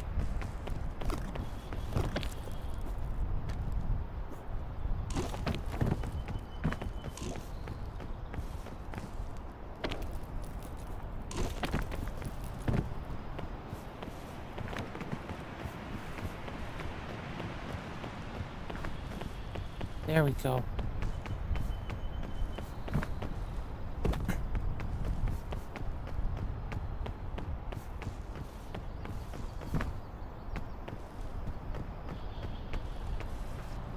Oh man. Is this gonna give me anything besides death? No. Are there any other things in here? No, there isn't. But I'm in a little better position to continue going upwards, because that to that, or that up into there, or I can try getting on.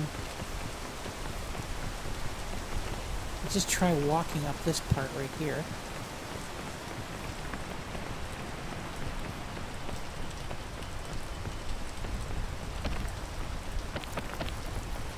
There we go, and I walk up this part here.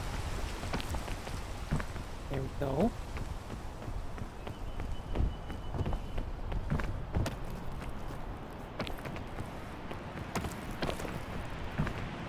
There we go.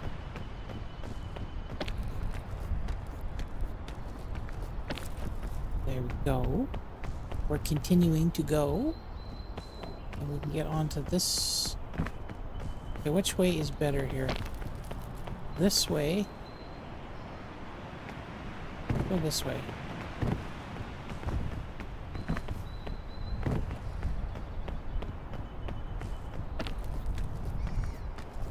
There we go.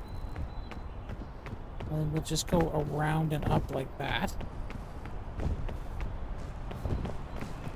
Oh, was I not actually... Oh, what I fell against... I'm on the other side of the mountain. What I fell against was the block to go further on. Not actually the edge of the... not the actual edge of the mountain. That's a little bit cool. Not really cool, but a little bit. A tiny bit. A smidgen. A perforated colon worth of cool.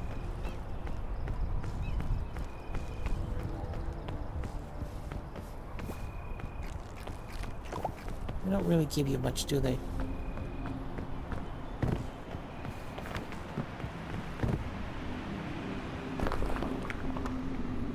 Ooh, anti-rope. Oh. Goes downwards. An anti-rope that goes... That might... Oh, it goes upwards. Will that work? I don't know if that works. If I shoot it at the bottom of something, then it'll go upwards, but is that really worth anything? Heat pack. I didn't really like the heat pack.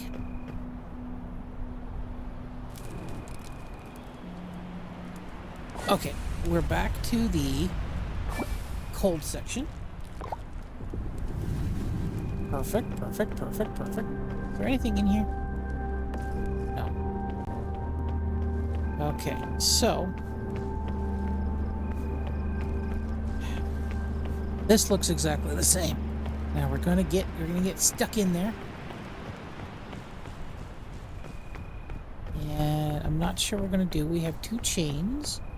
And we've got a anti-rope, which really doesn't seem like it'll do a lot for us. Like, seriously, that seems stupid. Okay.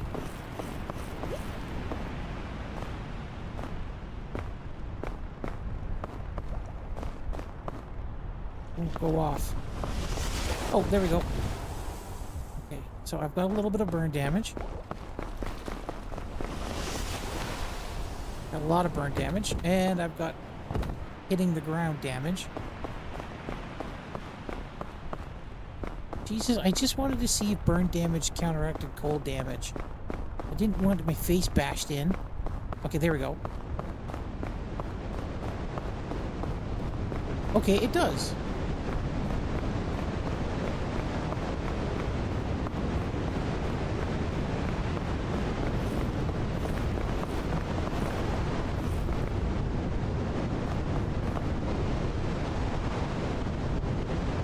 But I didn't vote for the face bashed in damage. I only voted for the burn damage.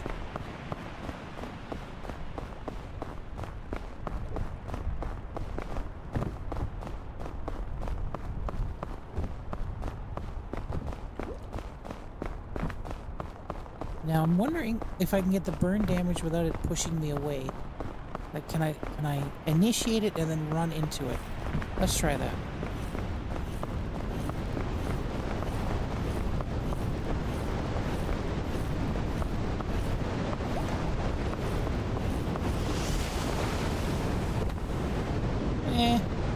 It's hit and miss.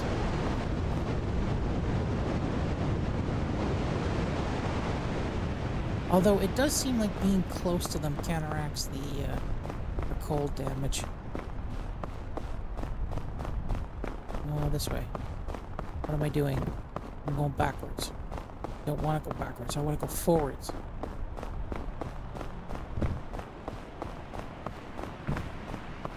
In all ways, we must go forward. Is that a crevice? Like, if I go down there, am I dead?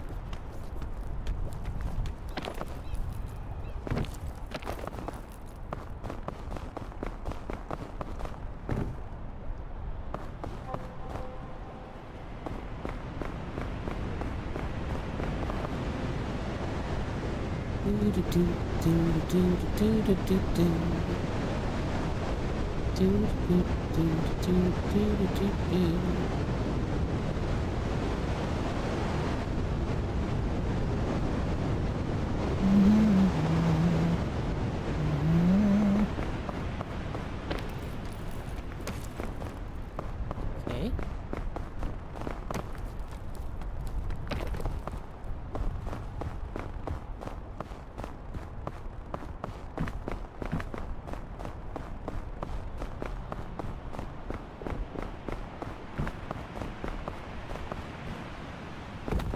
Is that a... What is that? What is that? Magic bean? As in, like, Jack and the Beanstalk?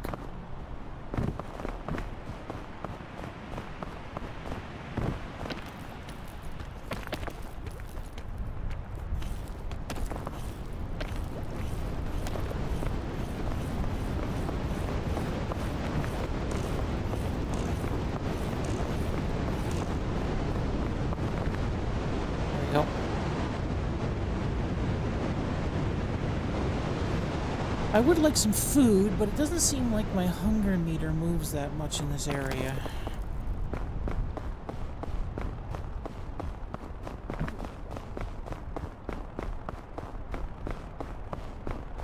There's some winter berries. They will quench my hunger.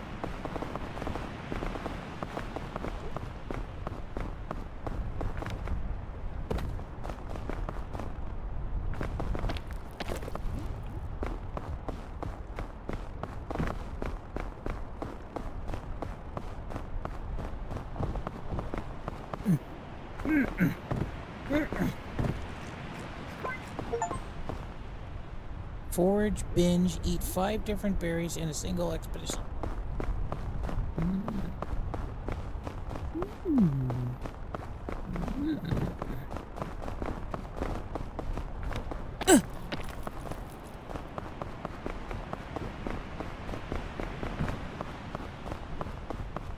Every time I hear wind, I start running. Okay, there we go. We're getting there. We're getting there.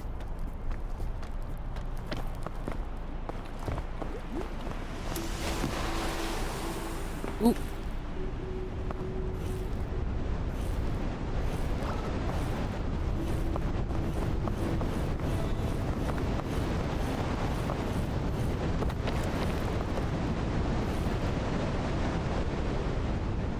That heat pack I completely wasted. Didn't do shit. I was right to hate it to begin with.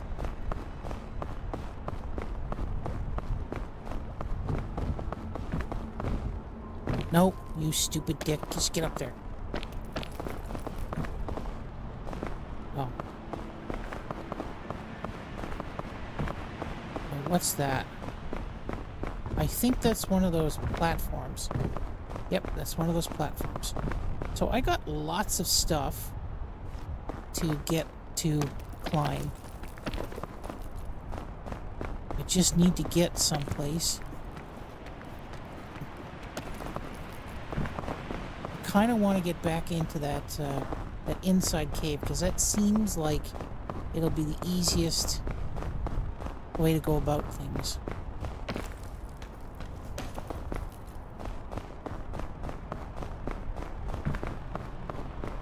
Ooh, what's the yellow one? Well, yellow winterberry. Ooh!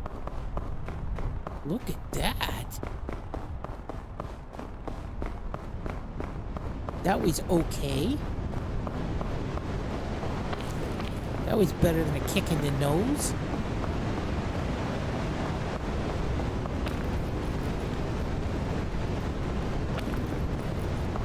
Okay. I think this way.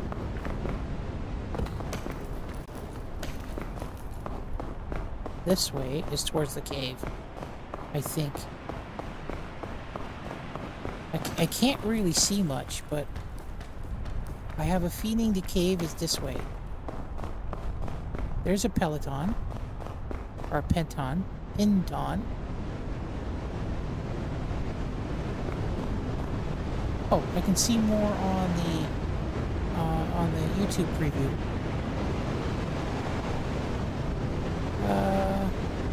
Holy shit, the delay is pretty long. I'm still waiting for it. And I really can't see much more.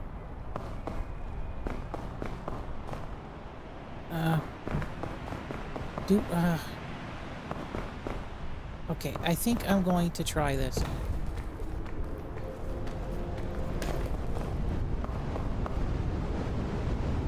I don't really see much. No, I don't see anything. I don't think this goes anywhere.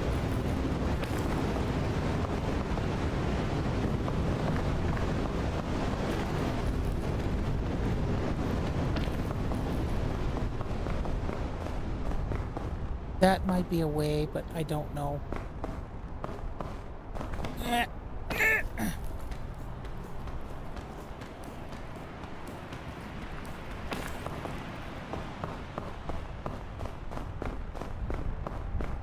Okay, this is just out. That's good over that way. Can I get that?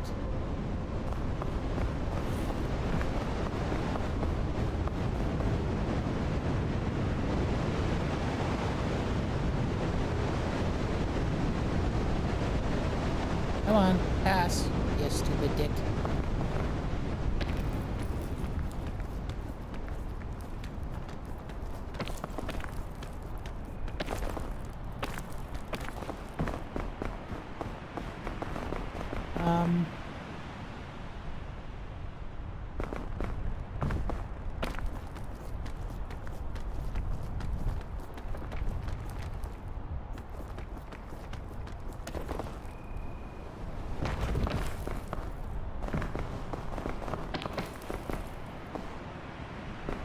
Can I climb a conifer tree?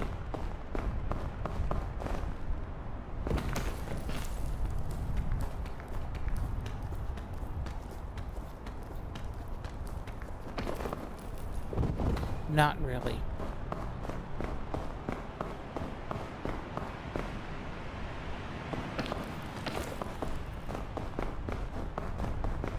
this is good. This is good. I think I can get up a little bit this way.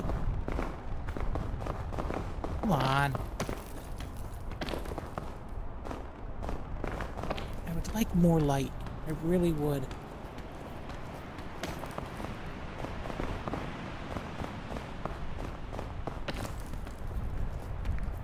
Because this is like very difficult to do with such little illumination.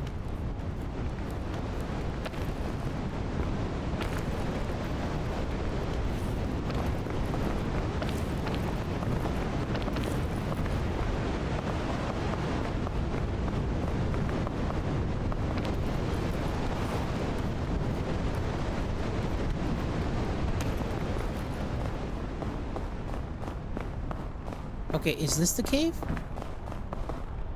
I can't see anything. Are there no torches or anything in this game? Can I get to there? Can you, like, not do this to me? Thank you. Oh, that's damaging me. That I might be able to make. I don't think I can make that.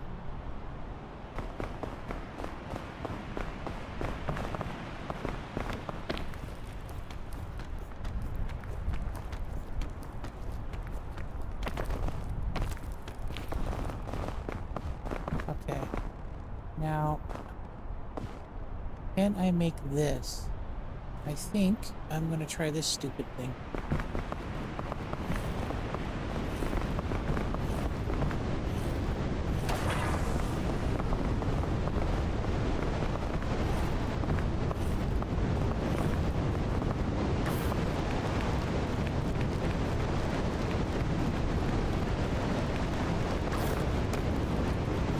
Okay, that was stupid.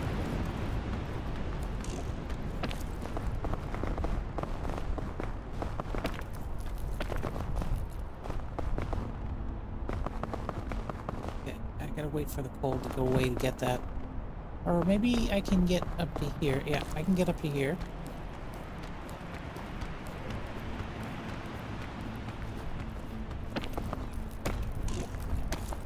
There. Now where do I go? That way is okay. What is this crevice over here? Can I actually see light in it, or am I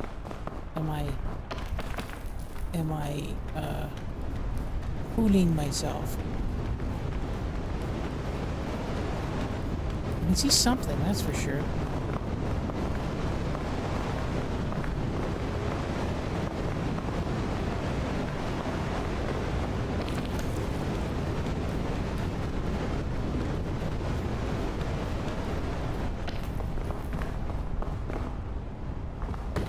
Ouch.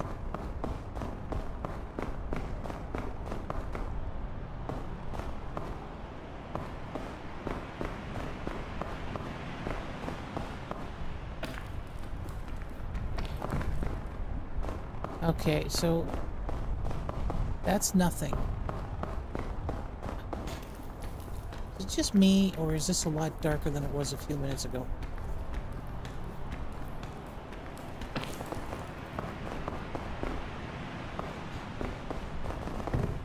Okay,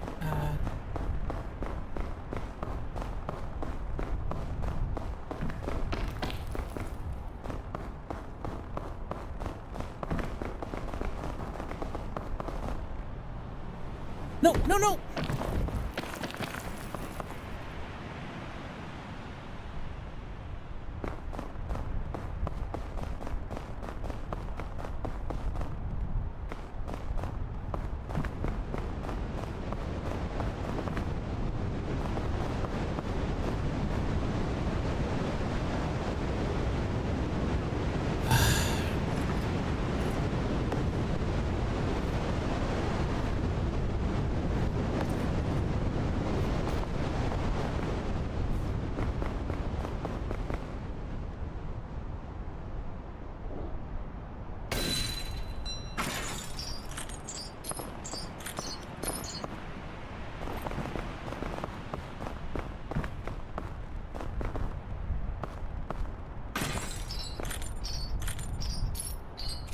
Oh shit.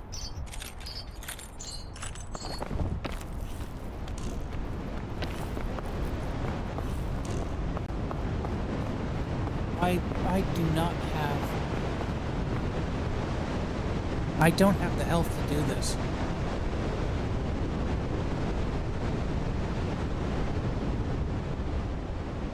Okay, I have to push forward or or give up. Like, that's the two choices. Push forward or give up.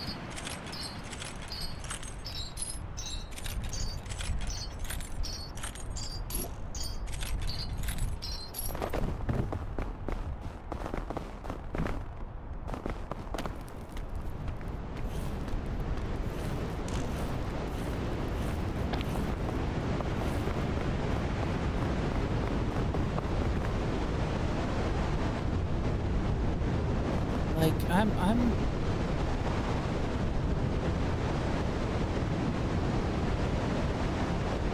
If I can't find a healing item, that's it.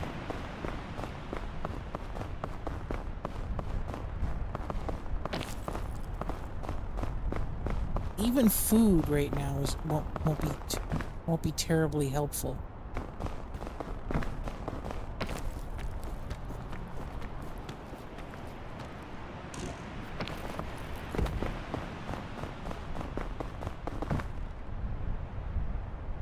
Can I make that?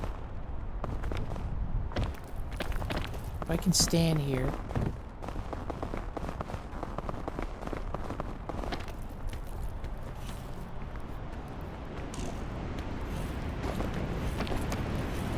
Nope.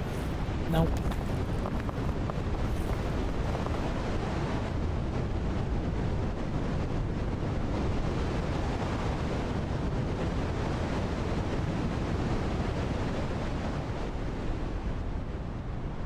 Let's try it again.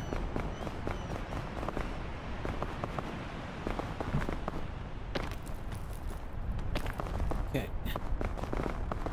Just need to get up this. Nope. Please be food. Please be food somewhere. Come on.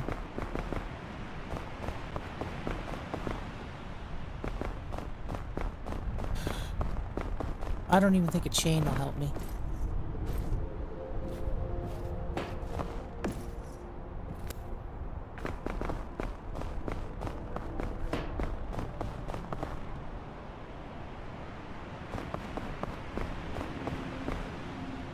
Why can't I target any of that stuff?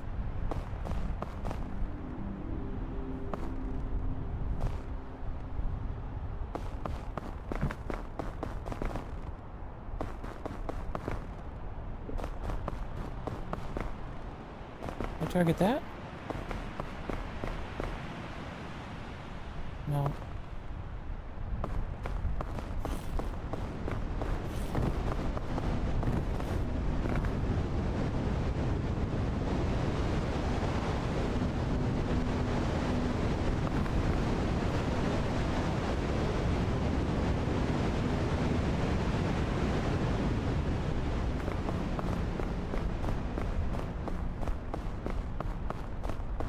Get to the very edge of this.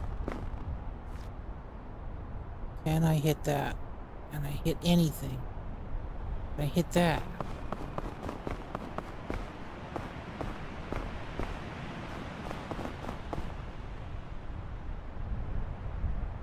No.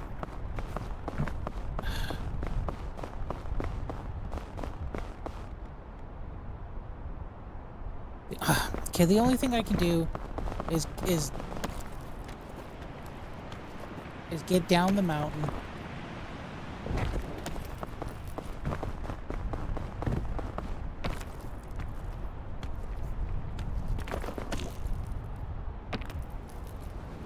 No, this is not the right way to do this.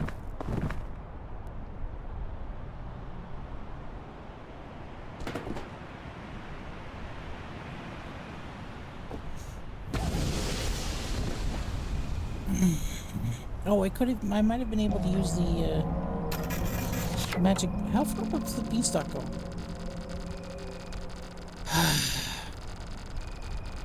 Do I want to play this again? This is the question that preoccupies my mind. I only got halfway up too, so there's like a whole new peak out.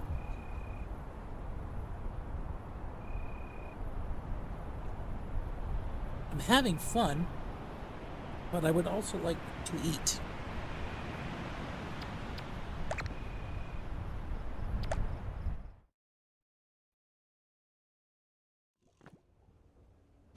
Because I are hungry. Let's see. So I want my little... Not that hat. Not that hat. I want that hat. That hat's not a great hat. What about this hat? Nah, I still like the beret. Did I get any more clothes? No. Did I get any more... No. Get any more eyeballs? Yes, but I don't like that eyeball. Get any more hair? No. Get any more hands? No. Is there anything I can do else I can do in here? Like, can I climb something this thin?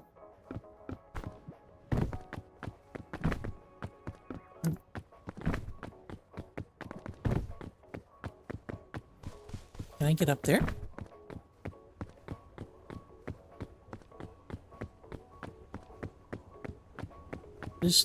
I'm surprised that there's, like, is this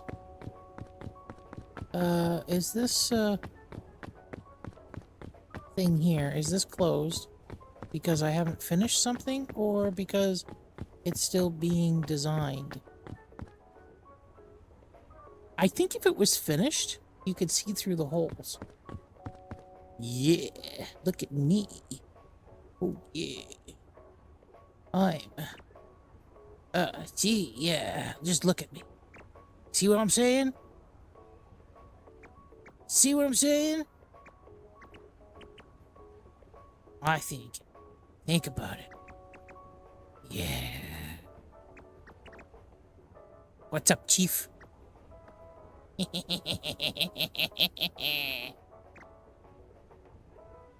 What's up, fool? I pity the fool. Oh, I really want to play another one. But I should eat and do stuff and... Oh, what am I going to do? What am I going to do? I don't know what I'm going to do.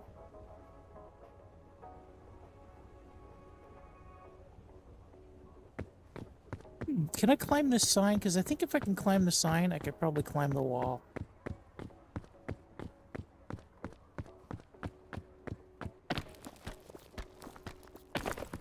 There we go.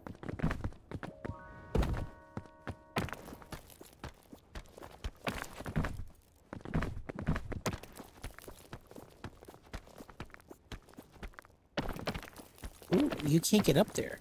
There's an invisible seating. Ooh, I did not know there was an invisible seating. Okay, I might be able to get onto that glass walkway there.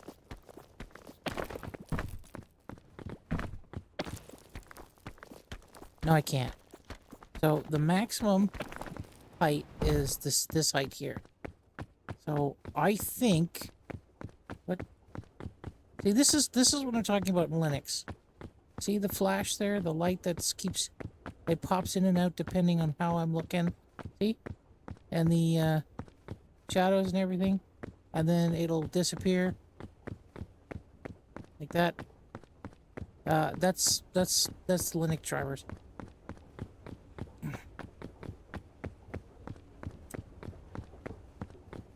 But this is higher, isn't it? So, I don't know.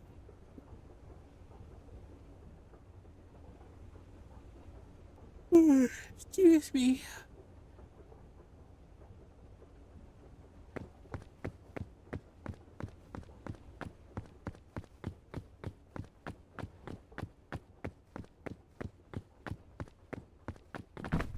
What, can I do something in here? Like,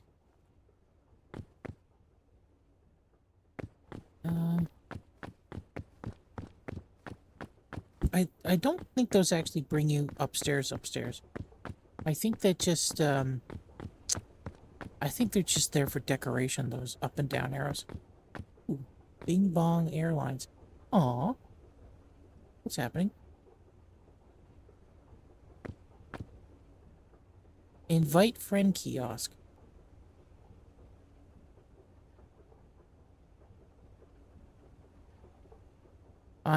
It actually won't let me invite a friend. Oh, because I'm in offline mode. That's why. I was going to say because nobody I know has this game, but I actually don't know for sure.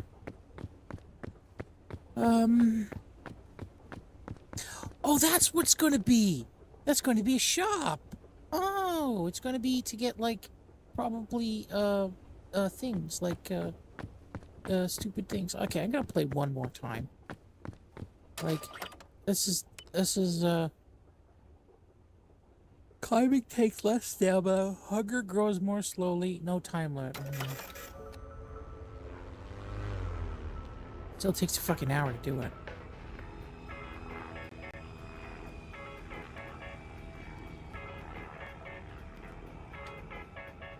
One more game. Then I have the very late dinner. Then I'll shoot myself in the head so I can go to sleep. Because you can't sleep unless you're dead. Those are the rules. I didn't make the rules. I just abide by the rules. You must be dead. You must be dead to sleep.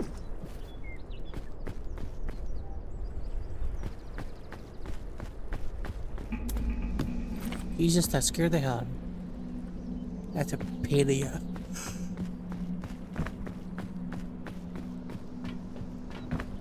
One more time, we're gonna take Bing Bong. Because I would really like that, achievement. There we go.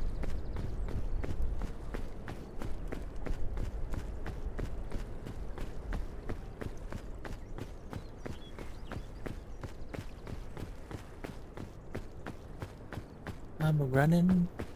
Look at me, I'm a moving. Yes, indeed.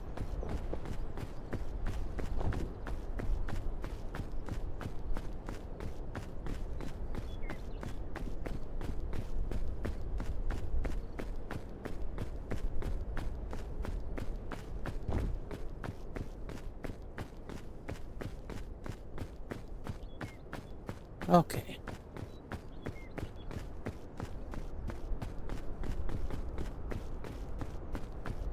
Here we are at the Giant's Causeway. That's what it's called, right? Little hexagons?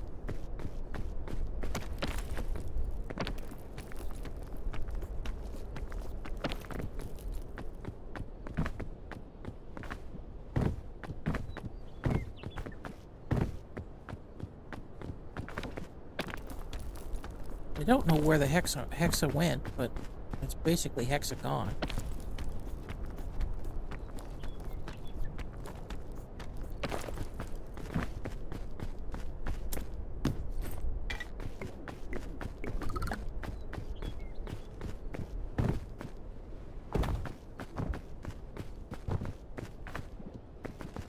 A lot of work getting up there.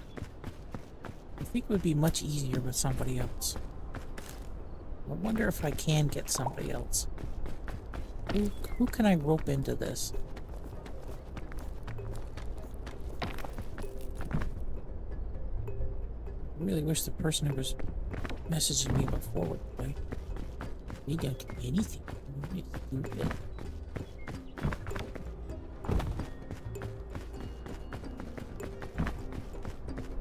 Okay.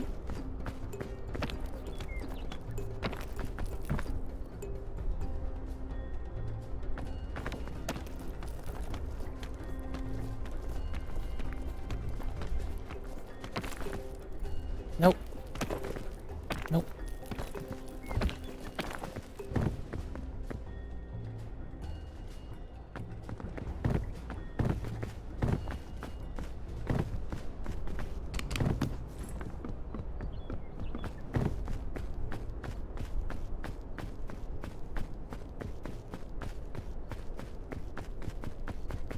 Like, what's the use to having that anti-rope fire from a gun? Like, it makes no sense. It's going to grow upwards anyways. So, if you fire it up high, then you can't use it. It's got to be fired down low.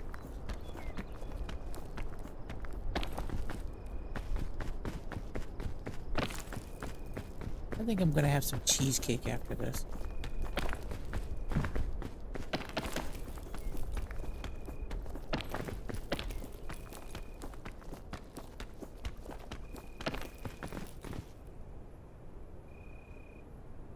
Yeah, I'm going to have cherry cheesecake. Or maybe chocolate cheesecake. What's better, a little bit of chocolate cheesecake or a little bit of cherry cheesecake? I basically have the cheesecake, I just have to put topping on it. And the topping that I have to choose from is chocolate or cherry.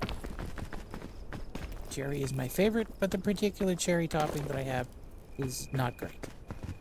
Not bad, but it's also not great.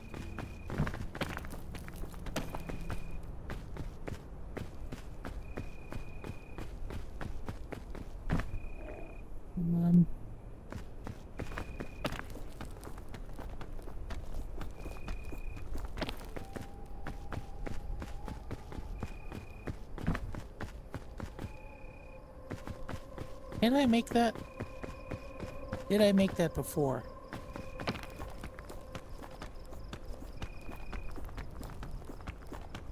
I think I can make this. Yeah, I think I can make this.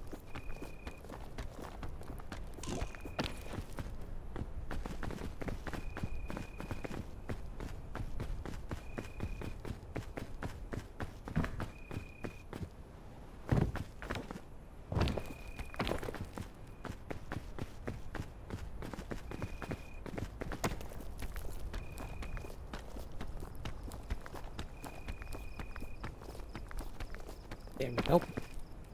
Nope.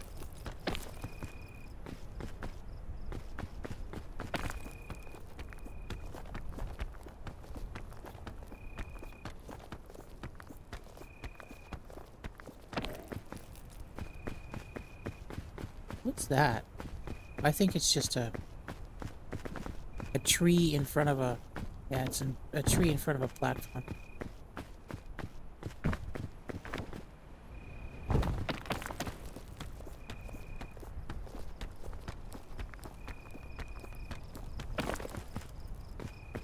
And there's the fire. I'm sort of getting this in record time, but I feel like I'm cheating because I know where to go now. I've completed the level like 5 or 6 times.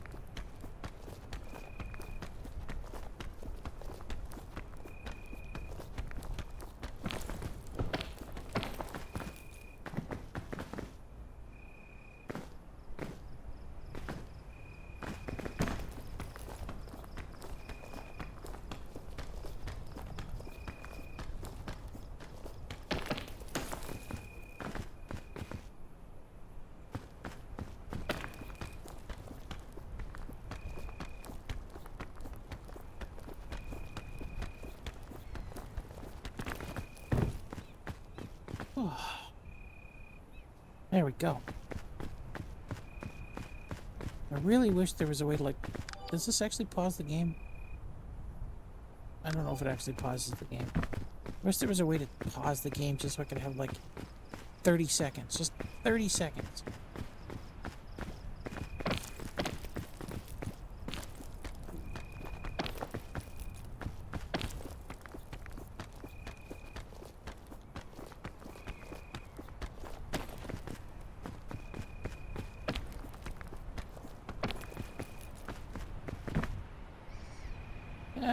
I don't really care about collecting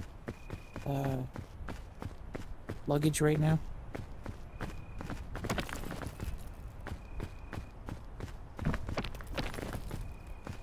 I started this story maybe a week ago now, and I keep wanting to get back to it, but I keep playing video games instead.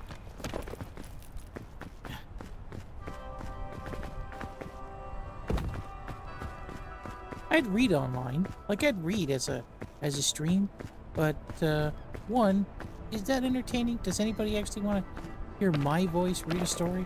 And two, I don't know if the person who wrote the story would want somebody reading their story.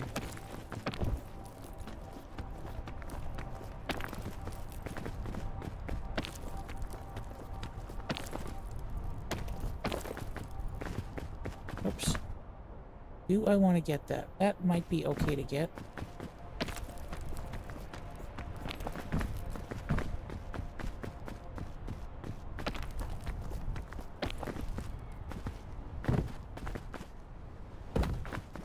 I mean, like, I'd rather play video games. I don't want to help it out.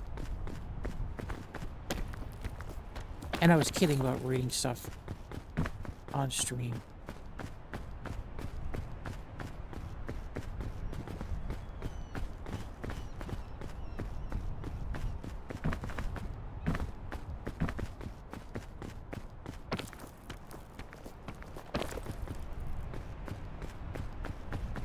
Guess nobody really wants to talk about, like, topics.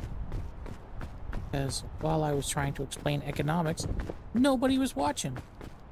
And now that I've shut up and just played, I'm just playing, people are watching. So I guess nobody gives a shit about economics. And I don't blame you. Economics is stupid and boring. And the fact that none of us understand it is because what's ruining the world.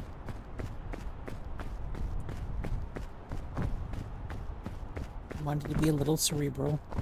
That's why I stopped doing the ranting while gaming stuff, because nobody was watching it. Everything else is stuff that I've made for somebody. Like almost all of the, actually no, all of the, what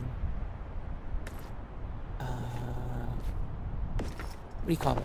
Stationeers videos was to demonstrate something to somebody about how the game worked and how to do something. Every last video. The only stuff that was for me was the long drive stuff. And I guess these streams are for me too, because I kind of want to play and narrate. It's kind of weird to narrating to no one with no microphone in front of you. And occasionally, one of my fucking friends stops by and doesn't talk in the chat, and instead messages me on my phone to tell me to stop talking about something. You're probably not even listening anymore.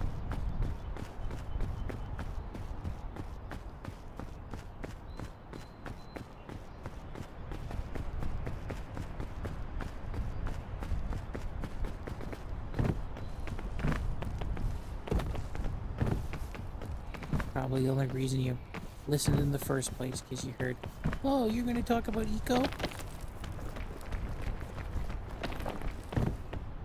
I want to see how boring you are. And then I'll make fun of you. Then I'll make fun of you forever. Because nobody likes economics, and now it's proven that no one wants to listen to it. They just want to believe what they want to believe. Yeah, well, go to hell.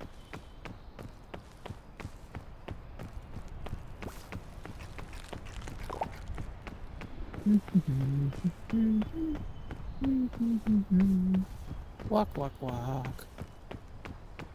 Ooh, what's that? That is like really red. Ooh, it's like a grape. What does this do? I don't know what it did, but it did something. I think one of the things that I should do... Oh, that didn't do anything. I was going to say, one of the things I should do is try to maximize my extra energy bar before I get to the winter stage. Ooh, Peloton.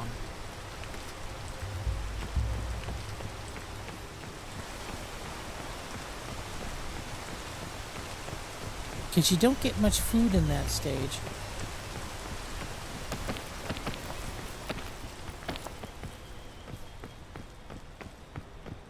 What would be really nice is a bunch of Girl Scout cookies before I enter the map. I think that would help a lot. What is this? No, I want to go this way. Because that way's easier. Can I get up there? Let's try.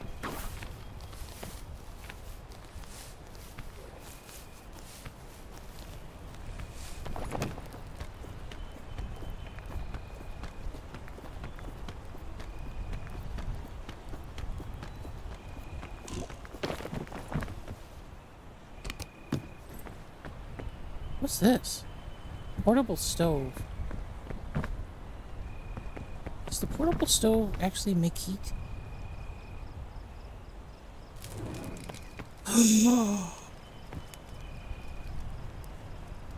This could be... Oh no. Oh, it's only deployable once.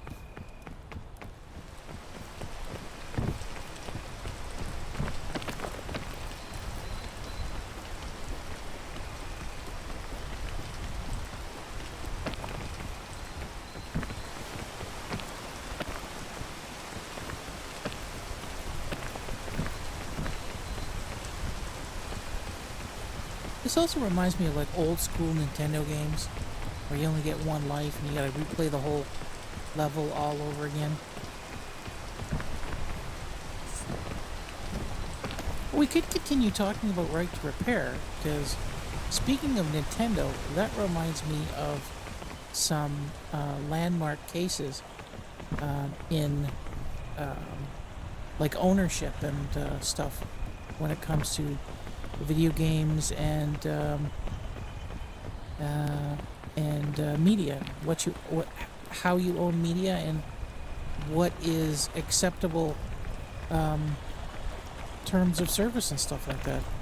So if you look up a case called Nintendo versus Game Genie, or whoever owned Game Genie, or Action Replay, Game Shark, one of them, you'll find that Nintendo tried to say that the Game Genie was an illegal device for the Nintendo, that it changed the operation, changed the functionality of the game, and that was tantamount to violating their copyright, and they wanted to stop players from being able to do it. But a U.S. court said no, that people had the right to do that, and they had to back off.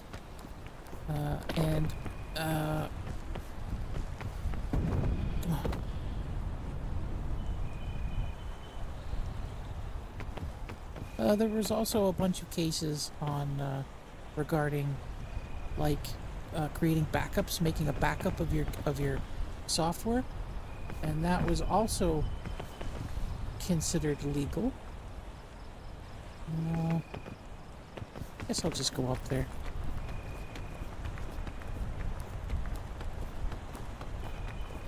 And for the most part, that's really when software as a service started really becoming a thing that companies and corporations tried to get by, because tried to create.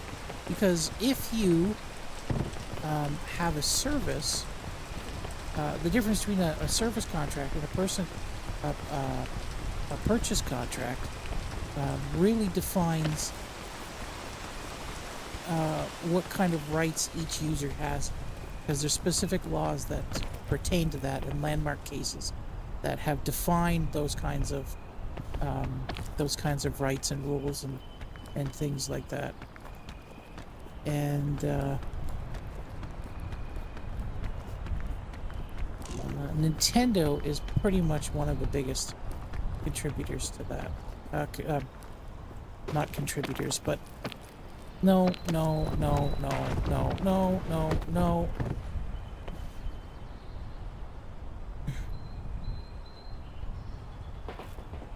not contributor. So the Nintendo case was big, but there was also cases um, like with Microsoft and things like that. Oh, Microsoft had some pretty uh, some pretty powerful policies that they were trying to get pushed through. I'd have to look them up because now it's coming to a blank exactly what happened with them. The Nintendo one is easy to remember because it's basically you're not allowed modding your games. That was their position. You weren't allowed modding your games. And U.S. said nope, you're allowed doing it. There was also like so if you like the NFL, I think I already mentioned this before, but the NFL was like trying to get people that they couldn't record shit. They couldn't record games, but a judge said no, a person could record their own TV, things like that.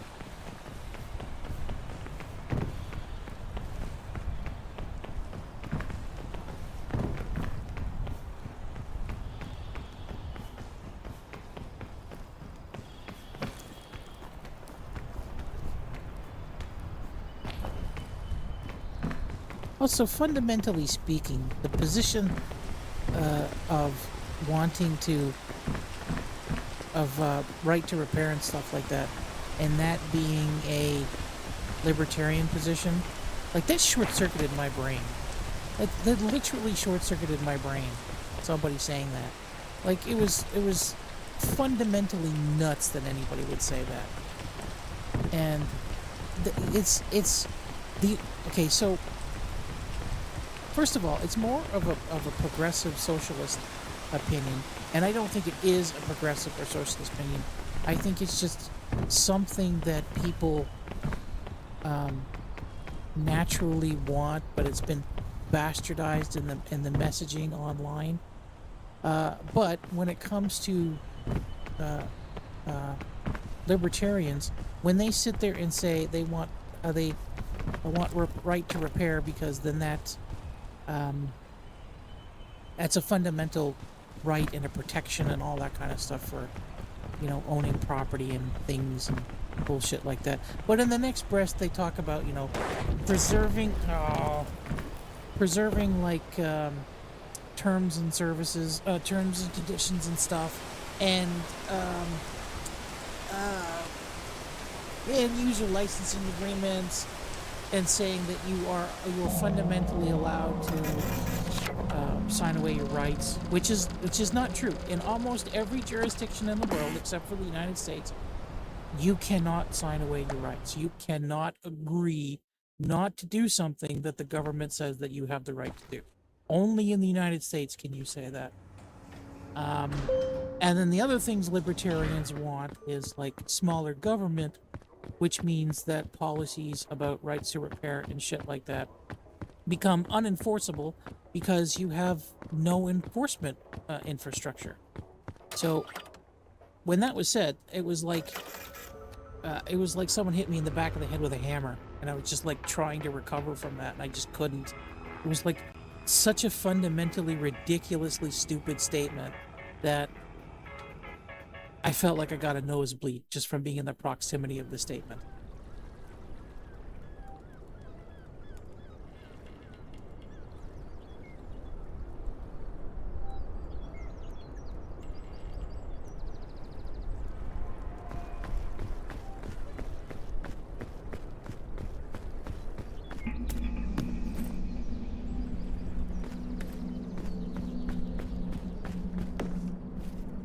Didn't I say I was only going to do this once? One more time. Guess I'm doing it more than once now.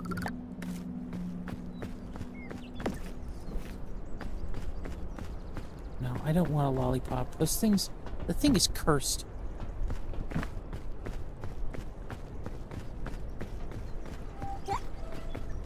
Oh.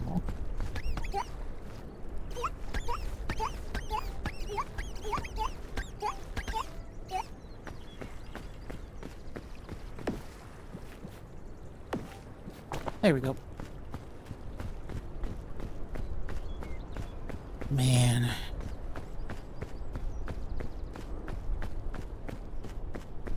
I think I'm having less fun now. Only because I'm tired and hungry. But that now my tenacity's kicking in. The part where I'm like, I say, games don't beat me, I beat games. And then I play something for 1,000 hours until I beat it.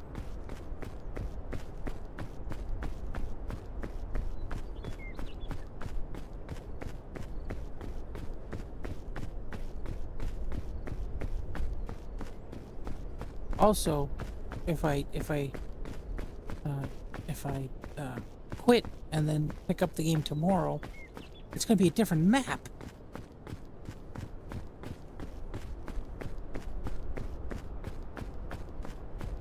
And that makes my feelings hurt. It damages my feelings. My feelings, ow. Ow, my feelings. My feelings, ow. Someone has injured me in my feelings. I'm gonna die. Look at me. My feelings are bleeding out. Help! Help someone! Someone put pressure on my feelings. There's a gaping hole in the feelings. Scratch my face a little.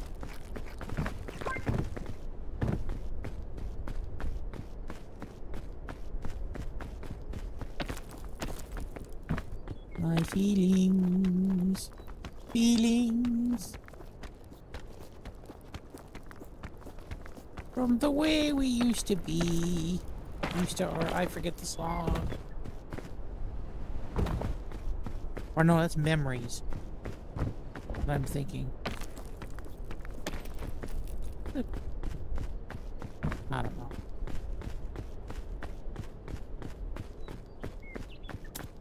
Aren't these upside down? What does a flare do besides flare? Like, does it give you heat? Or does it just tell people where you are?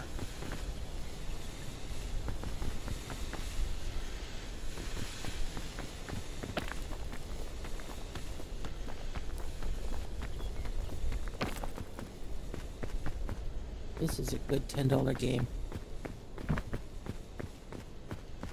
Excellent $10 game. One of the best $10 games I've ever $10'd.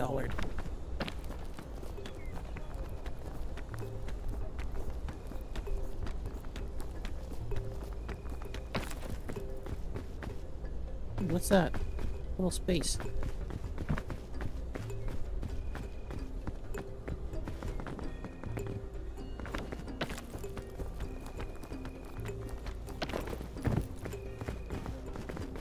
Get up there.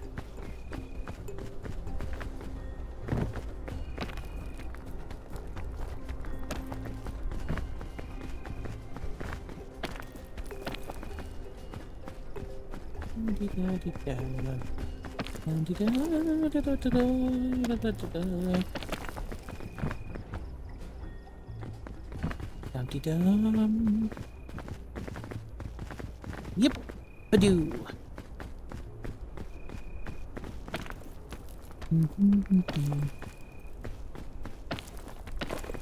Anybody ever watch the musical Popeye with Robin Williams? You should watch it. It's really weird. And kind of good in a weird way. Like the kind of thing you'd say, that's not exactly what I was expecting.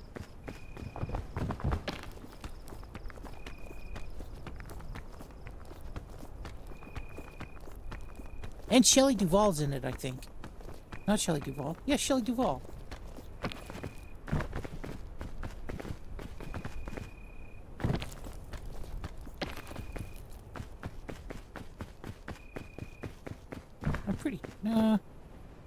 I'm not good with names.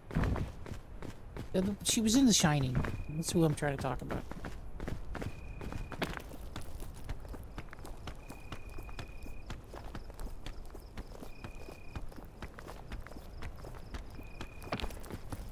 You know what I mean?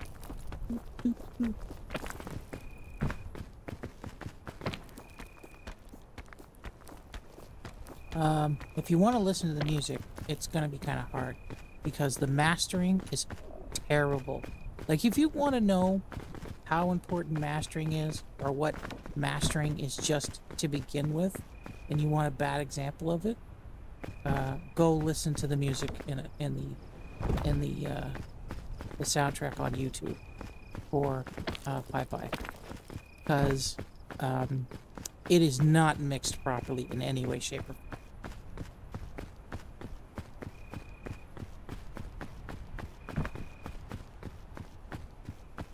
I think someone might have made a rough cut, a scratch track for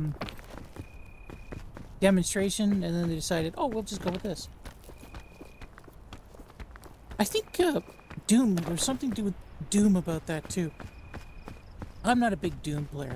That my mother loves Doom, but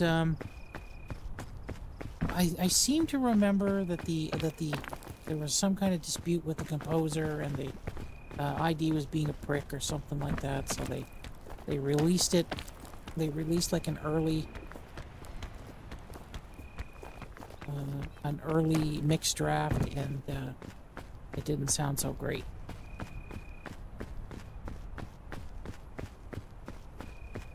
Kind of wanted to be an audio engineer at one point. But it's not really like I know a lot about audio.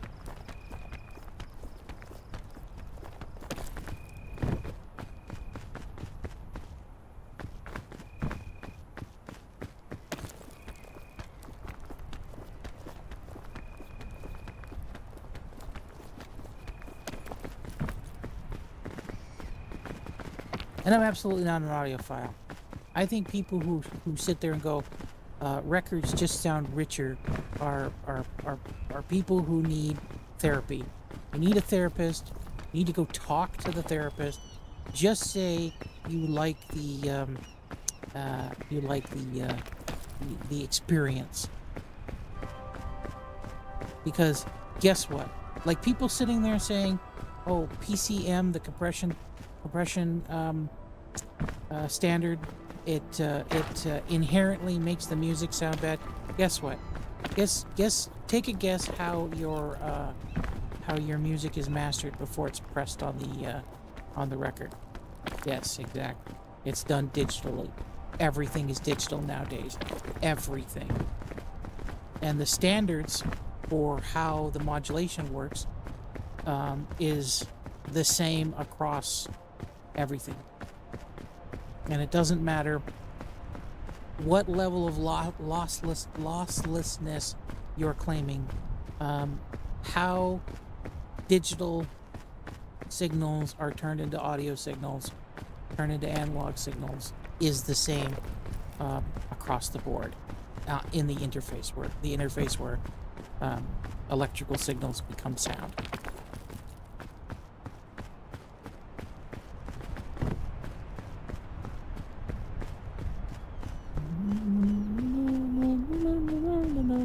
And there are people out there, Techno Moan is one of them, who is like, just likes cassettes. So I think it's kind of weird that somebody would be like all about cassettes, but there are people who are all about cassettes. Okay, what does the lantern do? Does the lantern actually give you heat, or is it just light? Like, should I pick this up?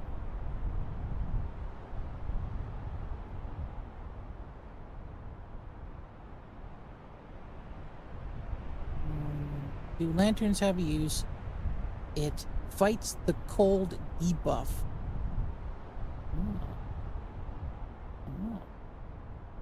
So we're picking that up. But this goes in the backpack.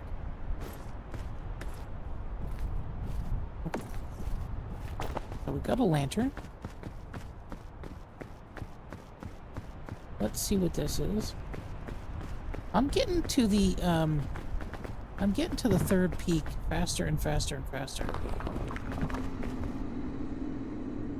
Okay, anti-rope is useful. I'm gonna take the anti-rope. Anti-rope where you have to fire it at your feet is stupid.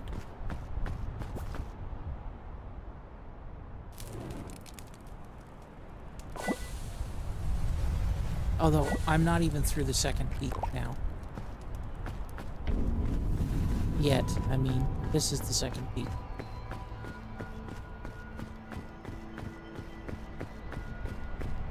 And this one, I'm still not 100% certain which directions to go in, but we're working on it, we're working on it.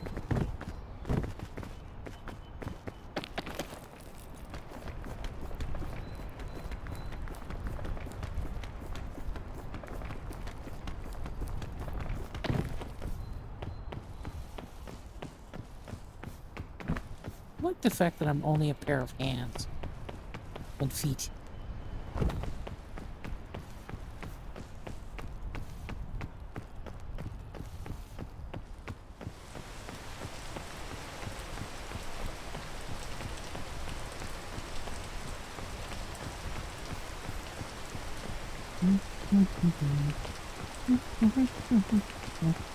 Neat, neat.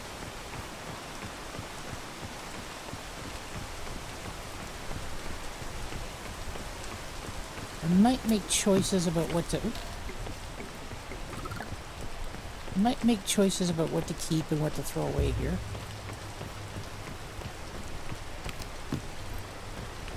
Okay, we're going to drop that, drop that. Just as I said it. Okay, so this, we'll throw away that, and we'll put the energy drink there, because it's always more important to have more stamina than a tiny bit of food, at least in my opinion. It seems to me that you run out of that way before you run out of most other things. Although, if I really believed that, I would be taking the lollipop with me, because the lollipop is, it gives you like an enormous sugar rush to get somewhere. But then it also has like super negative effects as soon as it wears off.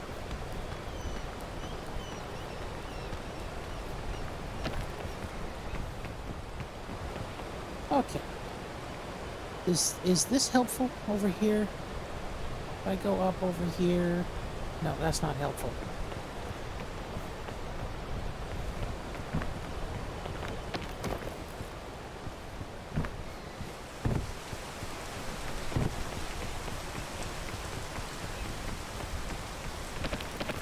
I'm jonesing for cheesecake so bad now that I've mentioned it that I can like imagine the taste of it right now. Like the flavor is in my senses going, it's me, I am tasty. And my obsession of having some cheesecake is growing by the minute. I think at some point, okay, let me see where all of this stuff is going. Nowhere. I think I'm going to continue this way. My obsession is probably going to peak at some point, and my brain will stall. And unless I give my brain what it wants, it will attempt to kill me.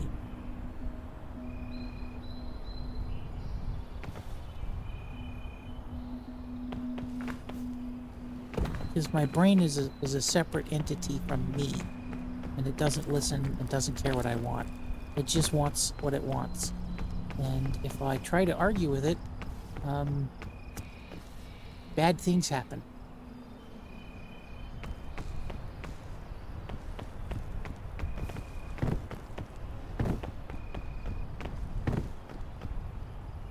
Okay, let's see. We'll go up there. That can be done. That can be done. That can be done.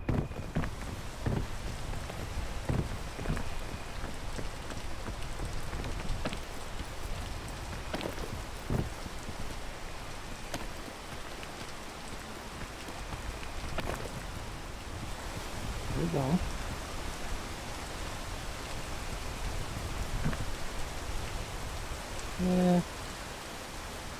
Yep.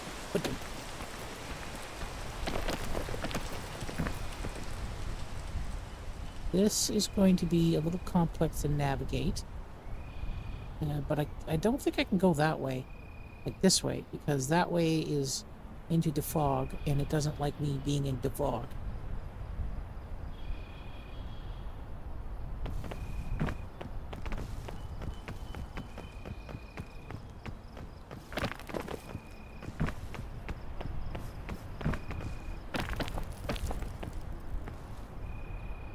I think this is good.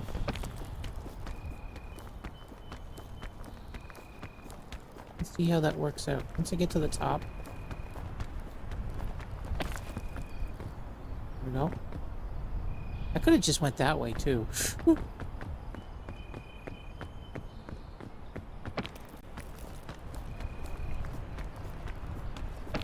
Okay, now that I'm here, I need to get around these bombs.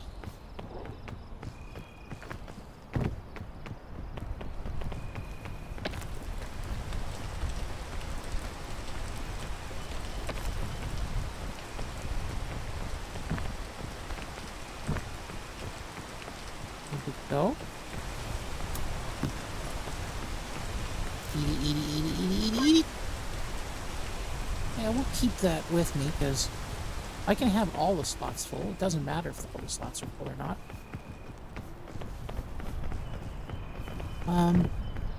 Let's go backwards and up. Go that way. That seems like a good idea.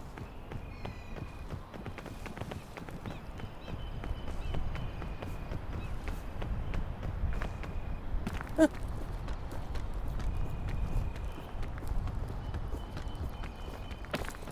we go.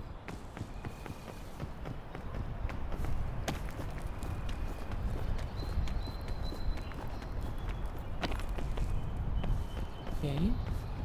Probably as high as we can get.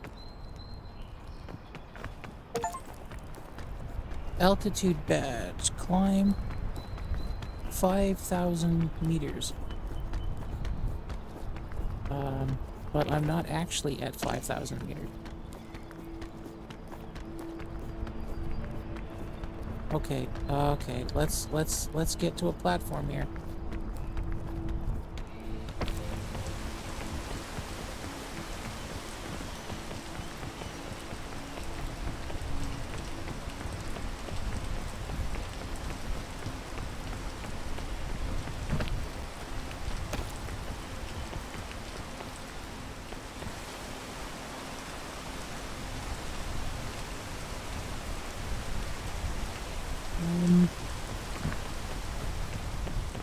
I think I might go this way. Because it just seems easier.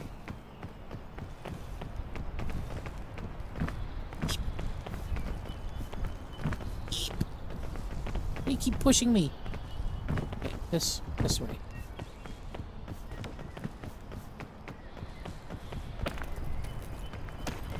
Ooh, Alien Isolation. It's a game I could play. Love that game. It's so atmospheric, and it's so much like the movie. Oh, I'm definitely going to go for these.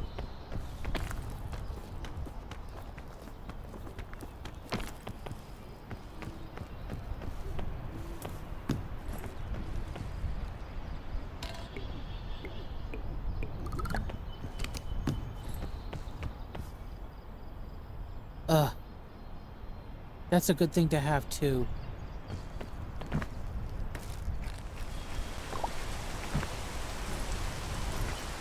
Okay, what am I gonna get rid of? Oh, man. Okay, we're gonna get rid of the bandage. Because the bandage...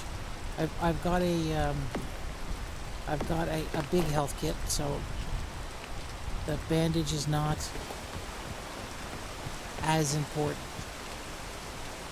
What just happened? Okay, we kind of had a little bit of a...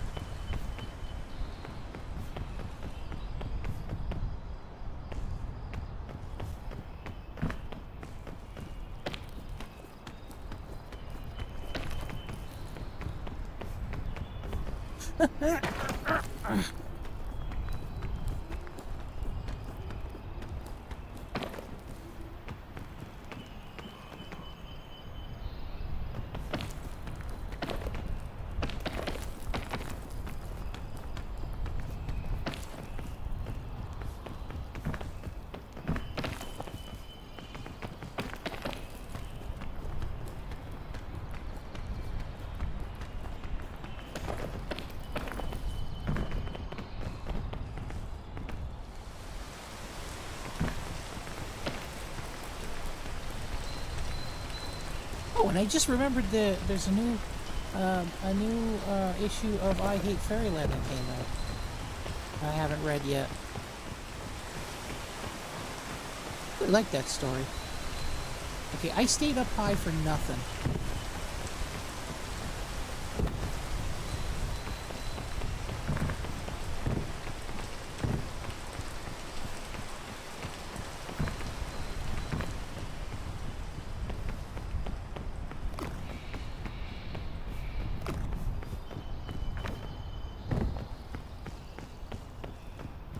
Didn't even need to do that.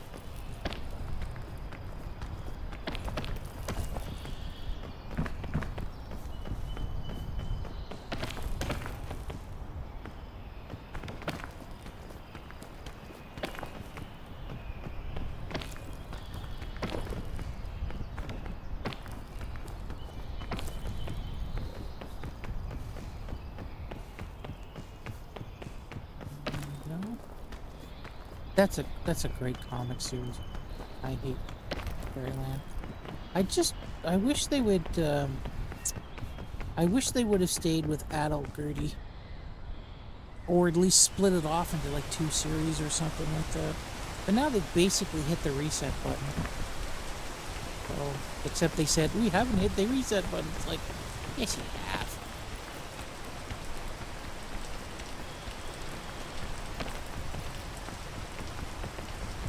Like the juxtaposition to having 40-year-old Gertie in an 8-year-old body, or 40-year-old Gertie in her 40-year-old body.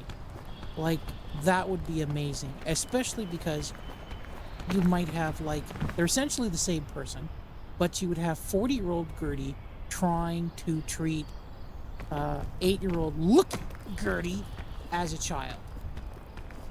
And, like, there would be complete resentment there because they are fundamentally the same age. And how you explore that fundamental that resentment. There would also be the juxtaposition of like 40-year-old physically 40-year-old Gertie is like fully grown woman and had like secondary sexual characteristics and everything. So you would assume she's gone through puberty, whereas 8-year-old Gertie has never gone through puberty, and I'm assuming she thinks that kind of thing is gross.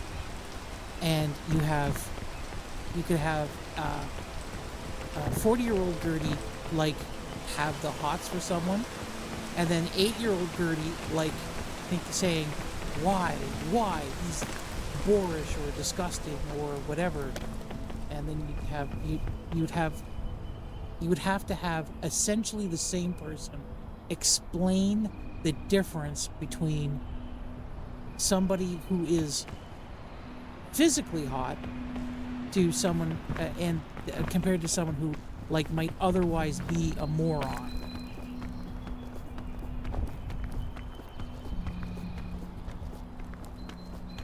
Because being asexual, I am constantly wondering why some of my friends and my sisters are like say a certain person is attractive, and I'm like, why is this person attractive? They're a complete nut bar.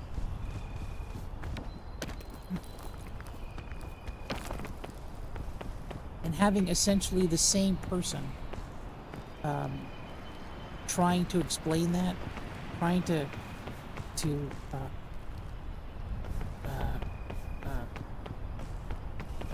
come to terms with, how they judge from a different perspective a completely platonic kind of perspective. Like a lot of times when my friends or my sisters, um, they seem attracted, they profess attraction over someone, one of the first things that comes to my mind was, really, but you wouldn't be friends with this person.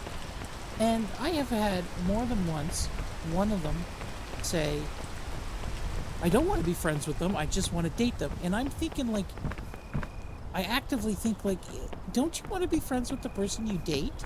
Like, isn't that the whole point? Is to like someone and get along with them and be friends with them?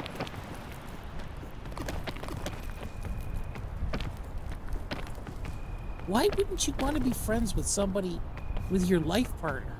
Like somebody, well, I guess dating is not being a life partner. But, like, I don't understand that. And I would like stories, comics, or actual novelizations, or things that, like, further explore that. It seems to me that when people go through puberty, they don't remember what it was like before puberty hit, for the most part. It seems like their entire outlook changes, and all of their opinions and everything before that. And I know what you're saying. You're saying, oh, that's obvious. Didn't you go through puberty? And it's like, yeah, I did, but I still remember what it was like to be 6. I still remember what my favorite things were at 6. And they're pretty much the same thing. Like, I played games because I liked Lego at 6, and I liked drawing, and I liked reading, and I didn't like reading that much. And I liked, I liked stories, though. And I knew who I enjoyed hanging around with, who I appreciated being friends with, and I know who I thought was an idiot. And even after puberty, none of that changed. I didn't suddenly think that the people I thought were idiots were cool.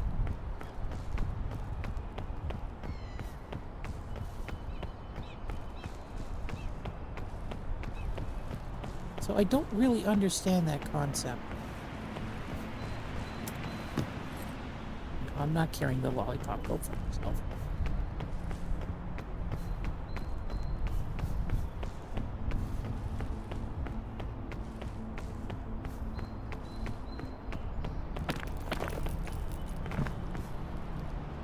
And otherwise, I don't want to get that. And otherwise, 8-year-old Gertie and 40-year-old Gertie is the same. 8-year-old Gertie gets drunk off of her gourd because she's in fairyland and nobody tells her that she can't.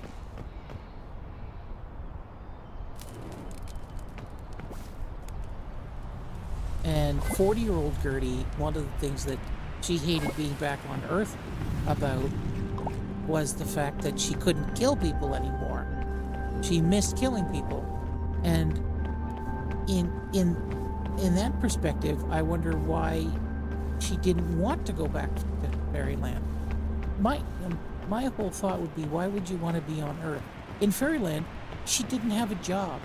All she had to do was go around and be a brute and kill people and chop them up with an axe. And if she was hungry, she could literally eat the people. There's a couple frames where she fries up and eats mushroom people, and she gets super high from it. Super high. And she has a friend, Duncan. He was also sucked into fairyland, except for some reason he grew up, so I don't know why he grew up and she didn't. Maybe because he wanted to, or maybe because she all she wanted to do was go home and be raised by her mommy and daddy, but time was still passing, but her body was frozen. So I think on some level, fairyland grants occupants some level of wish fulfillment. She wasn't allowed to leave, but I don't think she wanted to leave because like everybody else, who goes to Fairyland leaves right away. They all spend the night there, and that's about it. And then they go back to the real world. Except for her and one other kid who spent a year there. Oh, Peloton. Oh. Peloton's a good choice. I think the rope might be better than the Peloton, though.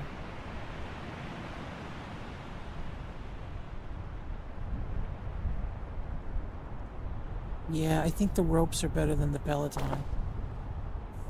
Oh, that's a hard choice. That's a hard choice. But I made it. And then there's Happy, and Happy also didn't grow up, but she wasn't there for very long. For the most part, Happy just became enraged at Gertrude.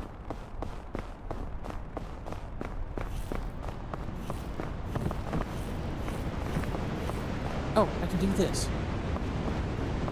Or do I put that... Do I have to put it down? Oh, it looks like I have to put it down. There we go. Oh, no, it does not. It's... Okay. I think I might have traded that for the Pinton, not the Peloton. Why do I keep saying Peloton?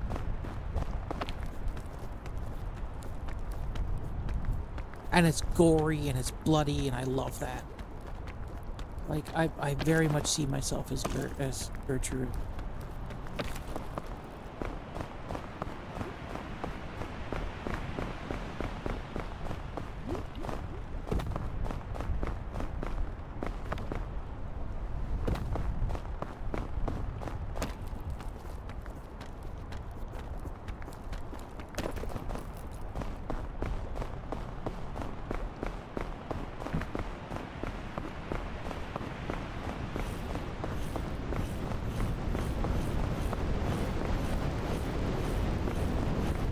No, please don't do this.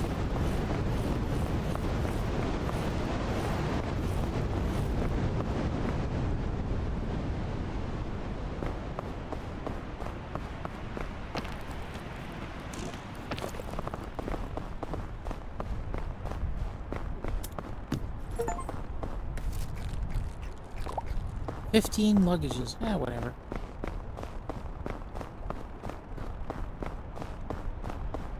And she's only there, the adult version of her is only there for like half a season before she gets killed. In a really stupid way. Then you reset back to Child Gertie. Very sad. Like, even leaving her with Happy, like having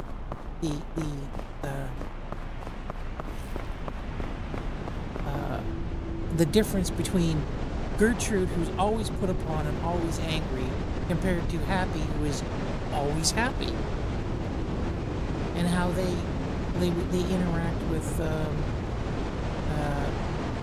Fairyland differently. That would have been nice too, but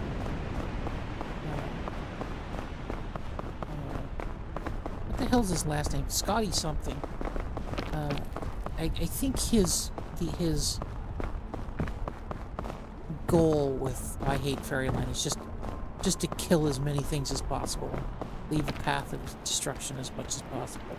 That it's not philosophical in any way, shape, or form, but I really wish it was a little bit.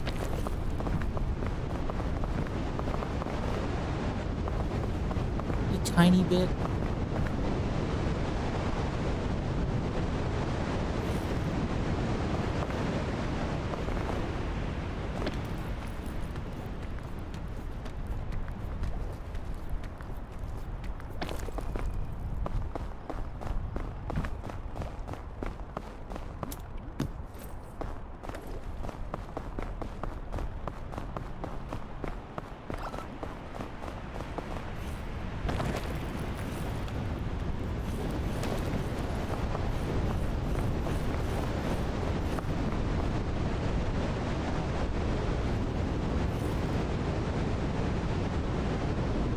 Also, if they kept adult Gertrude and child Gertrude, they could explore the meaning of adulthood.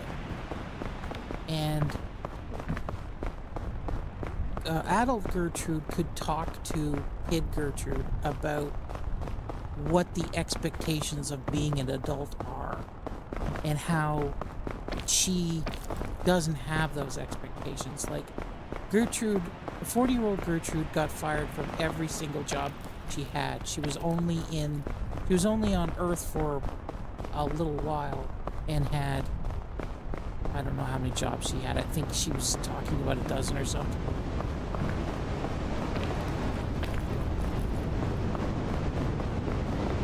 And she was having difficulty, like, presumably making ends meet. And all she did after work, her whole life, was going to a bar, drinking, and telling the barflies how great her life used to be. And then she would get into a fight with a patron and lose, which never occurred when she was in Fairyland. She won every battle she ever got involved with. So now she's getting her ass handed to her.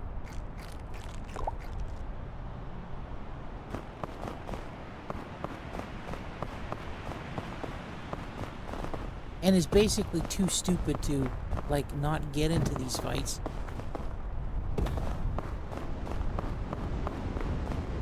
And has no life skills because she spent 4 decades basically learning nothing.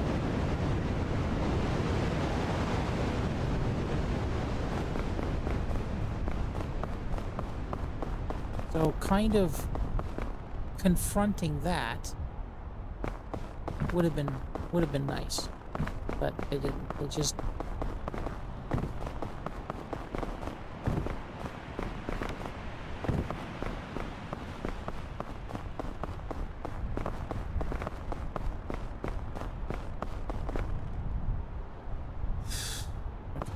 I think I could do this.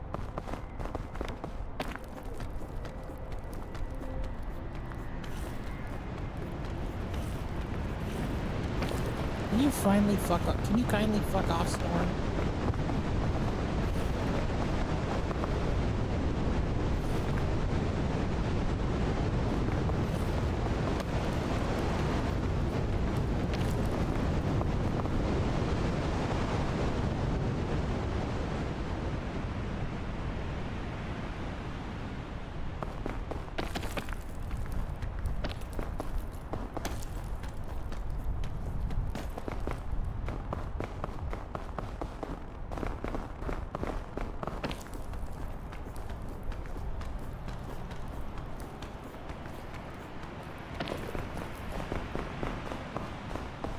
Oh, am I in the cave system now?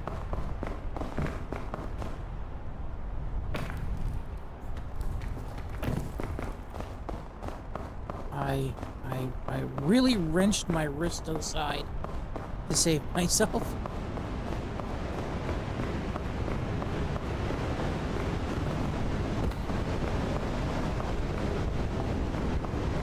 Okay. Now, I went around that way last time. I think I might try to go up this way now that I have ropes and things like that.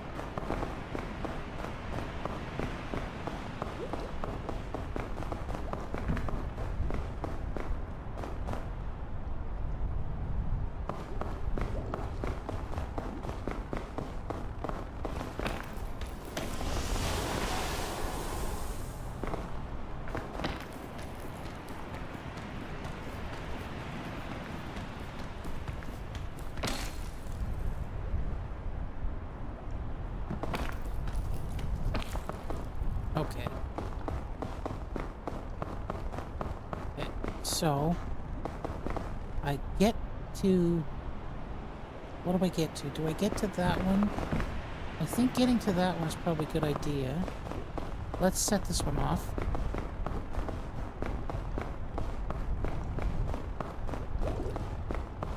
Why do they sometimes not go off? I can probably reach that. Like, without ropes or anything.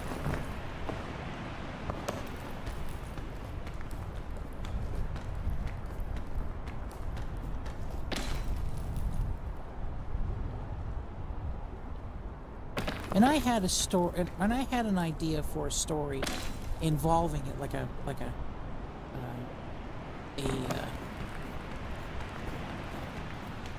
fan fiction for it. And that's basically somebody else was also pulled into Fairyland at some point. But because Gertie, was the first kid there and she never left, the other kid that came in ended up, nobody ever remembers her or talks about her because they're all like fixated on Gertie, or the magic of the land is only capable of recognizing one of them at a time or something. And how she's angry at Gertie for ruining her experience.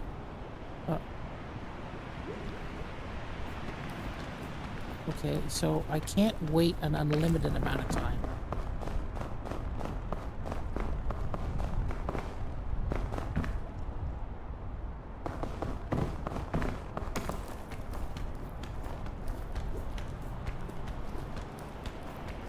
Uh-oh.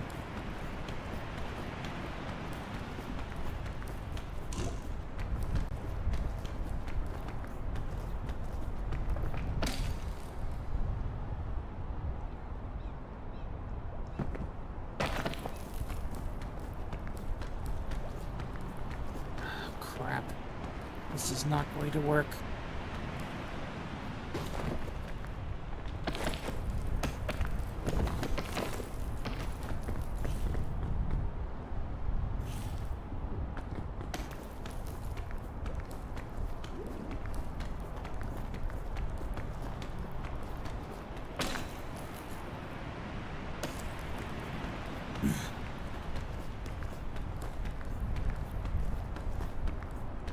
It's gotta be right here. There's gotta be something right here. There we go. Okay, where am I?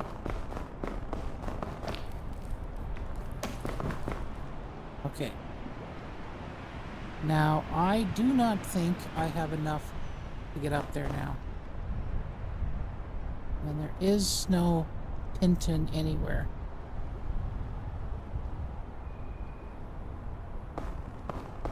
And unfortunately, can I put my bag down right there? Yes, I can. So I am going to aim. Where can I aim? Let's aim high.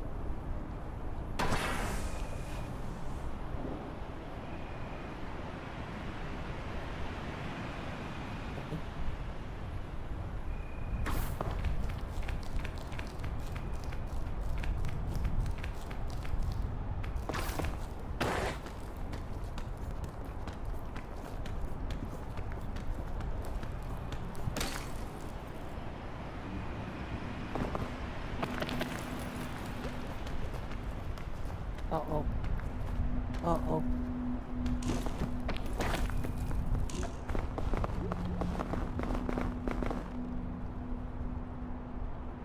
Okay, okay, okay.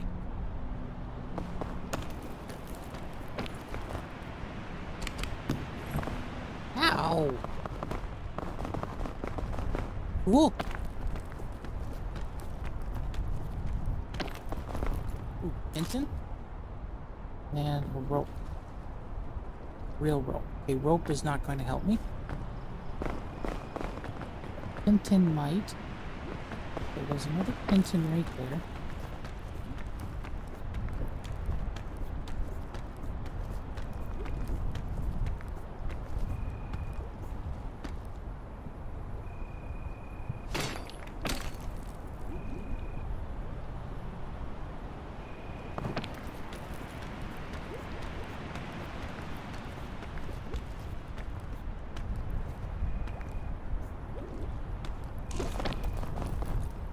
Okay. So here we are, Looty Loo. Here we are, Looty Lie.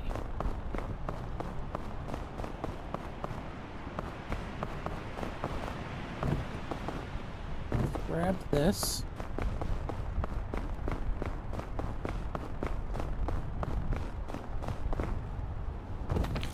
And then, the story went kind of nuts in the last chapter, in the last installment, in the last chapter of the last installment. And they basically had every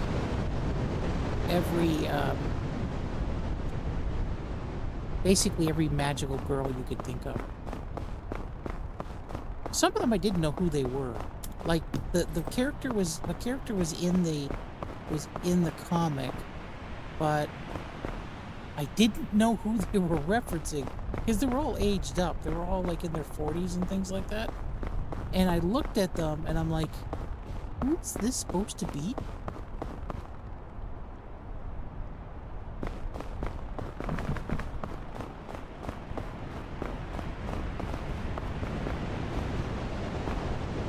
Like the only real character that you know for certain is who she's supposed to be is Dorothy Gale, Wizard of Oz, because she says, "I am Dorothy Gale." But everybody else does not tell you who their names are. You just kind of have to assume by looking at them.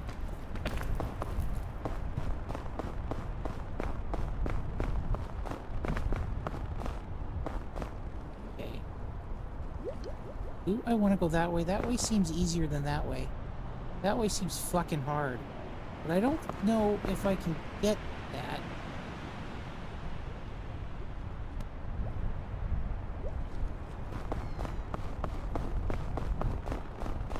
I wish I had something to eat. Shit. Oh, it doesn't. Oh.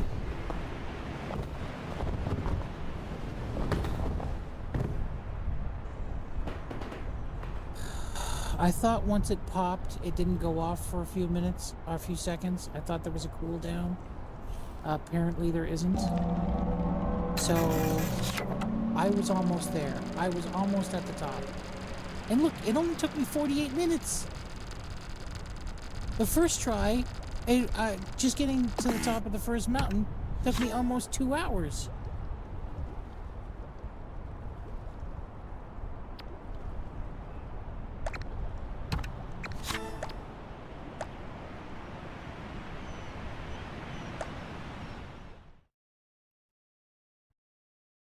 I'm sad now. I'm very depressed. I feel an emptiness in my soul. And it's gnawing. It's eating away at me. It really is. Because I died.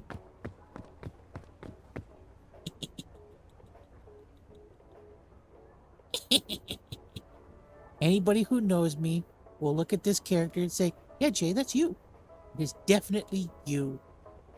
Hey. So, obviously we're done for the day. I died for the last time. I really want to play this again tomorrow, but I kind of want to play Long Dark 2, and I also want to play it, or as well, not Long Dark 2, that's not out yet. And I want to play a bunch of other stuff, but I don't know what I'm going to do. So there's no plan at this point. But probably the same time, between 4 and 5 o'clock, or even earlier if I have the time, or something like that. And nobody talked to me today, but everybody who watched, I hope that you enjoyed. And that if I'm being played in the background while you're programming or doing other stuff or falling asleep or whatever you're doing, I hope that I fulfilled whatever requirement you needed me of. Sounding like it's CBC radio and bitching about stuff. Apparently no one wants to hear about economics, so I probably will never bring economics up again unless somebody would like to hear it. Especially because My friend went out of their way to message me and said, "Shut up, stop talking about this."